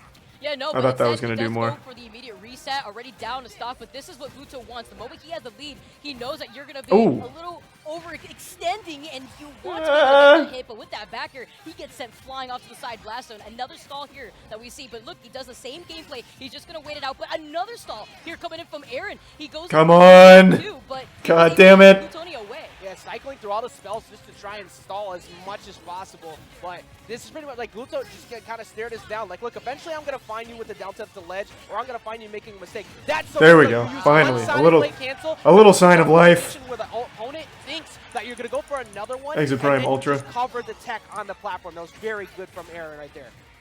Completely dodged that bike too. That was getting sent upwards, so that way Aaron nice. Get hit by it in case he went come on, baby. Gluto holding on to Waff now. Fully charged Waff. He's going to be able to jump around these platforms, knowing Aaron is going to want to try to approach here. But at 130, he's not going to use it just yet. He wants to use it for that last stock. Yeah, if I'm Gluto, probably like he's looking for air dares, but he's going to try to find grab. that parry punish down tilt into dash attack because he knows he's trying to find a big opener. But using still good. It's actually pretty solid, but it has already been figured out. Fuck him up! No! That is the second time that a motor vehicle God damn it. happened to his stock. He has to watch out for that bike. So unfortunate, getting caught by that, but oh god, not the waft! You know what's coming right now. Not the waft! Pressure and Aaron's now off the stage. He's already at 55% when he just lost that second stock. All right, coming in, Gluto not falling for it that time, air dodging away, but that has a lot of end lag, so you make sure you get a punish right there. This is still. Come on, Aaron, pull it off. Aaron's got a lot of work to do. He has to be very careful how. Oh, that's it. Oh, wow, what? Trying to read a dodge away with the bike to. Oh! He wanted to read a jump so bad out of Aaron to try and challenge him there. And now the crowd's going crazy. He knew the moment that Waff was already used up, he said, all right, this is my time to shine, but you cannot keep getting hit by these motorcycles. Hey, Kyrie, look what I can do. I can lift the whole bike.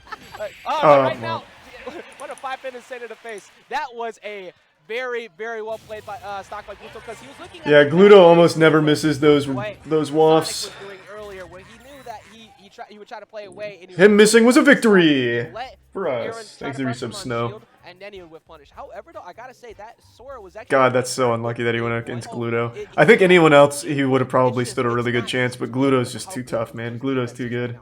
Yeah, you saw Gluto, he was by the ledge that one time. You mentioned how he can't really go for those down tilts as easily when he's by the ledge because now he's noted that the Thundaga is going to force him to actually hold shield, give that respect. So what did he do in those two situations where he was pressuring Aaron by the ledge? He was able to walk away, holding the bike, just waiting for the opportunity. Even though Aaron tried to answer back with another cycle of delays, it was just inevitable because Gluto had stage control and he was just waiting the entire time. All right, let's go, baby. This is still winner's side. Picking small This is for top 21. Isn't he top ranked in EU? Yeah, he's ranked number 1 EU, I think. KH2 is the best one, and we're going to be going. You know what? No, 100%. So here. Come on, Aaron. I want to see potentially out of Aaron to try and make the comeback to push it to a game 3. I feel like right now, nice. It's just the fact that Gluto is forcing everybody that we've been seeing to play his game plan, and Aaron has the right plan in mind, like you were saying, but trying to get out on top of Gluto has been an issue for Aaron. He wants to try to use that uppie that you were talking about to try to maybe go in for some more mix-ups, but the issue is that edge play. Every single time Gluto has kept Aaron by the ledge, you can see how he's able to try to contest in the double back air. He's holding shield. He's waiting to see if that was another delay opportunity, and that was the adaptation that he was so quickly able to Aaron! Recognizing the jump habit. Just believe in the heart! The heart within the machine! So he can use the Thundaga to get himself back to stage safe, but the Sonic Blade, that's going to get punished. Yikes. He's the prime bread in the resub Lewis. Stays still and covers it. He had ledge, and that once again, Gluto is just so good at ledge trapping. Love this song too. It's so amazing too to be able to see this. Thundaga. Why are you rooting for Aaron? He's part of my esports team, Moist Esports. And I'd love to be able to see this now. Cole is the number 1 seed. He's also on Moist Esports. He's in top 21 right now. And now this is what I mean. It's when you lose that first stock, when he goes in favor for Gluto, he completely slows down that gameplay. And then now you are forced to play into this patient. He doesn't play Diddy anymore. He switched off. He doesn't like Diddy.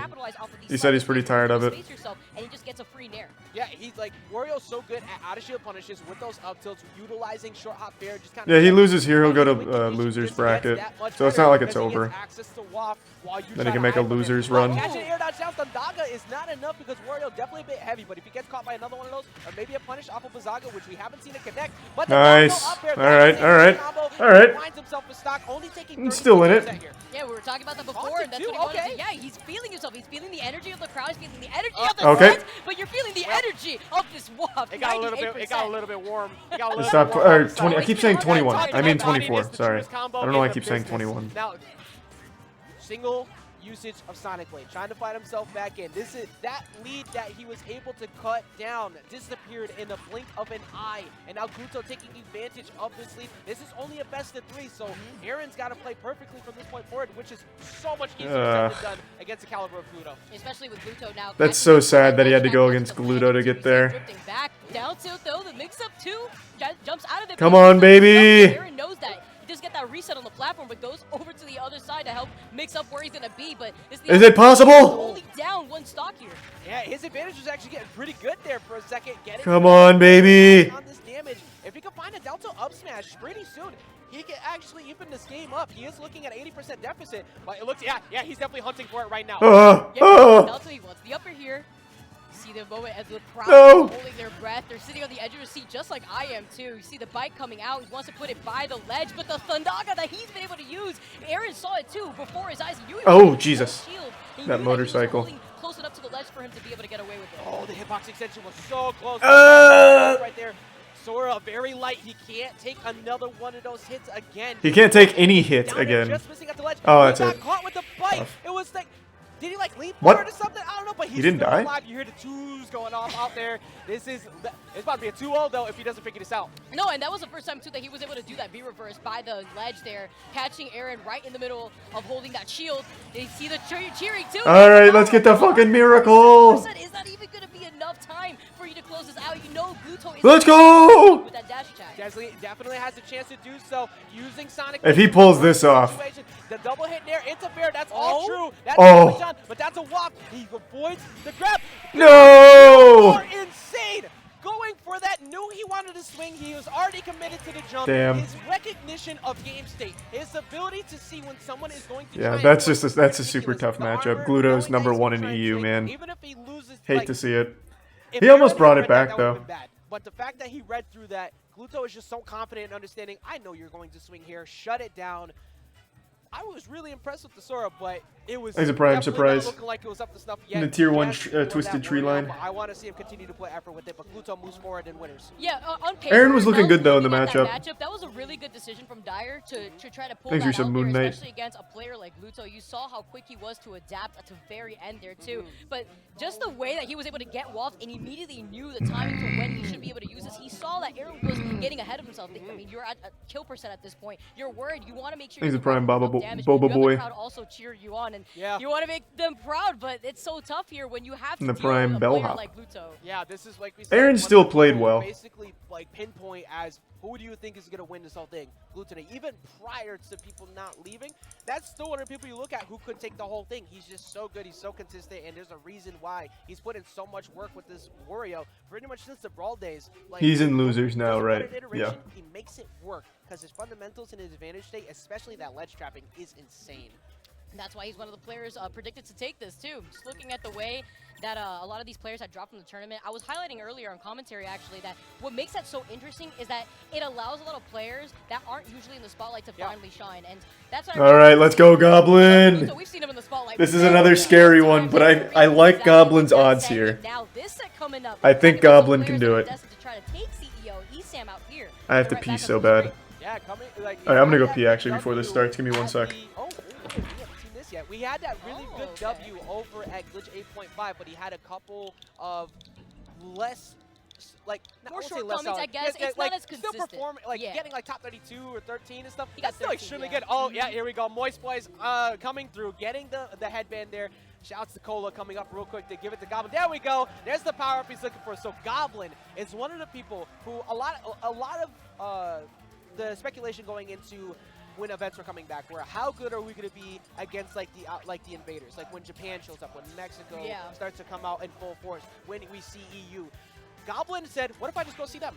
And he just keeps traveling. He was at the Tam Invitational. I sat butchered that, but like he was out in Mexico recently. He's also gone to France a bunch of times. He has been putting in work. He has had really strong performances time and time again. I believe one of them being like Perfect timing. Run. This is a stopgap though.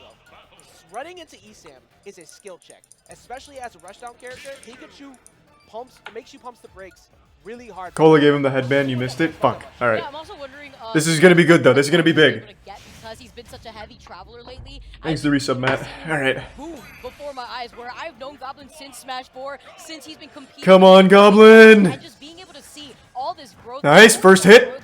Second hit. Third hit. Fourth, fifth. Jesus Christ. Around everywhere around the world. Let's go. To make a statement. Oh. From the beginning, the quick attack contention. I'm surprised even when. God damn. But look at this already at 93%. We've only been down 20 seconds. Why play Nooch when I'm just gonna frame check you? Like he has. I love that start, Goblin. I like it. I love it. Basically said, Esam, don't I fucking love it. press buttons on me, because he is getting Fuck so him up. much damage out of it, and he already saw that up B. He's not afraid to use it. That back air, just barely missing the KO. Yeah, 128 right now. You hear the crowd going in. Oh. The quick attack. He knew the spot. Nice. The immediate That doesn't up kill. too. Come on. This is really solid gameplay from the start. Woo! Do it again. Do it again. Why not? Let's you go. Single time, you hear the CFL crowd's chats going up. You can see it in his camera. They are up and Goblin is I love this. cruising. My favorite part right here is see Esam already used to this. We were talking about Esam's Nice. having the crowd try to cheer up against him, but you know what? That's the power of maybe that he may need. But Goblin is just running it down here. Finally, Keep running him down. Put it in his fucking butt. Oh god. Oh, we had a jump. Definitely needs it. He's at 38%. Okay. No jump this time though, Oh, and we're still good. See how quickly Pikachu silences something. They got hit by the backer, and everybody's been, like it's just so silent so fast.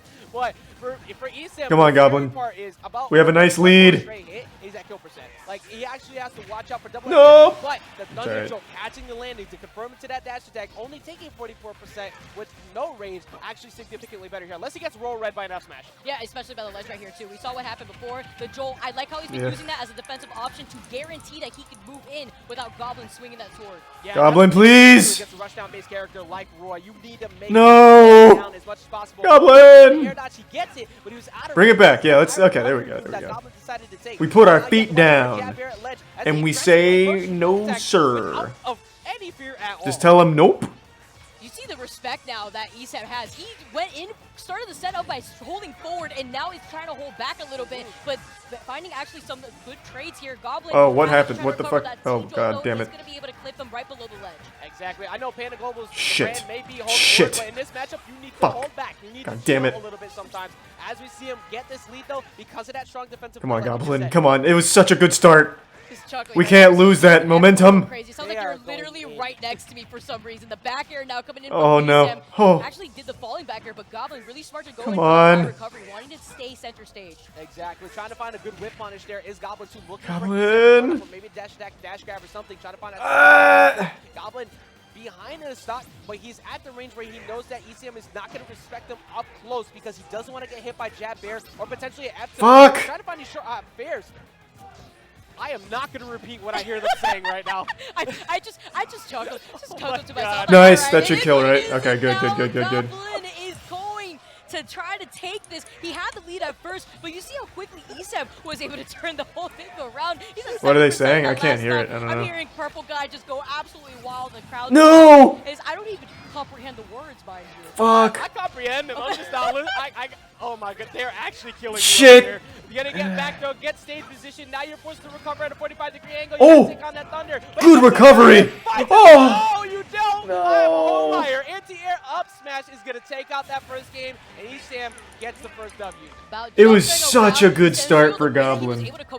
It was such a good start. That Goblin opened up with. Don't know if that was the crowd energy right here. Thanks, but it was like Lemon. as if the God chance damn it. had to come out to help support ESAM. Yeah, you see ESAM just like, yeah, it's business as usual. Just like, yeah, I I'm gonna make a video about this later. I am a content creator. Now, for Goblin, this is one of the things that he has to get through to hit that next level. Goblin is right there. He is right at the edge of Thanks to Prime Bell next. through to become one of those threats you look at consistently and go, he's going to get top 8 every time, not sometimes. I know he is very close. Problem in that regard. This matchup sucks for Roy. There's no other way to talk about it. This is like a 7-3 matchup in their mind. We saw what happened with that second stock, how quickly it was to take that just because he had fallen below that ledge and the T-Jolt was enough to it, but okay. Wait, what the fuck is this? Matchups now. We got I've never even seen this. with Goblin going ice. Oh well. Okay, so this one hits me on this regard. I've never seen him play anyone that's not Roy. Odd because Pikachu can just abuse the recovery from Ike, and he doesn't Yeah. have great I think this is just like, let's have some fun. Is massive hitboxes that check the approach from Pikachu. Yikes. So Oh, fuck me. correctly, he can definitely snatch a W here. We've seen Yes do it in the past, but you have to make sure you don't jump too much because that's how Pikachu wins. He constantly checks that full hop. Yeah, and yeah, constantly with the uppy here too. It's just such a bad matchup for Roy. I think he just wanted to try something else. He's gonna be able to run away. He's gonna still T-Jolt you before moving into forward smash. He read that here, just slightly off spacing. I want to know what dealer he bought his car from because those brakes were on point. Unfortunately, Yikes. yeah, the strip not enough Eek. right there. We need to go ahead and move back just a little bit on the calibration here, but down tilt, forward air, looking for a drop down there. He gets it. Gets the follow-up fair. Tried to read him on his way down. That's an up air. Okay, okay. That's incredibly well played. That was pretty That's why we smooth. see the change up here. Although it's super difficult to make a recovery around Pikachu here, you're super linear when it comes to especially your horizontal recovery. But as long as you are able to get that conversion, you're gonna be able to do so much damage. And Come this on, is the Goblin. that we're talking. So I've never seen you play Ike, but I'm liking it. Exactly. Just keep putting it in his mouth or his ass. Does not get to do that Oh, outside of Jesus. early gimps because Ike Come on, is come heavy. on. It's not going to be easy to get the KOs, especially now you're on Ass to mouth? I just realized this is a Roy Come player on. who left town and city. True combo? Regardless, this is going to work well for Ike here too. Oh boy, that was scary. Trying to go for the down tilt here, but the back air mix-ups from ESAM, crossing up the shield, the uppy again, stopping ESAM from going in for another jump follow-up. Come on, baby. He's forcing Goblin. ESAM to back off, and now he's using this just the spacing. But that's his double jump. He caught him with the fair. The Nair got him out. If he got caught by that fair, that would have been really bad. What? God, that up No B is fly so zone. nice. You are not allowed to. This is my bubble. This is mine. Get away from me. He's refusing to let ESAM approach. Shit. ESAM finally finds that parry, which you need to do in this matchup to prevent someone from swinging for free. And it's why he was holding shield there too, just in case Goblin. Nice, good spot dodge. Oh god. Aggressive side being on top of the stage, but That's with not another good. uppy, yeah, you see that ESAM was ready right there, contesting him, but he manages to land on top of the platform. What a way to come back! Nope. You know, Oh. if Goblin ever becomes a professional racer, I'm betting on him. His ability to actually stop right when he needs to has been so good. But this is Goblin, please. Small window where near up air still connects. That did get nerfed in the previous patches, but either at ledge can also be a problem here for ESAM. That's why he's being very careful. No, how he approaches. Out of range for it, but That he was gets close. so Come on, that come on, could baby. lead to something good. You also have that new buff with the frame 4 kill option at Yes, ledge that Jab can find the stock. Very good point to that actually here. Yes. So we're on the back. Yes. Again, he's at 142. He has rage and he's working off of it again. Come on. Extend just a little bit. You're gone out More here. on the lead. Stretch it. Stretch it. Stretch it. No. Stretch him. He's a heavy boy. Fuck. Exactly. I'm not trying to show no bias because I happen to be an Ike main, but I am loving the way that he's approaching this matchup right now. That was a great job just avoiding the spacing to avoid that. Going for a couple ethers just to try and get ECM to press a button. Going for it. Damn it. Fuck. He wouldn't actually move. Son of a bitch. We couldn't put anything there. Come on, Goblin. He may need to slow down the upbeats though. Every single no. time, the last 4 times he's been doing it, he's been punished each time. But I like the mix-ups that we see from the side. He talked about town, and that's exactly why he gave this a shot here. Oh. You can see the success he's been able to find. Oh. Can you get out of these Goblin, please. You see the uppie. No. Immediately air dodge right out of that. Oh, so many uppies. Any business being so high up there. Goblin's got to chill a little bit. He tried to do a falling up or out of disadvantage. We saw the start up and nothing happened. Now he's going for a lot of ethers. He's trying to find that momentum back. ESAM will capitalize on it. Now for ESAM, you have to do exactly what you're doing. Thunder Jolt. Oh. Make sure you force Ike to Come on. Match him with that forward air. Ass to mouth. So you can beat him where he's at his weakest. No. To keep back, you do not want to be dealing with Ike at a disadvantage right now. And you see ESAM No. waiting for the opportunity to jab here by the ledge. They immediately were to see what exactly he was gonna do. So much uppy. Where he's just waiting for Goblin to just make a move on his Nice. There's a little something. The amount of damage Please. puts on with that one Come on. Still being able to try to show their support for Goblin. The crowd is loud. They are into it right now. Every hit that Goblin lands sets them off.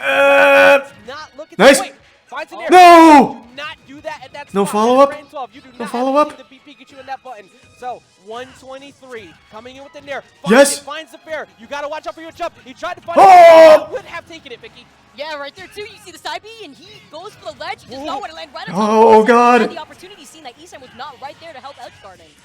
Bring this to game 3. This is too good. Goblin! No! But this is a bad spot. That is your jump still, though. Oh! Dodges the forward. Come on! Has him in a awkward position. No way! He just went left. Yes, he had the ledge cancel.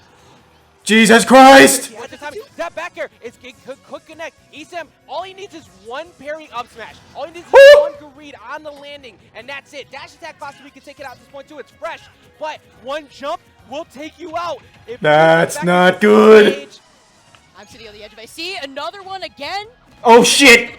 That'll kill. Oh! He mashes out! He mashes so quick. Down at a disadvantage, gets him out. Another one. Please! Up throw. If he connects this time, Vicky, though, that's it. Oh my god, everyone's screaming right now. This is so intense.